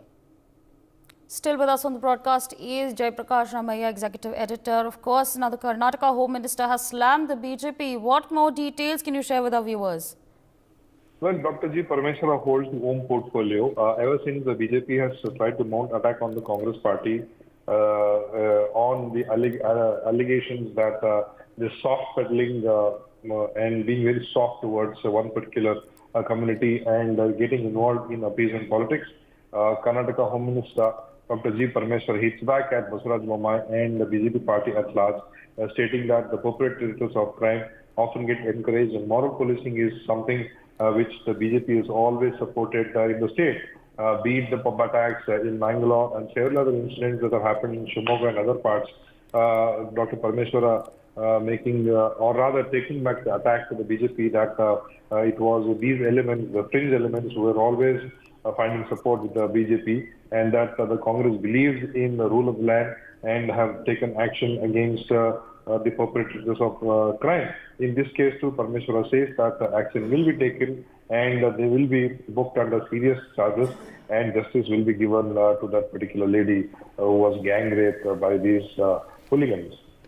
Right, absolutely. With that, I'd like to thank you for joining us on the broadcast and sharing those details with our viewers. But let's quickly tilt our focus to some more news coming in. A continent away from the war in Gaza, South Africa accused Israel of committing genocide against the Palestinians there and pleaded with the United Nations top court on January 11th to order an immediate halt to the country's military operations. Israel has vehemently denied the allegations. Israel, however, says that it is battling a fierce enemy in the Gaza Strip that carried out the deadliest attack on its territory. So, of course, the latest news that's coming in at this point of time. Meanwhile, my colleague Roshali Kadam joins us on the broadcast to give us more on this. Roshali, what more details can you share with our viewers at this point of time?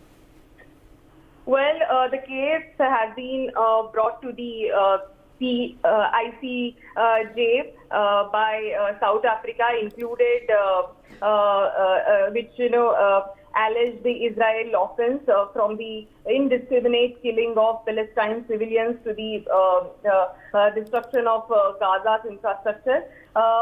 We are also learning from the South African lawyers is that this killing is nothing sort of a destruction of Palestine's life. So this is the statement which they have produced before the court. But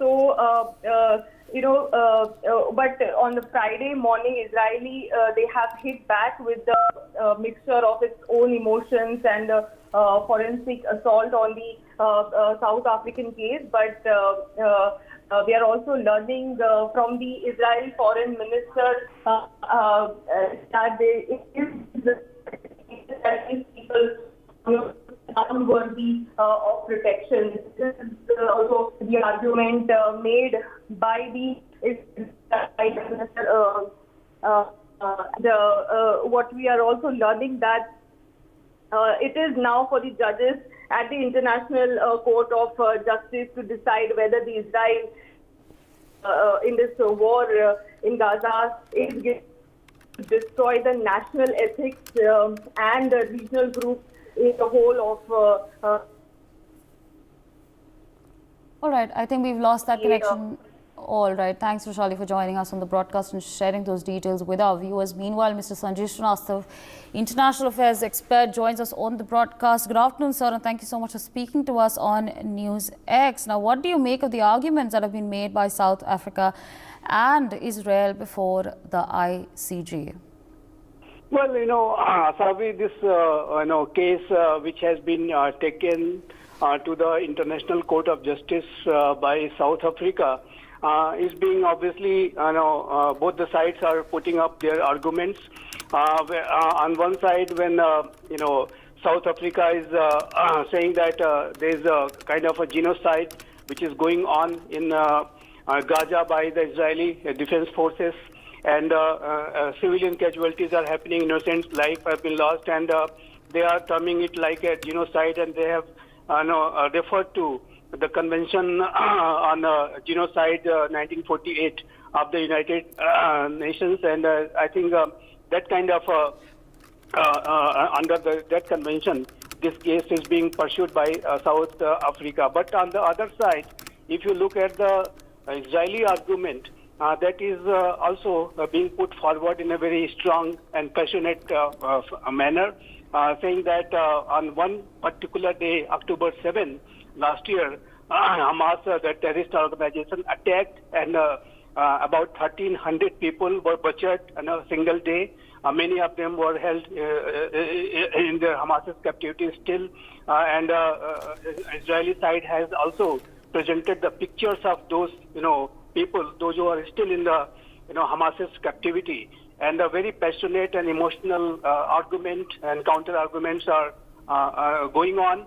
And obviously, International Court of Justice will deliver its verdict.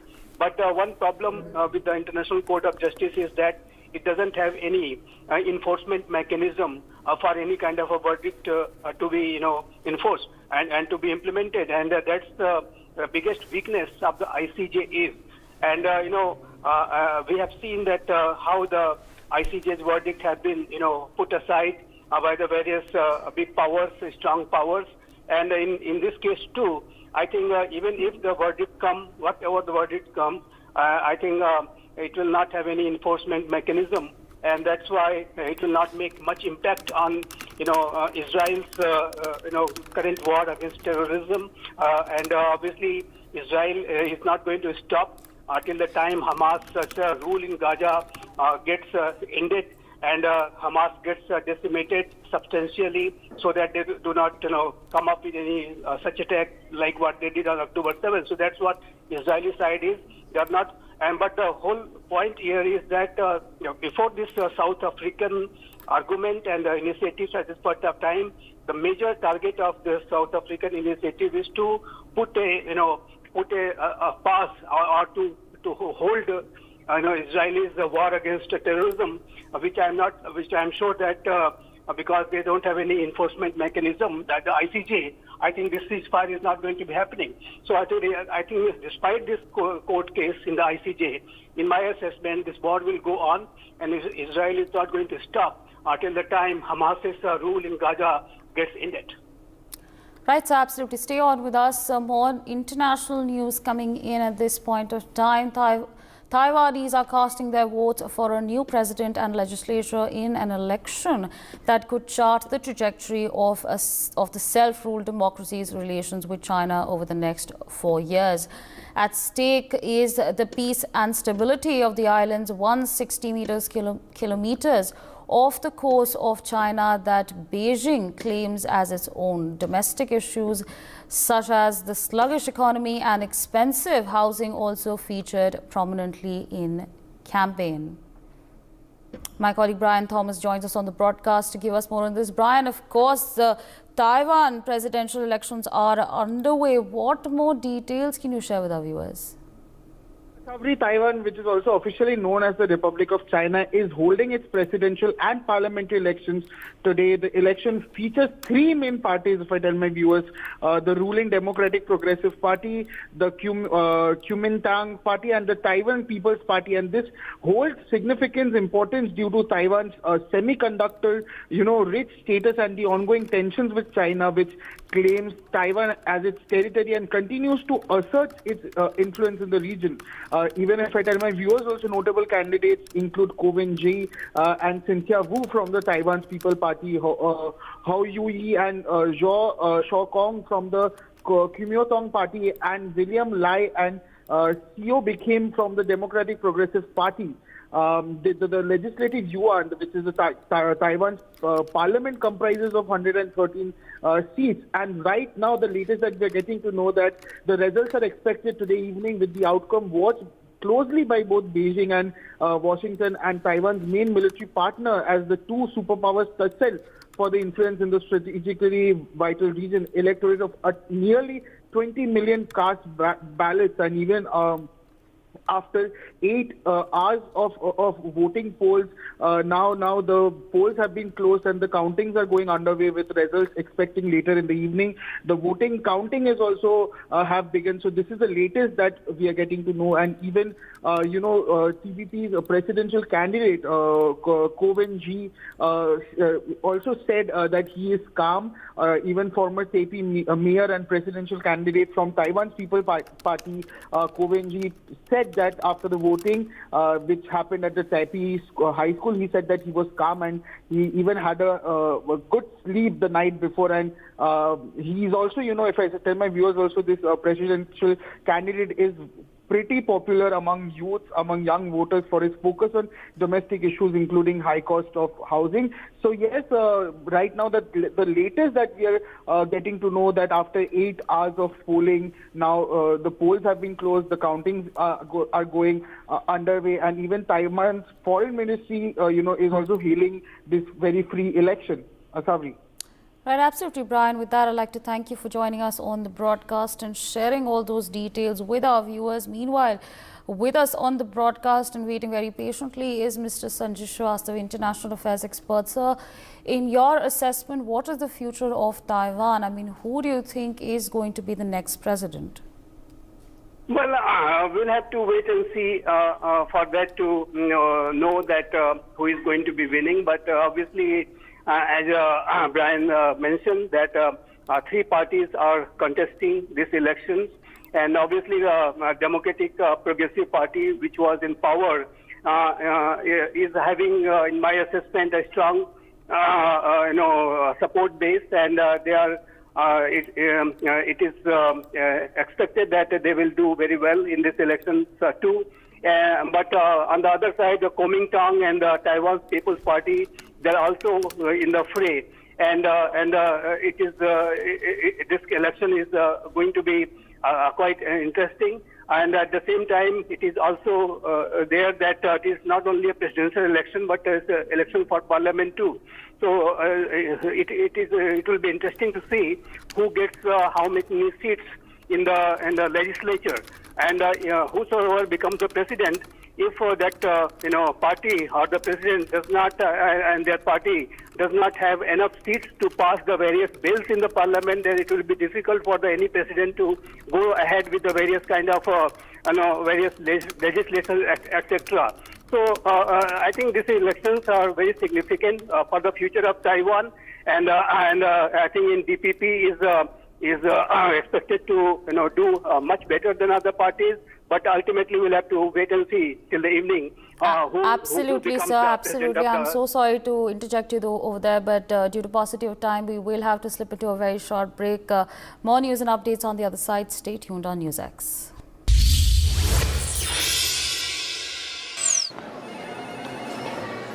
Sir, आप बहुत lucky हैं कि आपके बेटे ने health insurance और बाकी सारी फॉर्मेलिटीज टाइम से पूरी कर दी है। अब आप घर जा सकते हैं। मेरा बेटा? तो फिर आप? पॉलिसी बाजार। क्लेम के टाइम पे हमेशा आपकी हेल्प को तैयार। पॉलिसी बाजार 1 करोड़ का हेल्थ इंश्योरेंस सिर्फ 390 रुपए महीने से शुरू। Earlier we were having DCPS system. We got transferred to NPS from DCPS. NPS was found to be more employee friendly, flexible, transparent, and beneficiary can choose their options. Transition was very smooth. NPS has created app-based systems and online systems, so everything is digitized. It's very helpful and convenient. अपने बेहतर कल को सुनिश्चित करने के लिए NPS जरूरी है। लोन मिलेगा या नहीं ये आपके क्रेडिट स्कोर पे डिपेंड करता है। तो आज ही पैसाबाजार.com पर जाइए और अपना क्रेडिट स्कोर चेक कीजिए फ्री में, क्योंकि लोन की जरूरत कभी भी किसी को भी पड़ सकती है। बस एक्टिंग करा लो इनसे। पैसाबाजार.com, क्रेडिट स्कोर चेक, आदत अच्छी है।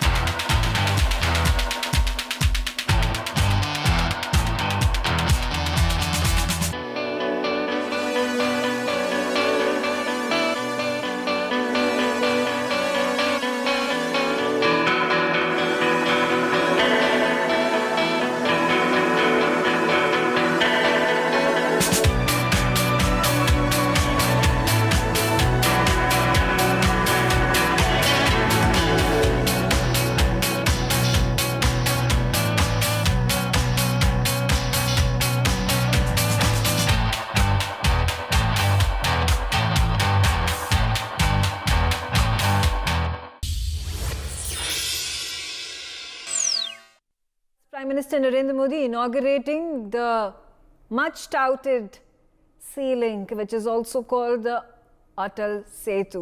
And the discussion that I want to have revolving around this mega structure that has been constructed, and now completed to be used by commuters in Mumbai to reach their destinations from Navi Mumbai to South Mumbai and vice versa in less than 20 minutes, when it used to initially take 2 long hours. The discussion about Vikasit guarantee, where at a point of time when these mega structures in our country used to be inaugurated, used to be completed, it used to be a massive deal to gradually us moving to a situation where such infrastructure, such development is seen as a routine thing. And while there is going to be a number of investment deals that are going to be cut, there are going to be real estate deals that are going to skyrocket along the route of the sea link. There is going to be an airport that is going to be built,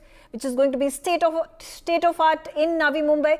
This is a massive connectivity project, and how this makes Mumbai, the maximum city, grow at a much faster pace as truly a global business hub for the world investors and everybody else that looks India and is expecting huge things from it, from a 5th largest economy reaching the $5 trillion GDP mark, and then finally with its aim to become the top 3 economies of the world. That's the milestone that we have set for ourselves. That's the ambition that we have set for ourselves, and we are closely inching towards that destination. Joining me on the telecast right now is Professor Madhav Nalapat. And quickly a response from you, Professor Nalapat, about the significance on a larger scale. It's one that this corridor, this bridge that has been created, it is now functional for the people, for the commuters of Mumbai. But on the other end of the spectrum, the larger picture and the message that gives out to the country, to the Mumbaikars and to the world.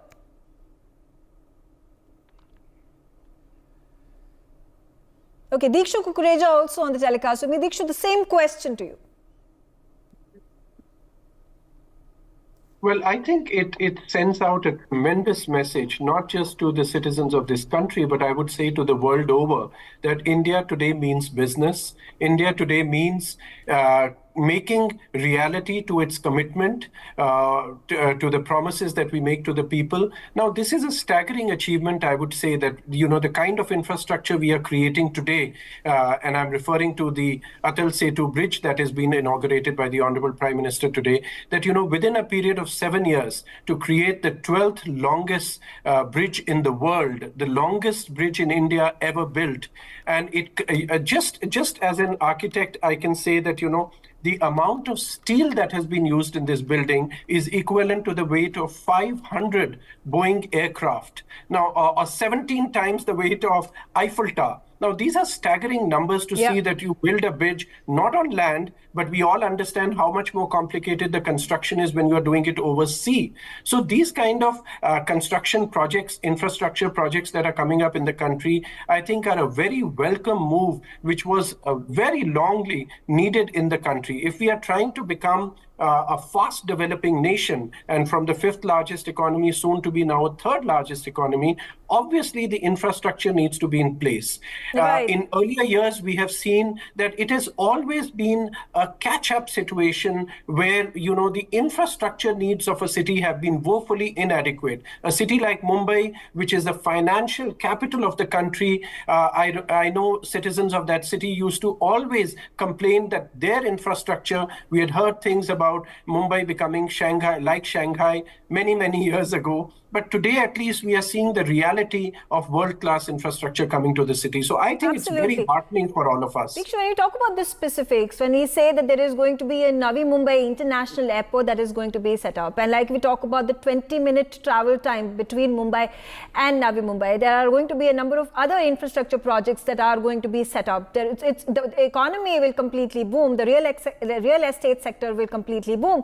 And at one point of time, Mumbai used to be clogged. In fact, even today, Mumbai is clogged. People at this point of time fear the traffic. They would rather take the locals.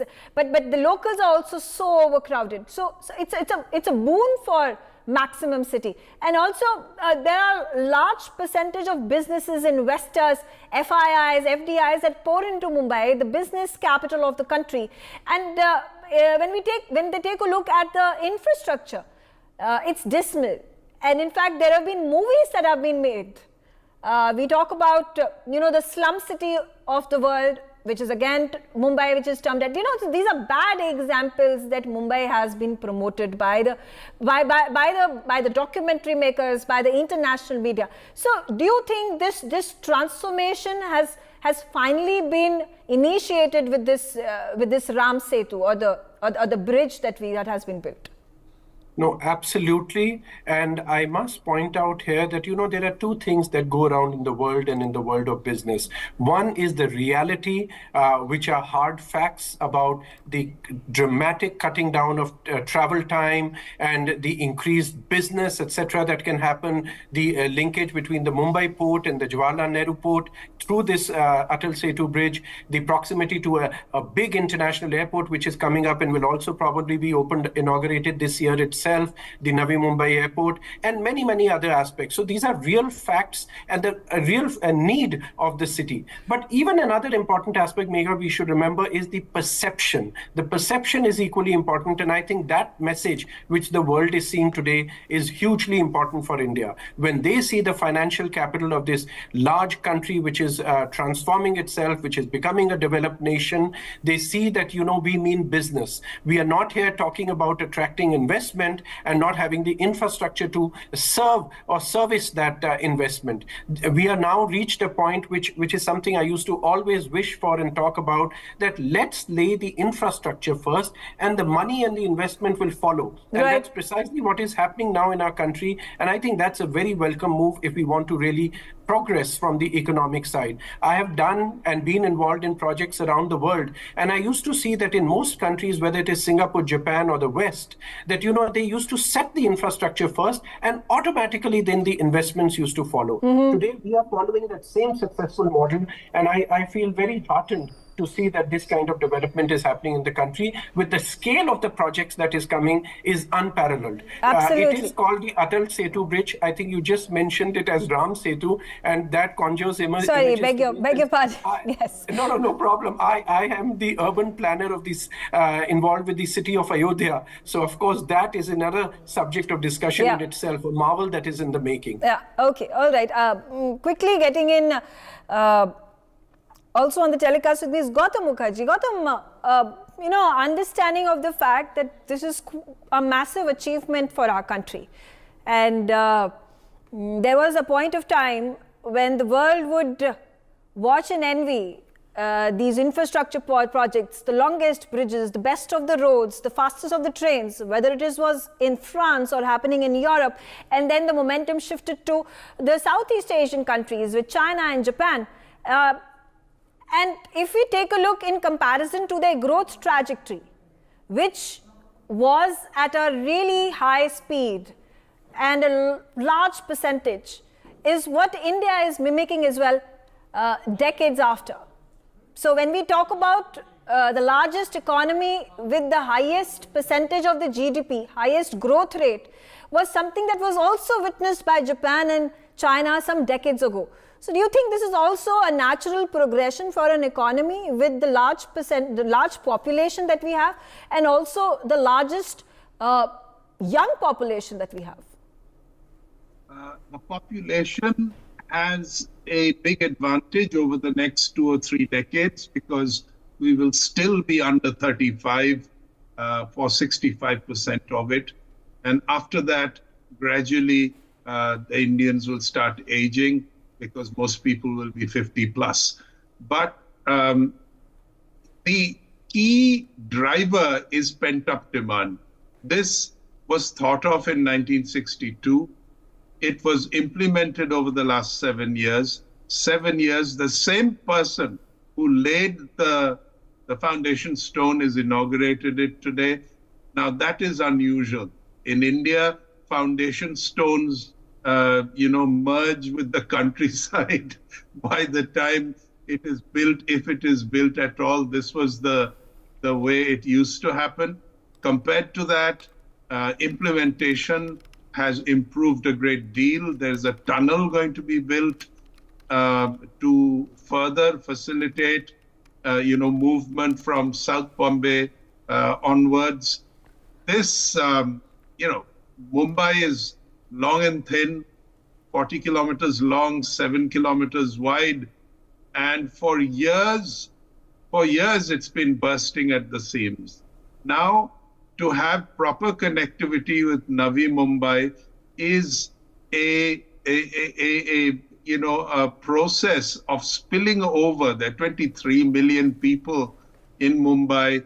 Now, the kind of infrastructure that has been developing for some years in Navi Mumbai, including the airport, which is coming up now, will become fairly seamless. Instead of being an outwater, a backward area and so on, Raigad district will become part of, if you like, greater Mumbai in a similar way to the NCR in Delhi, which is also being modernized, developed and connected with the MMR, the high-speed rail.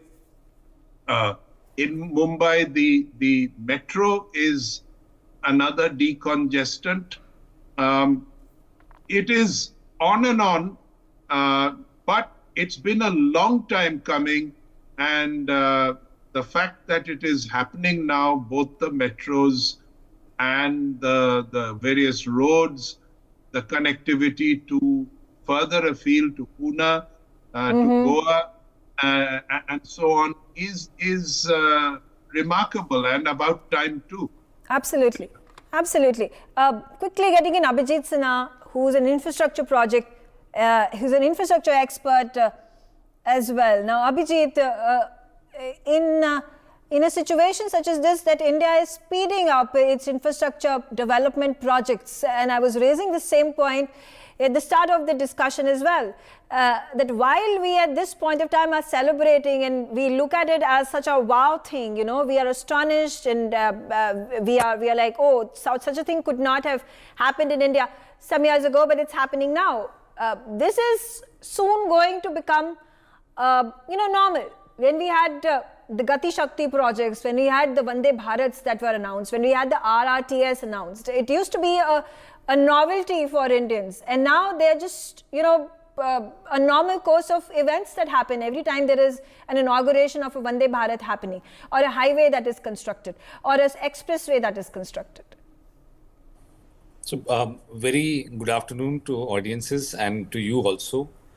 I believe this particular project has been long awaiting, and it is a moment of pride for all of us that it is coming up now. And if you relate it with the infrastructure and the volume of infrastructure which is under construction, which has been delivered as of now into last 10 years, and which is yet to be delivered, then you can divide those 3 tenures into 3 different parts. The first part of our 5-year work which has happened is to bring that speed, that intelligence, or that kind of reform which was required to actually run these type of projects. The financial structure of infrastructure companies, also the procurement processes, the way we award contracts, the way we do land acquisition. So first 5 years has been spent on that. Second 5 years is, we can say, first 5 years for the reform, and second 5 years to perform. Once you perform, then definitely the third 5-year tenure will be transformation. So I'm reasonably sure that what we can see right now is coming out after this strong, large Sagar Manthan is only reform part and perform part. The transformation of majority of project which is going to be delivered are going to come into the next tenure. So what if it is coming right now, it is good. If it is seen positive, I'm glad that lot more, even only 10% is coming out, rest 90% is yet to come. So by 2047, by 2030, and by 2029 also, If you ask me to outline the part and the infrastructure, then you have Jojila Tunnel, you have Atal Tunnel is now coming out, then you have PM Gati Sakti, you have 5,500 kilometer electric highways, you also have the electric corridor coming in up, and you have expressways, green corridor. So all this project which will be coming up next will create at least a dent, at least a reduction of our logistic cost from 2-digit to 1-digit. And 1-digit logistic cost means a lot of money saved, which is right now being spent from our GDP just to make possible that our products which we are manufacturing is reaching in a cost to the shipment or the shipyard from where it has to be exported. And that going big impact. Okay, all right. Dikshu, again coming to you. Now, what are the byproducts of these massive infrastructure projects? We talk about jobs, we talk about real estate, we talk about businesses that are going to be set up, they've got about employment. So these are important factors, and also the points of contention for a number of opposition political parties that are targeting the government. Any reasonable point, if you can give me for... Sorry, this is for Dikshu. Okay, I don't have Dikshu, but quickly, sorry, I also have Major Rajan Kochar. Sir, if you could respond to this. Yeah, I think I'm the military man among all experts here in this discussion today. But it's, I can actually give you my own perspective about the whole thing without getting into the technical details. A major issue in our country has been the supply chain. And we have observed that in the COVID times also, where unfortunately the infrastructure of the national highway authorities was not there, and it took huge costs. It actually adds to the cost of transportation of material. And here in this instant case, when we talk about this project, and when we talk about Navi Mumbai and connectivity with Mumbai, because you know I've been actually posted here, so I have traveled across. It takes a very large amount of time, and here the connectivity is going to be 20 minutes only. Second aspect is Mumbai is bursting on its seams right now. There is no property or land available in Mumbai, and it's quite unaffordable. So the people of Navi Mumbai, it is actually a great present to them by Prime Minister Modi, because now this sort of connectivity, they can work in Mumbai, they can stay in Navi Mumbai, and that travel has become all the more easier and less congested. The next important aspect is, what does it mean to India as a country? The projection of our own country, our own image, when we used to go to countries where the infrastructure used to be so good, if you go to Singapore, if you go to Dubai, you find these kind of projects are already there and they don't take so much of time to construct. Biggest USP here has been that this project has been constructed in a record time, and it will be made available to the user now, and the impact it will have on the image of the country, in the sense that when we talk about foreign direct investment, we dealing in the defense sector also, we are looking forward to industries coming and setting up actually bases here. And when your own financial capital will be strengthened by such projects, it will also percolate to other parts of the country today. Where a similar kind of projects, where the foreign direct investment will also come into play. The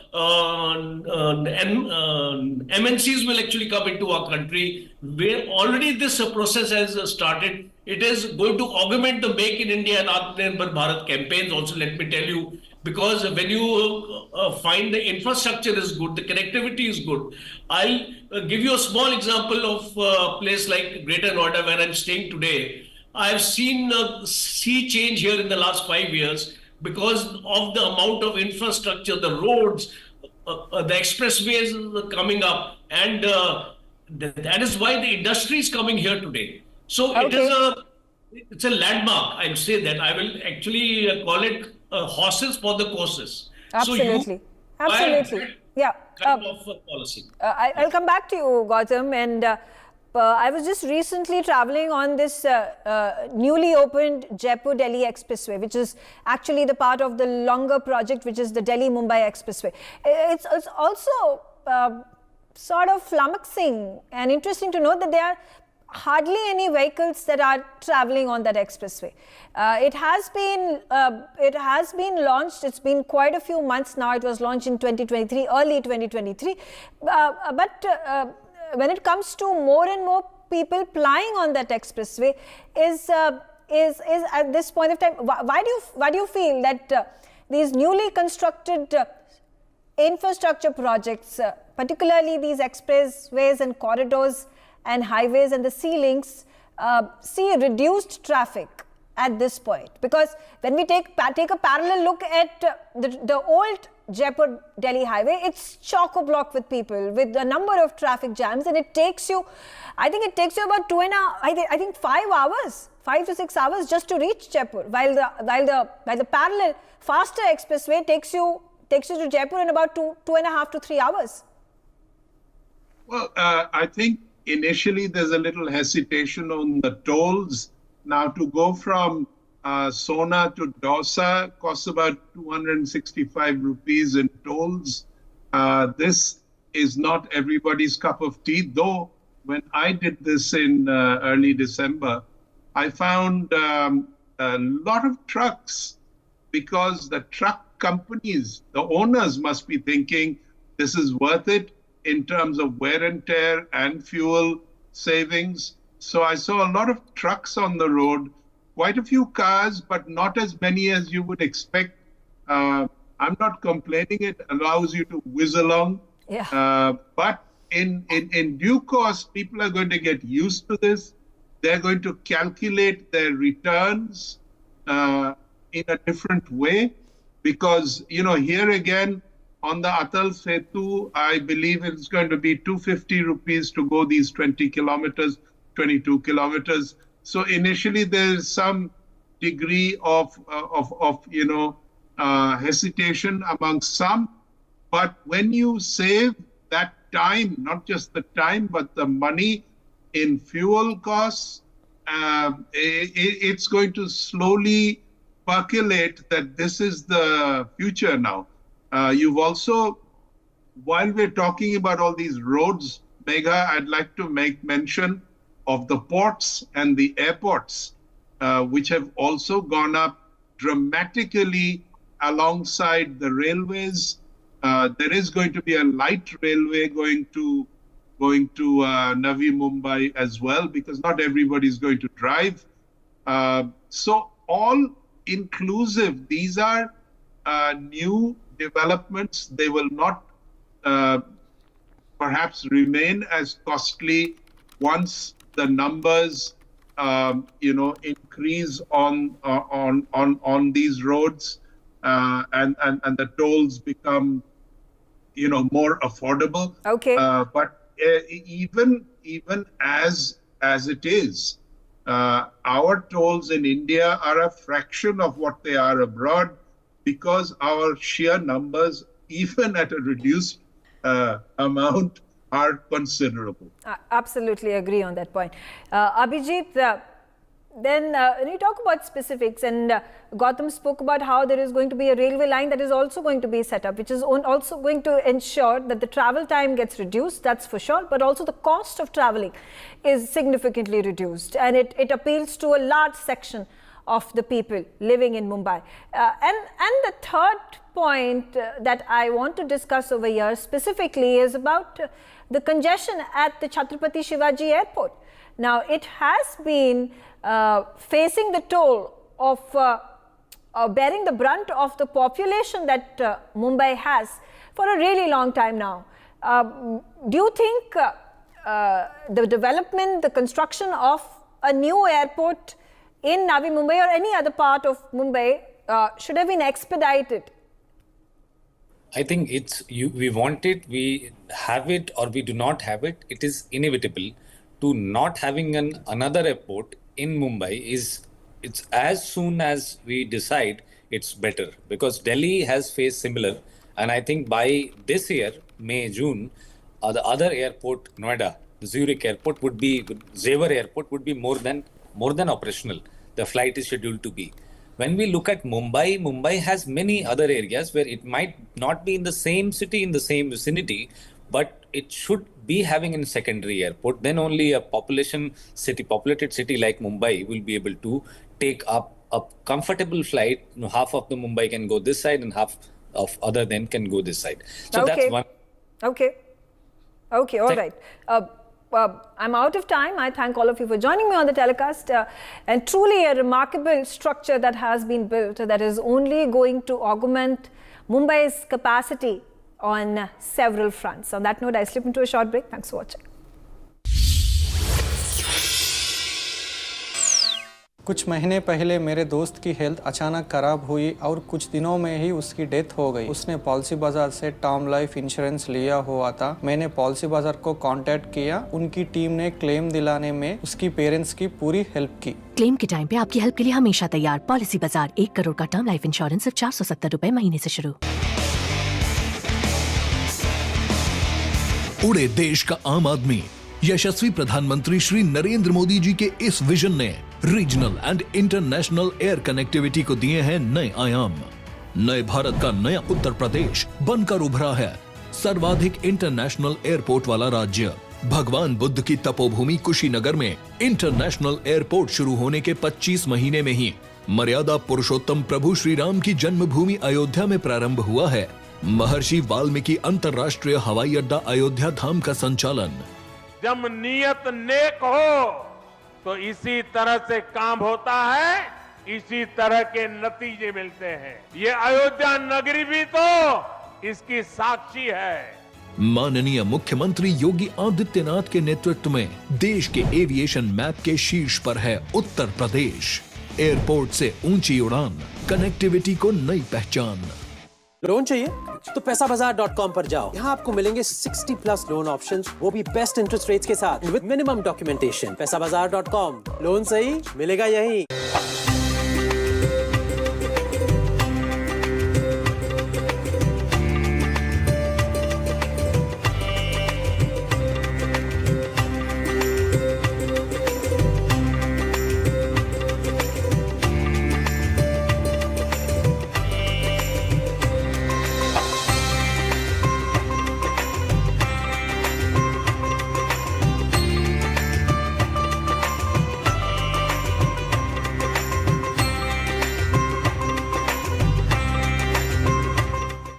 hello बेटा। Mister विकास के साथ कौन है? बस बेटा थोड़ी देर और। वो मिस्टर विकास की फाइल आप पॉलिसी बाजार। मैम, आपका हेल्थ इंश्योरेंस क्लेम अप्रूव हो गया है। अब आप सर को घर ले जा सकती हैं। क्लेम के टाइम पे हमेशा आपकी हेल्प को तैयार। पॉलिसी बाजार 1 करोड़ का हेल्थ इंश्योरेंस सिर्फ 390 रुपए महीने से शुरू। NPS is a mode of creating post-retirement corpus having 2 basic characters in it with its hand: disciplined saving and vigilant investment. अगर ये दोनों उसके क्राइटेरियाज मीट आउट होते हैं तो रिटायरमेंट कॉर्पस को पैदा करने के लिए इससे बढ़िया तरीका जो सिंपलेस्ट मोड में है वो और कोई अवेलेबल नहीं है। अपने बेहतर कल को सुनिश्चित करने के लिए NPS जरूरी है। लोन मिलेगा या नहीं ये आपके क्रेडिट स्कोर पर डिपेंड करता है। आज ही जाइए पैसाबाजार.com पर और अपना क्रेडिट स्कोर चेक कीजिए फ्री में, क्योंकि लोन की जरूरत किसी को भी कभी भी पड़ सकती है। चल एक्टिंग थोड़ा भेल बनो।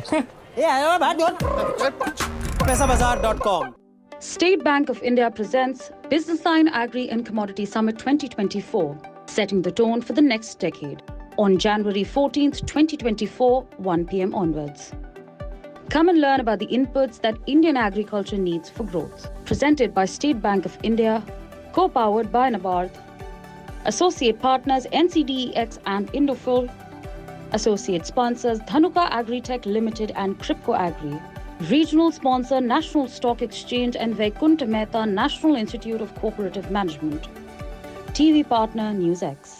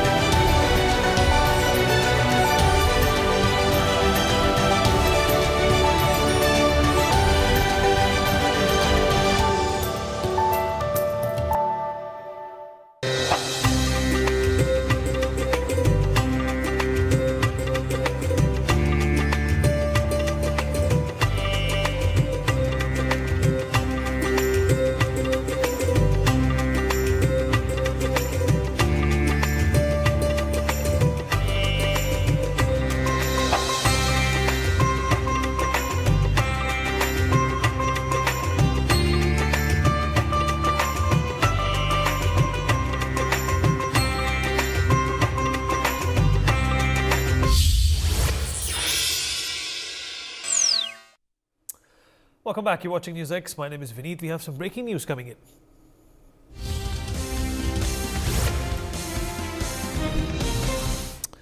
All right, a big development from the India Alliance meeting. As per sources, Mallikarjun Kharge has been confirmed as the convener of the India Alliance. Breaking news coming in at this point in time. Mallikarjun Kharge, a popular choice, has been confirmed as the convener of the India Alliance. Well, the India Alliance, as we know, has been facing a number of grey areas in terms of who's going to be representing and who's going to be, in fact, the face, or rather somebody who's going to be convening the decisions. Manohar Keshri, my colleague, joins us on the broadcast to give us more details about this. Manohar, अगर आप मेरी आवाज़ सुन पा रहे हैं? आवाज़ आ रही है आपकी? पहले एक तरह से आशंका थी कि किसको कन्वीनर बनाया जाएगा मनोहर, पर अब साफ हो चुका है कि मल्लिकार्जुन खड़गे एक कद्दावर नेता, एक लोकप्रिय चॉइस है इंडिया अलायंस को लेकर, उनको कन्वीनर नियुक्त कर दिया गया है। देखिए, सोर्सेस के हवाले से कहा जा रहा है कि उसको चेयरपर्सन बनाया गया है, क्योंकि एमके स्टालिन ने आज प्रपोजल रखा था और उस प्रपोजल में कहा गया कि नीतीश कुमार जो है सो कन्वीनर बनेंगे, लेकिन उस प्रपोजल को नीतीश कुमार ने ठुकरा दिया और उन्होंने बोला कांग्रेस की ओर से किसी को भी बनाया जा सकता है। लेकिन अब जो सोर्सेस के हवाले से खबर आ रही है कि इनको अध्यक्ष बना दिया गया है मल्लिकार्जुन खड़गे को। सबसे बड़ी बात है कि अब जिस तरह से सीट शेयरिंग को लेकर के पेच फंसा हुआ है, लगातार मुकुल वासनिक के घर पे बैठक भी पार्टियों की हो रही है, तो ऐसी स्थिति में आज भी सीट शेयरिंग को लेकर के चर्चा हुई है और राहुल गांधी की न्याय यात्रा को लेकर। लेकिन सबसे बड़ी बात यह है कि आखिरकार बिहार की राजनीति में अब नीतीश कुमार का क्या इंडिया ब्लॉक में रोल रहेगा, ये देखने वाली बात होगी। जी चलिए मनोहर, इस बात की भी एक तरह से सफाई देनी पड़ेगी कांग्रेस कमेटी को कि जिस तरीके से बाकी पार्टीज के, जैसे टीएमसी हो गई और शिवसेना हो गई, उनके जो दिग्गज नेता हैं वो कुछ ज़रूरी मुलाकात को जो मिस कर रहे हैं, उसके पीछे क्या गुत्थी है और उसको सुलझाने में मल्लिकार्जुन खड़गे का क्या किरदार रहेगा?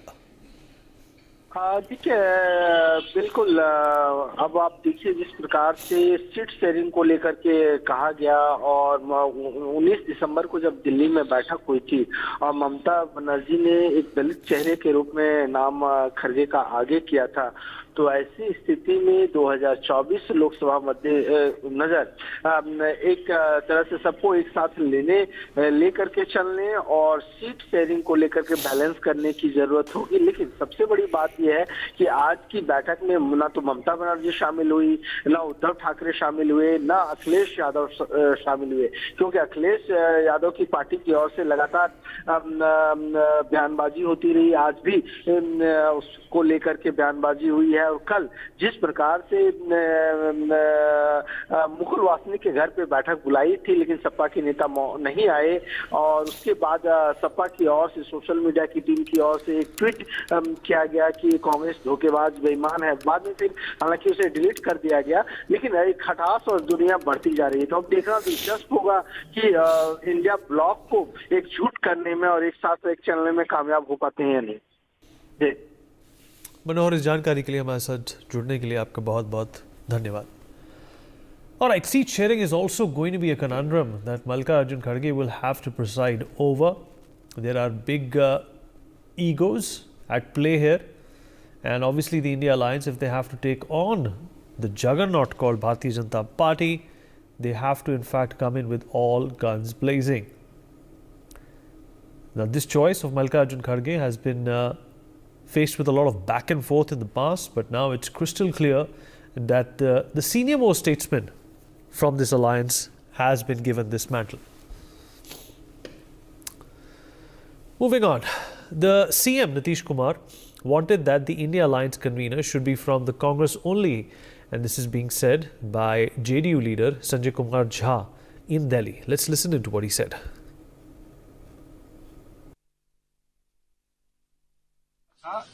कांग्रेस को ही चेयरमैन बनना चाहिए और कोई बात नहीं। मंत्री जी शुरू से कहते रहे इधर कोई सामग्री नहीं। आप लोग क्या लगता है बन जाएंगे नीतीश कुमार संयोजक? सर इनकार कर दिया। सर इनकार क्या नीतीश कुमार ने इनकार किया है क्या संयोजक बनने से? क्या नीतीश कुमार ने सर इनकार किया है क्या? चलिए ठीक है ठीक है। All right, Sanjay Kumar Jha saying that somebody from the Congress party should be the convener, and obviously he means that because of the kind of legacy and the kind of numbers that the Congress party is also willing to put in on the back end, of course, as the face of the India Alliance. And this is definitely a flashpoint that has been taken care of on the convener eventually. A number of senior party members from within the Congress and from the other parties in the India Alliance have also gone on to express and show their confidence if Mr. Mallikarjun Kharge is going to be the leader. In fact, a number of people from within the Congress party have also said that there is going to be a prime ministerial candidate, it cannot be anyone else but Mr. Mallikarjun Kharge. All right, we have some breaking news coming in now.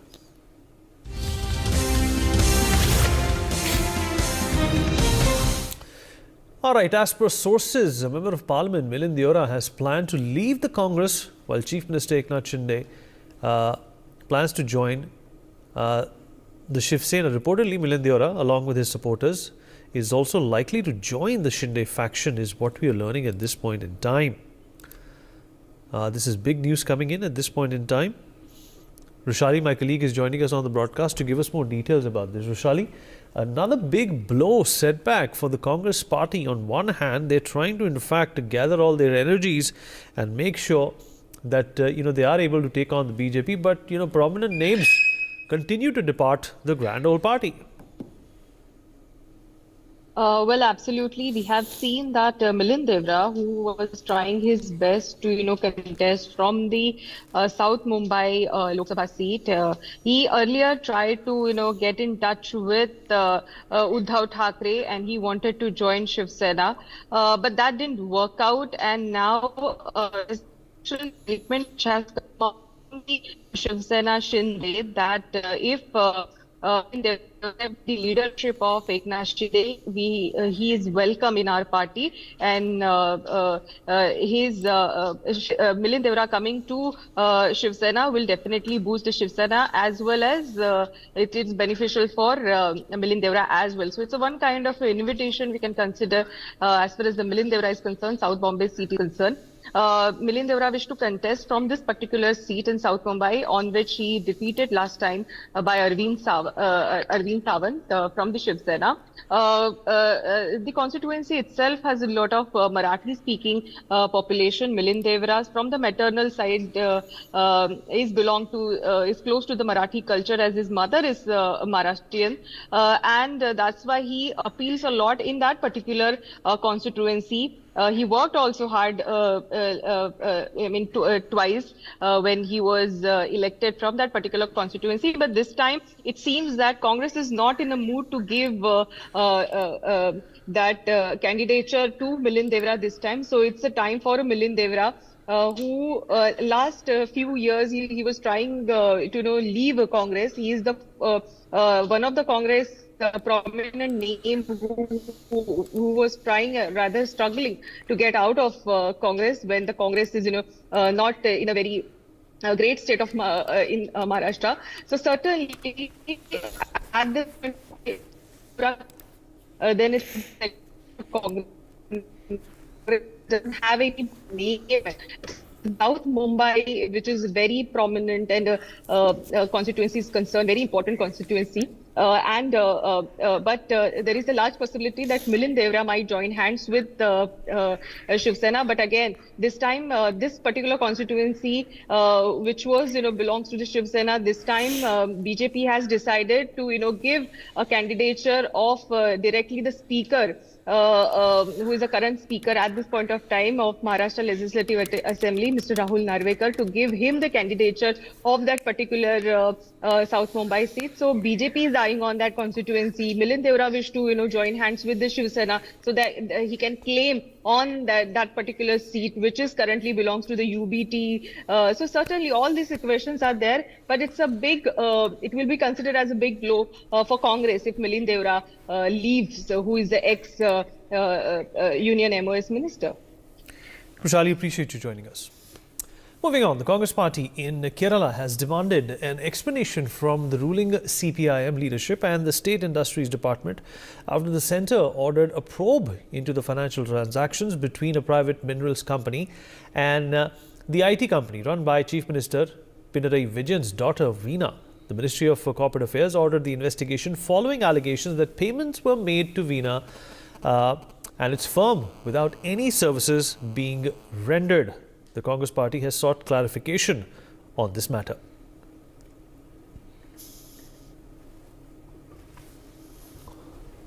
All right, complaints of violation by an IT firm, and the Congress party obviously is upset about this. The Congress has demanded a response from the CPI about these irregularities and how they could affect their relationship.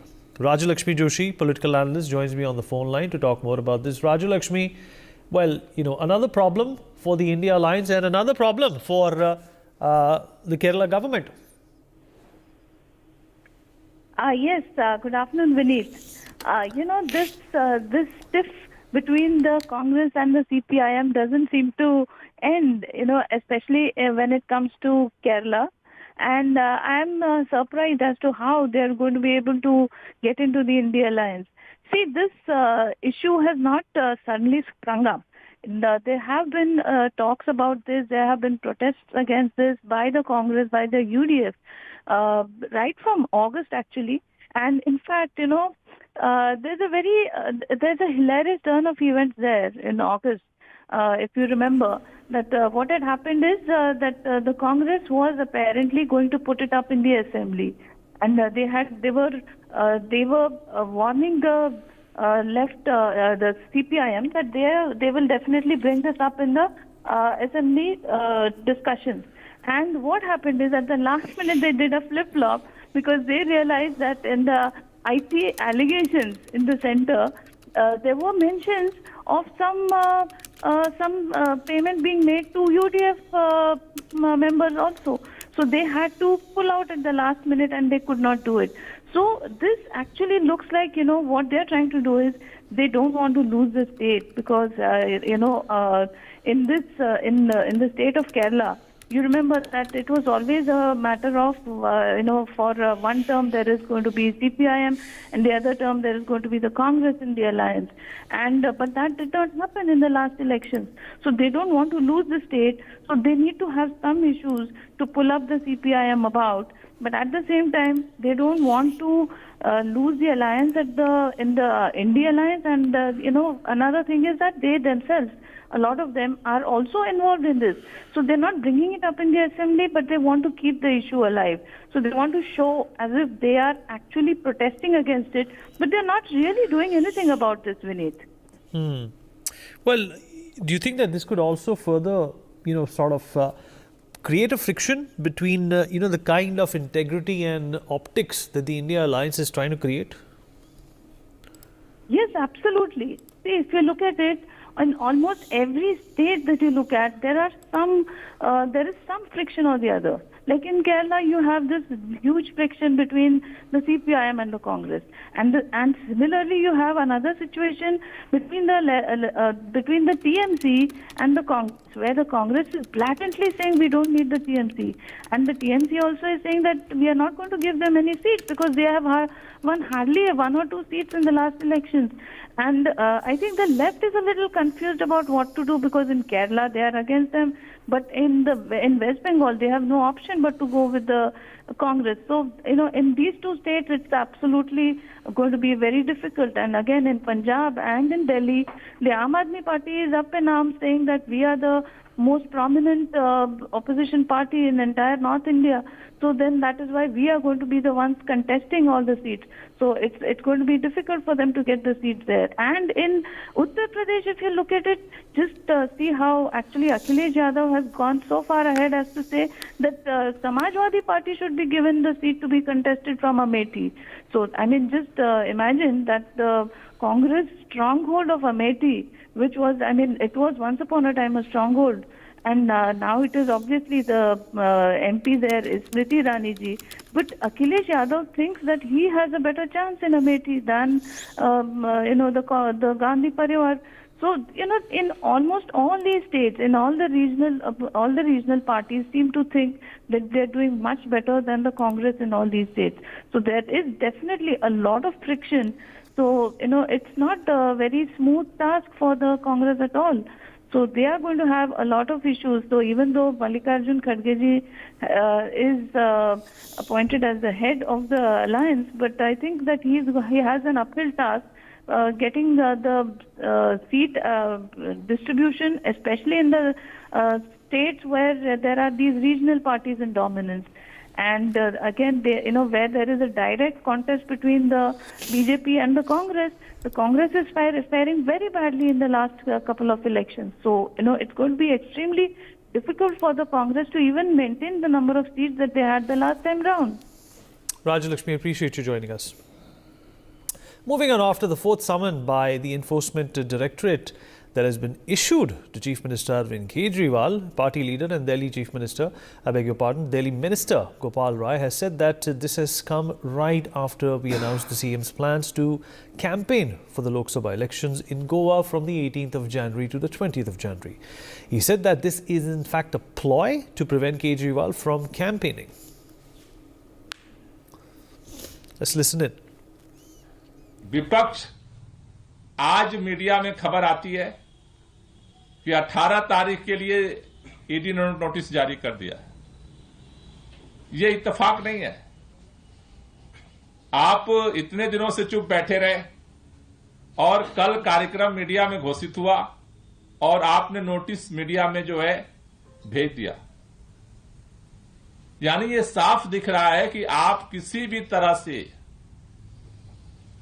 विपक्ष को लोकसभा चुनाव में जो विपक्ष के नेता हैं उनको प्रचार करने से आप रोकना चाहते हो।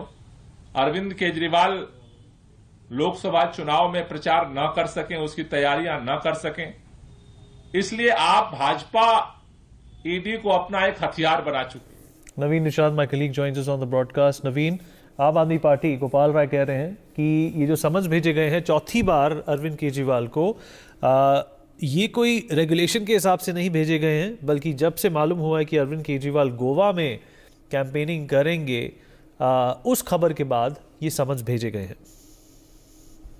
देखिए, बिल्कुल आम आदमी पार्टी के जो दिल्ली प्रदेश संयोजक हैं, कैबिनेट मिनिस्टर हैं गोपाल राय, उन्होंने ईडी के समन के टाइमिंग पर सवाल उठाए हैं और ये उन्होंने कहा है कि कल शाम ये खबर आई कि दिल्ली के मुख्यमंत्री अरविंद केजरीवाल 3 दिनों के गोवा दौरे पे जाने वाले हैं।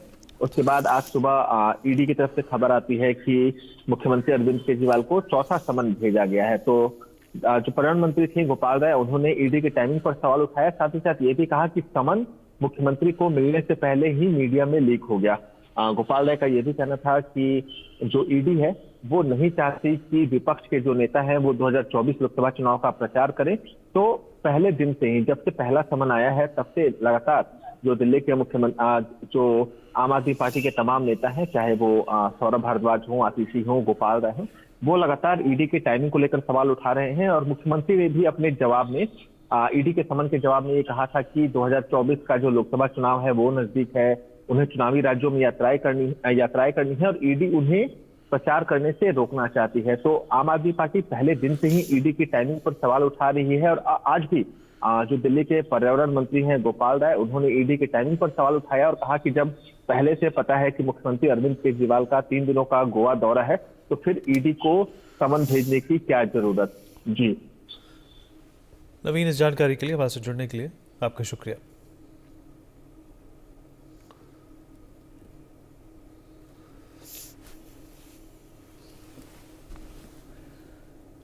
All right. Well, once again, the war of words has erupted between the central government and the the Aam Aadmi Party. Gopal Rai accusing the central government of timing their summons to trouble Kejriwal because he was going to campaign in Goa from the 18th to the 20th of this month. Obviously, these are the fourth summons that have been sent to the Delhi Chief Minister in relationship to the liquor scam. A number of Aam Aadmi Party leaders are already in jail because of this investigation. Moving on, 10 people died and 6 others are missing after an accident in a coal mine in central China's Henan province. A likely coal and gas explosion described as an outburst happened around in the Ping Dingsha. Total of 425 people were working underground when the accident took place, and 380 of them have been lifted out of the mine. Rescue operations, as we know, are still underway. Mr. Sanjeev Srivastav joins us on the broadcast to talk more about this. Mr. Srivastav, not good news coming in from China at this point in time. It seems that in their quest to hurriedly build up infrastructure, China is perhaps leaving out safety. Yes, Vineet, certainly in China, the safety measures of these mines are not appropriate, though there has been some improvement. But if you look at the figures of 2022, there have been about 168 such incidents and more than 200 fatalities have been reported. And even in the last year, also there have been number of such incidents has happened, and this with this particular incident, which is described as outburst, the coal and gas mine. I think that is a matter of serious concern, and I think the Chinese authorities, though they have taken people, those who are responsible for managing these, facilities in custody, but I think China will have to do a lot of work to improve this kind of mining situation. Otherwise, such number of incidents will go up and fatalities will rise, people will get injured. So I think it is high time China looks into this issue, certainly hurriedly build up facilities and hurriedly build up this infrastructure is certainly causing this kind of incident. And it's a serious matter. A lot of people already are losing their lives. So I think it's high time the Chinese authority seriously look into the matter and try to improve these conditions and infrastructure there in these mines as quickly as possible. Otherwise, situation will will go from bad to worse. I think, but this is certainly a very unfortunate incident in Henan province of central China. All right, Mr. Srivastav, stay on with us, sir. Well, the Chinese obviously are, quick to react when something like this happens in India. This also explains, that on one side, China continues to showcase itself as a technological and infrastructural power, but continues to undermine some of these accidents, sir, that happen very often. China, it is hard to believe in Chinese, various words, what they say about, and they boast about their, prosperity level, the development level, etc., etc. But it has been seen that China, whenever they come up with such a propaganda of their high level of development and infrastructure development or technological development, but reality of the of such facts are that there are a lot of weaknesses, and it has been exposed time and again, whether Chinese technological development or infrastructure development, or China is such an opaque society. They do not come out with a clear picture of what they are doing, what they are not doing. All right, Mr. Srivastav, appreciate you joining us, sir. Thank you so much. Well, the Union Government of India has asked the US to increase the number of inspections by the US Food and Drug Administration in order to boost Food and Drug Administration in India in order to take care of pharma exports, and has reiterated its long-standing demand to restore the generalized system of preferences for easier access of goods into America.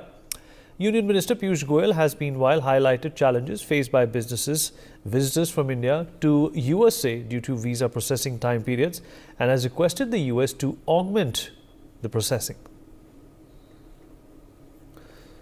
Dr. Sharat Kohli joins us on the phone line to talk more about this. Dr. Kohli, important to understand that India and America cannot, have this bonhomie in isolation and ignore what really the people of both the countries need desperately at this point in time, and that is obviously access to goods and services. Exactly, Vineet. I think we need to appreciate the fact that India-US trade is likely to touch $200 billion. So once again, America is likely to become the biggest trade partner of India. And for this to happen, and for more importantly, for this to sustain, it's very important that the sensitivity towards each other's trade-related requirements should be maintained. Now, if Indians cannot travel freely to US, for business, you need to travel so many times, sometimes multiple times during one single year. I know people who travel every fortnight. In fact, I know someone who travels literally every week as well, because the business interests are so closely knitted, with the country. So if in this situation visa process is delayed or visa questions are raised, or if, the travelers are looked at with doubt and so on and so forth, obviously it obstructs the smooth business process and growth of bilateral trade. That's point number one. Point number two is that with regard to the FDA, I think US has its own requirement with regards to the drugs approval and, the FDA requirements for various pharmaceutical companies which operate from India. There's a substantial amount of pharmaceutical trade happening from India. In fact, India is now known as the world's pharmacy. But then I think it will be advisable for US, because we've seen consignments getting rejected after they land in US. So this involves a very hefty cost. This involves a lot of loss to the Indian pharmaceutical manufacturers. So I think what Minister Goyal has been insisting, that it is better for US to have a kind of a check and a checklist here in place in India itself. So before the drugs or the pharmaceuticals which are manufactured are sent there, they should be subject to all the requirements which US has. We respect the FDA requirements. We respect the rules and regulations which the United States has for import of pharmaceuticals. But what is definitely is objectionable and what causes a lot of inconvenience and loss sometimes is the fact that they get rejected after reaching there. So I think a system is going to be put in place where... All right. Dr. Kohli, appreciate you joining us. On that note, we dip into a short break. Be right back.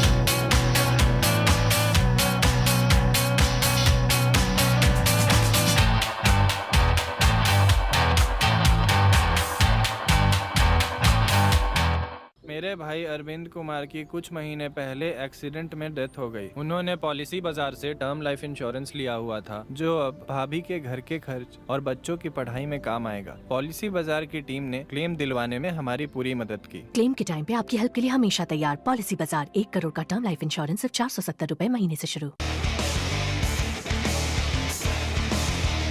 उड़े देश का आम आदमी, यशस्वी प्रधानमंत्री श्री नरेंद्र मोदी जी के इस vision ने regional and international air connectivity को दिए हैं नए आयाम। नए भारत का नया उत्तर प्रदेश बनकर उभरा है सर्वाधिक इंटरनेशनल एयरपोर्ट वाला राज्य। भगवान बुद्ध की तपोभूमि कुशीनगर में इंटरनेशनल एयरपोर्ट शुरू होने के 25 महीने में ही मर्यादा पुरुषोत्तम प्रभु श्री राम की जन्मभूमि अयोध्या में प्रारंभ हुआ है। महर्षि वाल्मीकि अंतर्राष्ट्रीय हवाई अड्डा अयोध्या धाम का संचालन। जब नियत नेक हो तो इसी तरह से काम होता है इसी तरह के नतीजे मिलते हैं। ये अयोध्या नगरी भी तो इसकी साक्षी है।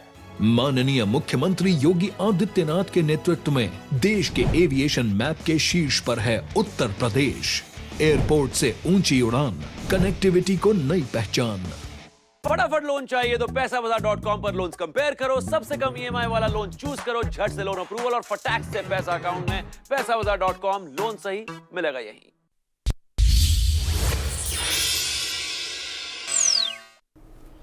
Hello and welcome. You're watching NewsX and I'm Megha Sharma, and there is a big political war that is playing out between the BJP and the Congress over Ram Mandir consecration ceremony in just a few days from now. Now, there has been an amping up of the political salvo that that the BJP has used against the Congress, whether it is about the letter that had been shared by Pandit Jawaharlal Nehru for his decision to refuse the inauguration ceremony of the Somnath temple, or we talk about the letter that had been written by Sonia Gandhi in 2016 to Pope Francis of the Vatican for the canonization of Mother Teresa, and the latest one about Rahul Gandhi, who was on a visit to Afghanistan and ended up paying visit to the tomb of Babur. Now, on the other side, the Congress has taken up the BJP and said that why is it that the Ram temple consecration ceremony is happening against the rules of Sanatan Dharma. There are 4 Shankaracharyas who have decided not to take part in the consecration ceremony because, according to Sanatan Dharma, the temple construction cannot happen after the idol is installed. In fact, it is the other way around, that the construction of the temple needs to be done before the idol of Lord Ram is installed in the sanctum sanctorum of the temple. So let's start off this conversation. Savio Rodriguez, BJP leader, joining me on the telecast. And Savio, first things first, was there a need for the BJP to inaugurate, to consecrate the Ram temple when its construction was incomplete? An Indian Megha, as an Indian Christian, let me say that I personally believe that India will rise as Bharat as Bhagwan Ram returns to Ayodhya. Now, I do not come from the Hindu beliefs to tell you whether it is right or wrong. But what I do know and what I do want to convey to the people of India is that it is not only about Hindus, it is not only about politics, but it's about the entire Bharatiya Varsh, entire Bharat, that people from all faiths must be proud and must participate in the fact that Bhagwan Ram is returning back to Ayodhya after 500 years. You will have politics being played by the Congress, politics being played by other political parties, politics by BJP as well. But let me ask Congress leaders and other leaders who are refusing to go for the Pran Pratishtha, why? It is not about the fact that it is BJP. It is the fact that it is the Ram Mandir. And Bhagwan Ram does not belong to a political party. Bhagwan Ram does not even belong to just an Indian. I'm not contending the position, but Bhagwan Ram the reverence, what world. The Ram Mandir and Lord Ram symbolize. I'm just speaking about how the Shankaracharyas, who are the pillars of Sanatan Dharma, have spoken about the laws of Sanatan Dharma being violated. While 4 Shankaracharyas, with all due respect, have raised their concerns, there have also been Shankaracharyas and Hindu priests who have decided to do this. It is not something decided by politicians, right? So there will be certain sections of the priestly caste who believe That Then on January again, 22nd according to is the right Sanatan time to Dharma, do it. the four But Shankaracharyas are the supreme individuals who then follow the Sanatan Dharma, their rules, and come up with decisions that need to be taken according to the Dharma, according to Hindu religion, to follow certain guidelines and protocols. Are the four Shankaracharyas, with all due respect, the only Shankaracharyas who are there in India? Are they not other Shankaracharyas who will be attending the Pran Pratishtha? What are their views? So there are always going to be conflicting views. Let me tell you what I mean by that. There are certain members. Fair enough. I still don't agree with you when we talk about how there are the four Shankaracharyas who are constituted, let me explain it to who are you. appointed, There is one and their decision is held supreme for holding any of the religious ceremonies. So Megha, I'm giving you an example. Let me explain it to you. Cardinal It's similar to how Pope Francis of the St. Peter's Cardinal Oswald Basilica Gracious of the Catholic Church would come up with Cardinal Oswald Gracious of the Catholic Church believed that the problem in Manipur was not a religious problem, but another cardinal in another part of the world, in the country, believed that Manipur was a religious problem. Both are cardinals by their positions in the Catholic hierarchy. Are you saying you cannot have a difference of opinion? I'm talking about how the kind of position and the power that is held by the supreme religious heads of a religion, of a faith. All right, again, I'm talking about the importance and the supremacy. For example, if a statement comes from the Pope Francis himself, from the Vatican, his position, his power, and his statements are going to hold precedence over all the cardinals or the archbishops of the world making statements. His statements are going to garner maximum mileage, maximum publicity. Who is then symbolizing Christianity? All right, joining also with me. Fair enough. Savio, I'll quickly come to Nikhil Jain. And Nikhil, I have a question for you. With regards to the kind of conflicting ideologies that the Congress has been playing around since 1947, particularly in wake of, like I mentioned in the introduction of my debate, it was Pandit Jawaharlal Nehru, the first Prime Minister of our country, who spoke about secularism of the country and therefore his hesitance to go and attend the inauguration of Somnath Temple. We then saw that the President of our country nonetheless went and attended the inauguration. And then several years later, decades later in fact, when Sonia Gandhi spoke to, in fact in a letter to Pope Francis, spoke about how the millions of people in our country, including the 20 million Christian community of our country, highly regards Mother Teresa as the harbinger of peace, of harbinger of equanimity, of tranquility, of easing the pain of the people. So, while Congress would term it as an action of secularism, there are other proponents who are not going to agree to it and are going to say that Congress in fact was pandering to the Christian community of the country. To make a couple of points, first of all, I'd like to tell Savio, my good friend, that there are only 4 Shankaracharyas in the country. The Hindu faith only has 4 Shankaracharyas. 2 of them have denied to go to the event on the 22nd of January, citing that religious rituals are not being followed and this is essentially a political event. Secondly, when we talk about Prime Minister Jawaharlal Nehru not attending... You have agreed? No. The other 2 have not commented. To the best of my knowledge, the other 2 have simply not said anything, whether they'll be attending or not. Look at the statement.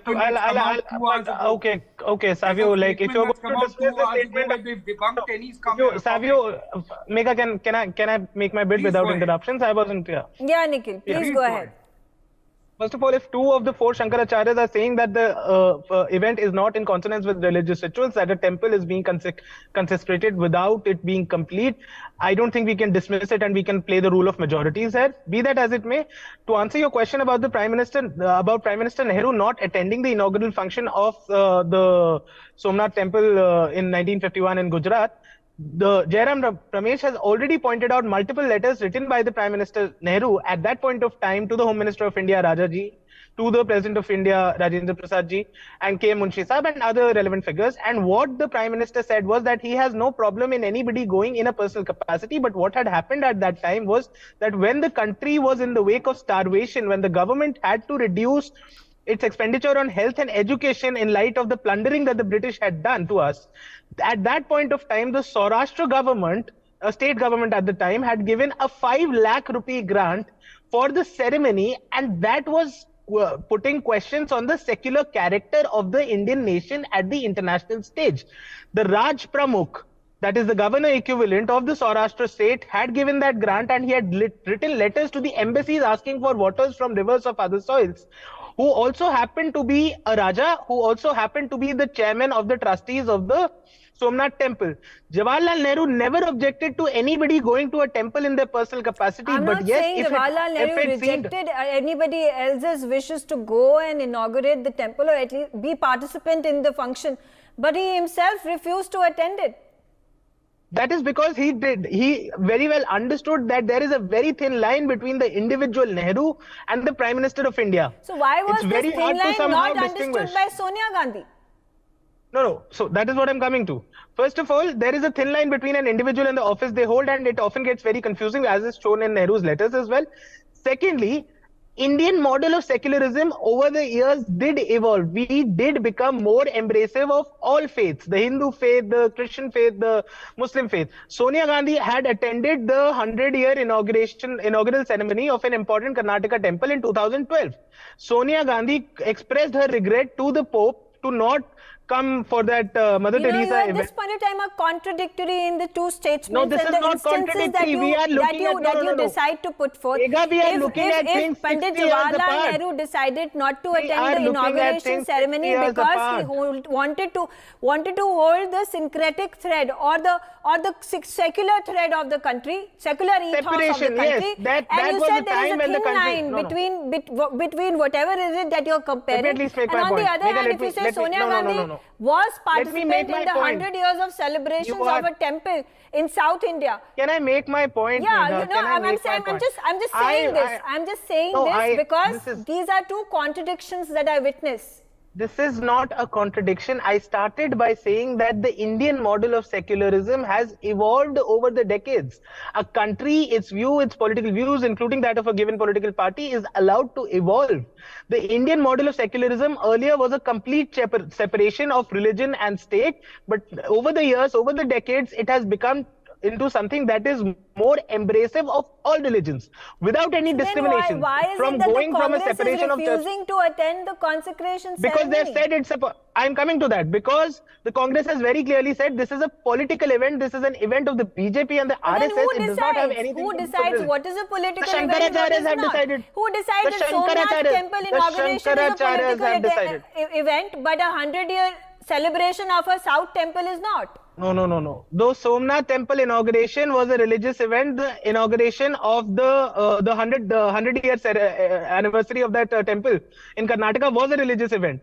And the Ram Mandir consecration should also have been a religious event, but it has become a political event, as has been said by 2 of the 4 Shankaracharyas in the country. No, they have How not. are we inaugurating a The temple? Shankaracharyas have not said that this has become a political event. What the Congress and other opposition political parties are saying is because it is the Prime Minister and there may be other political leaders who are going to be present during the consecration ceremony, therefore, quote unquote, it has become a political event of the BJP and the RSS. Keeping in mind what Pandit Jawaharlal Nehru had said, that he does not have objection for any individual of any capacity holding any position in the government to go and attend the inauguration ceremony of Somnath temple or any other ceremony of any other temple in our country on his personal accord. So why is it that the Congress continues to beats its chest and call it a political event? Megha, this is a political event. The Shankaracharyas have said that, and a mandir is being constructed before it has been completed. There is a single statement that has come from the Shankaracharyas who have called it quote unquote a political event. They have not called it. You have just read at this point of time in dispute over the technicality.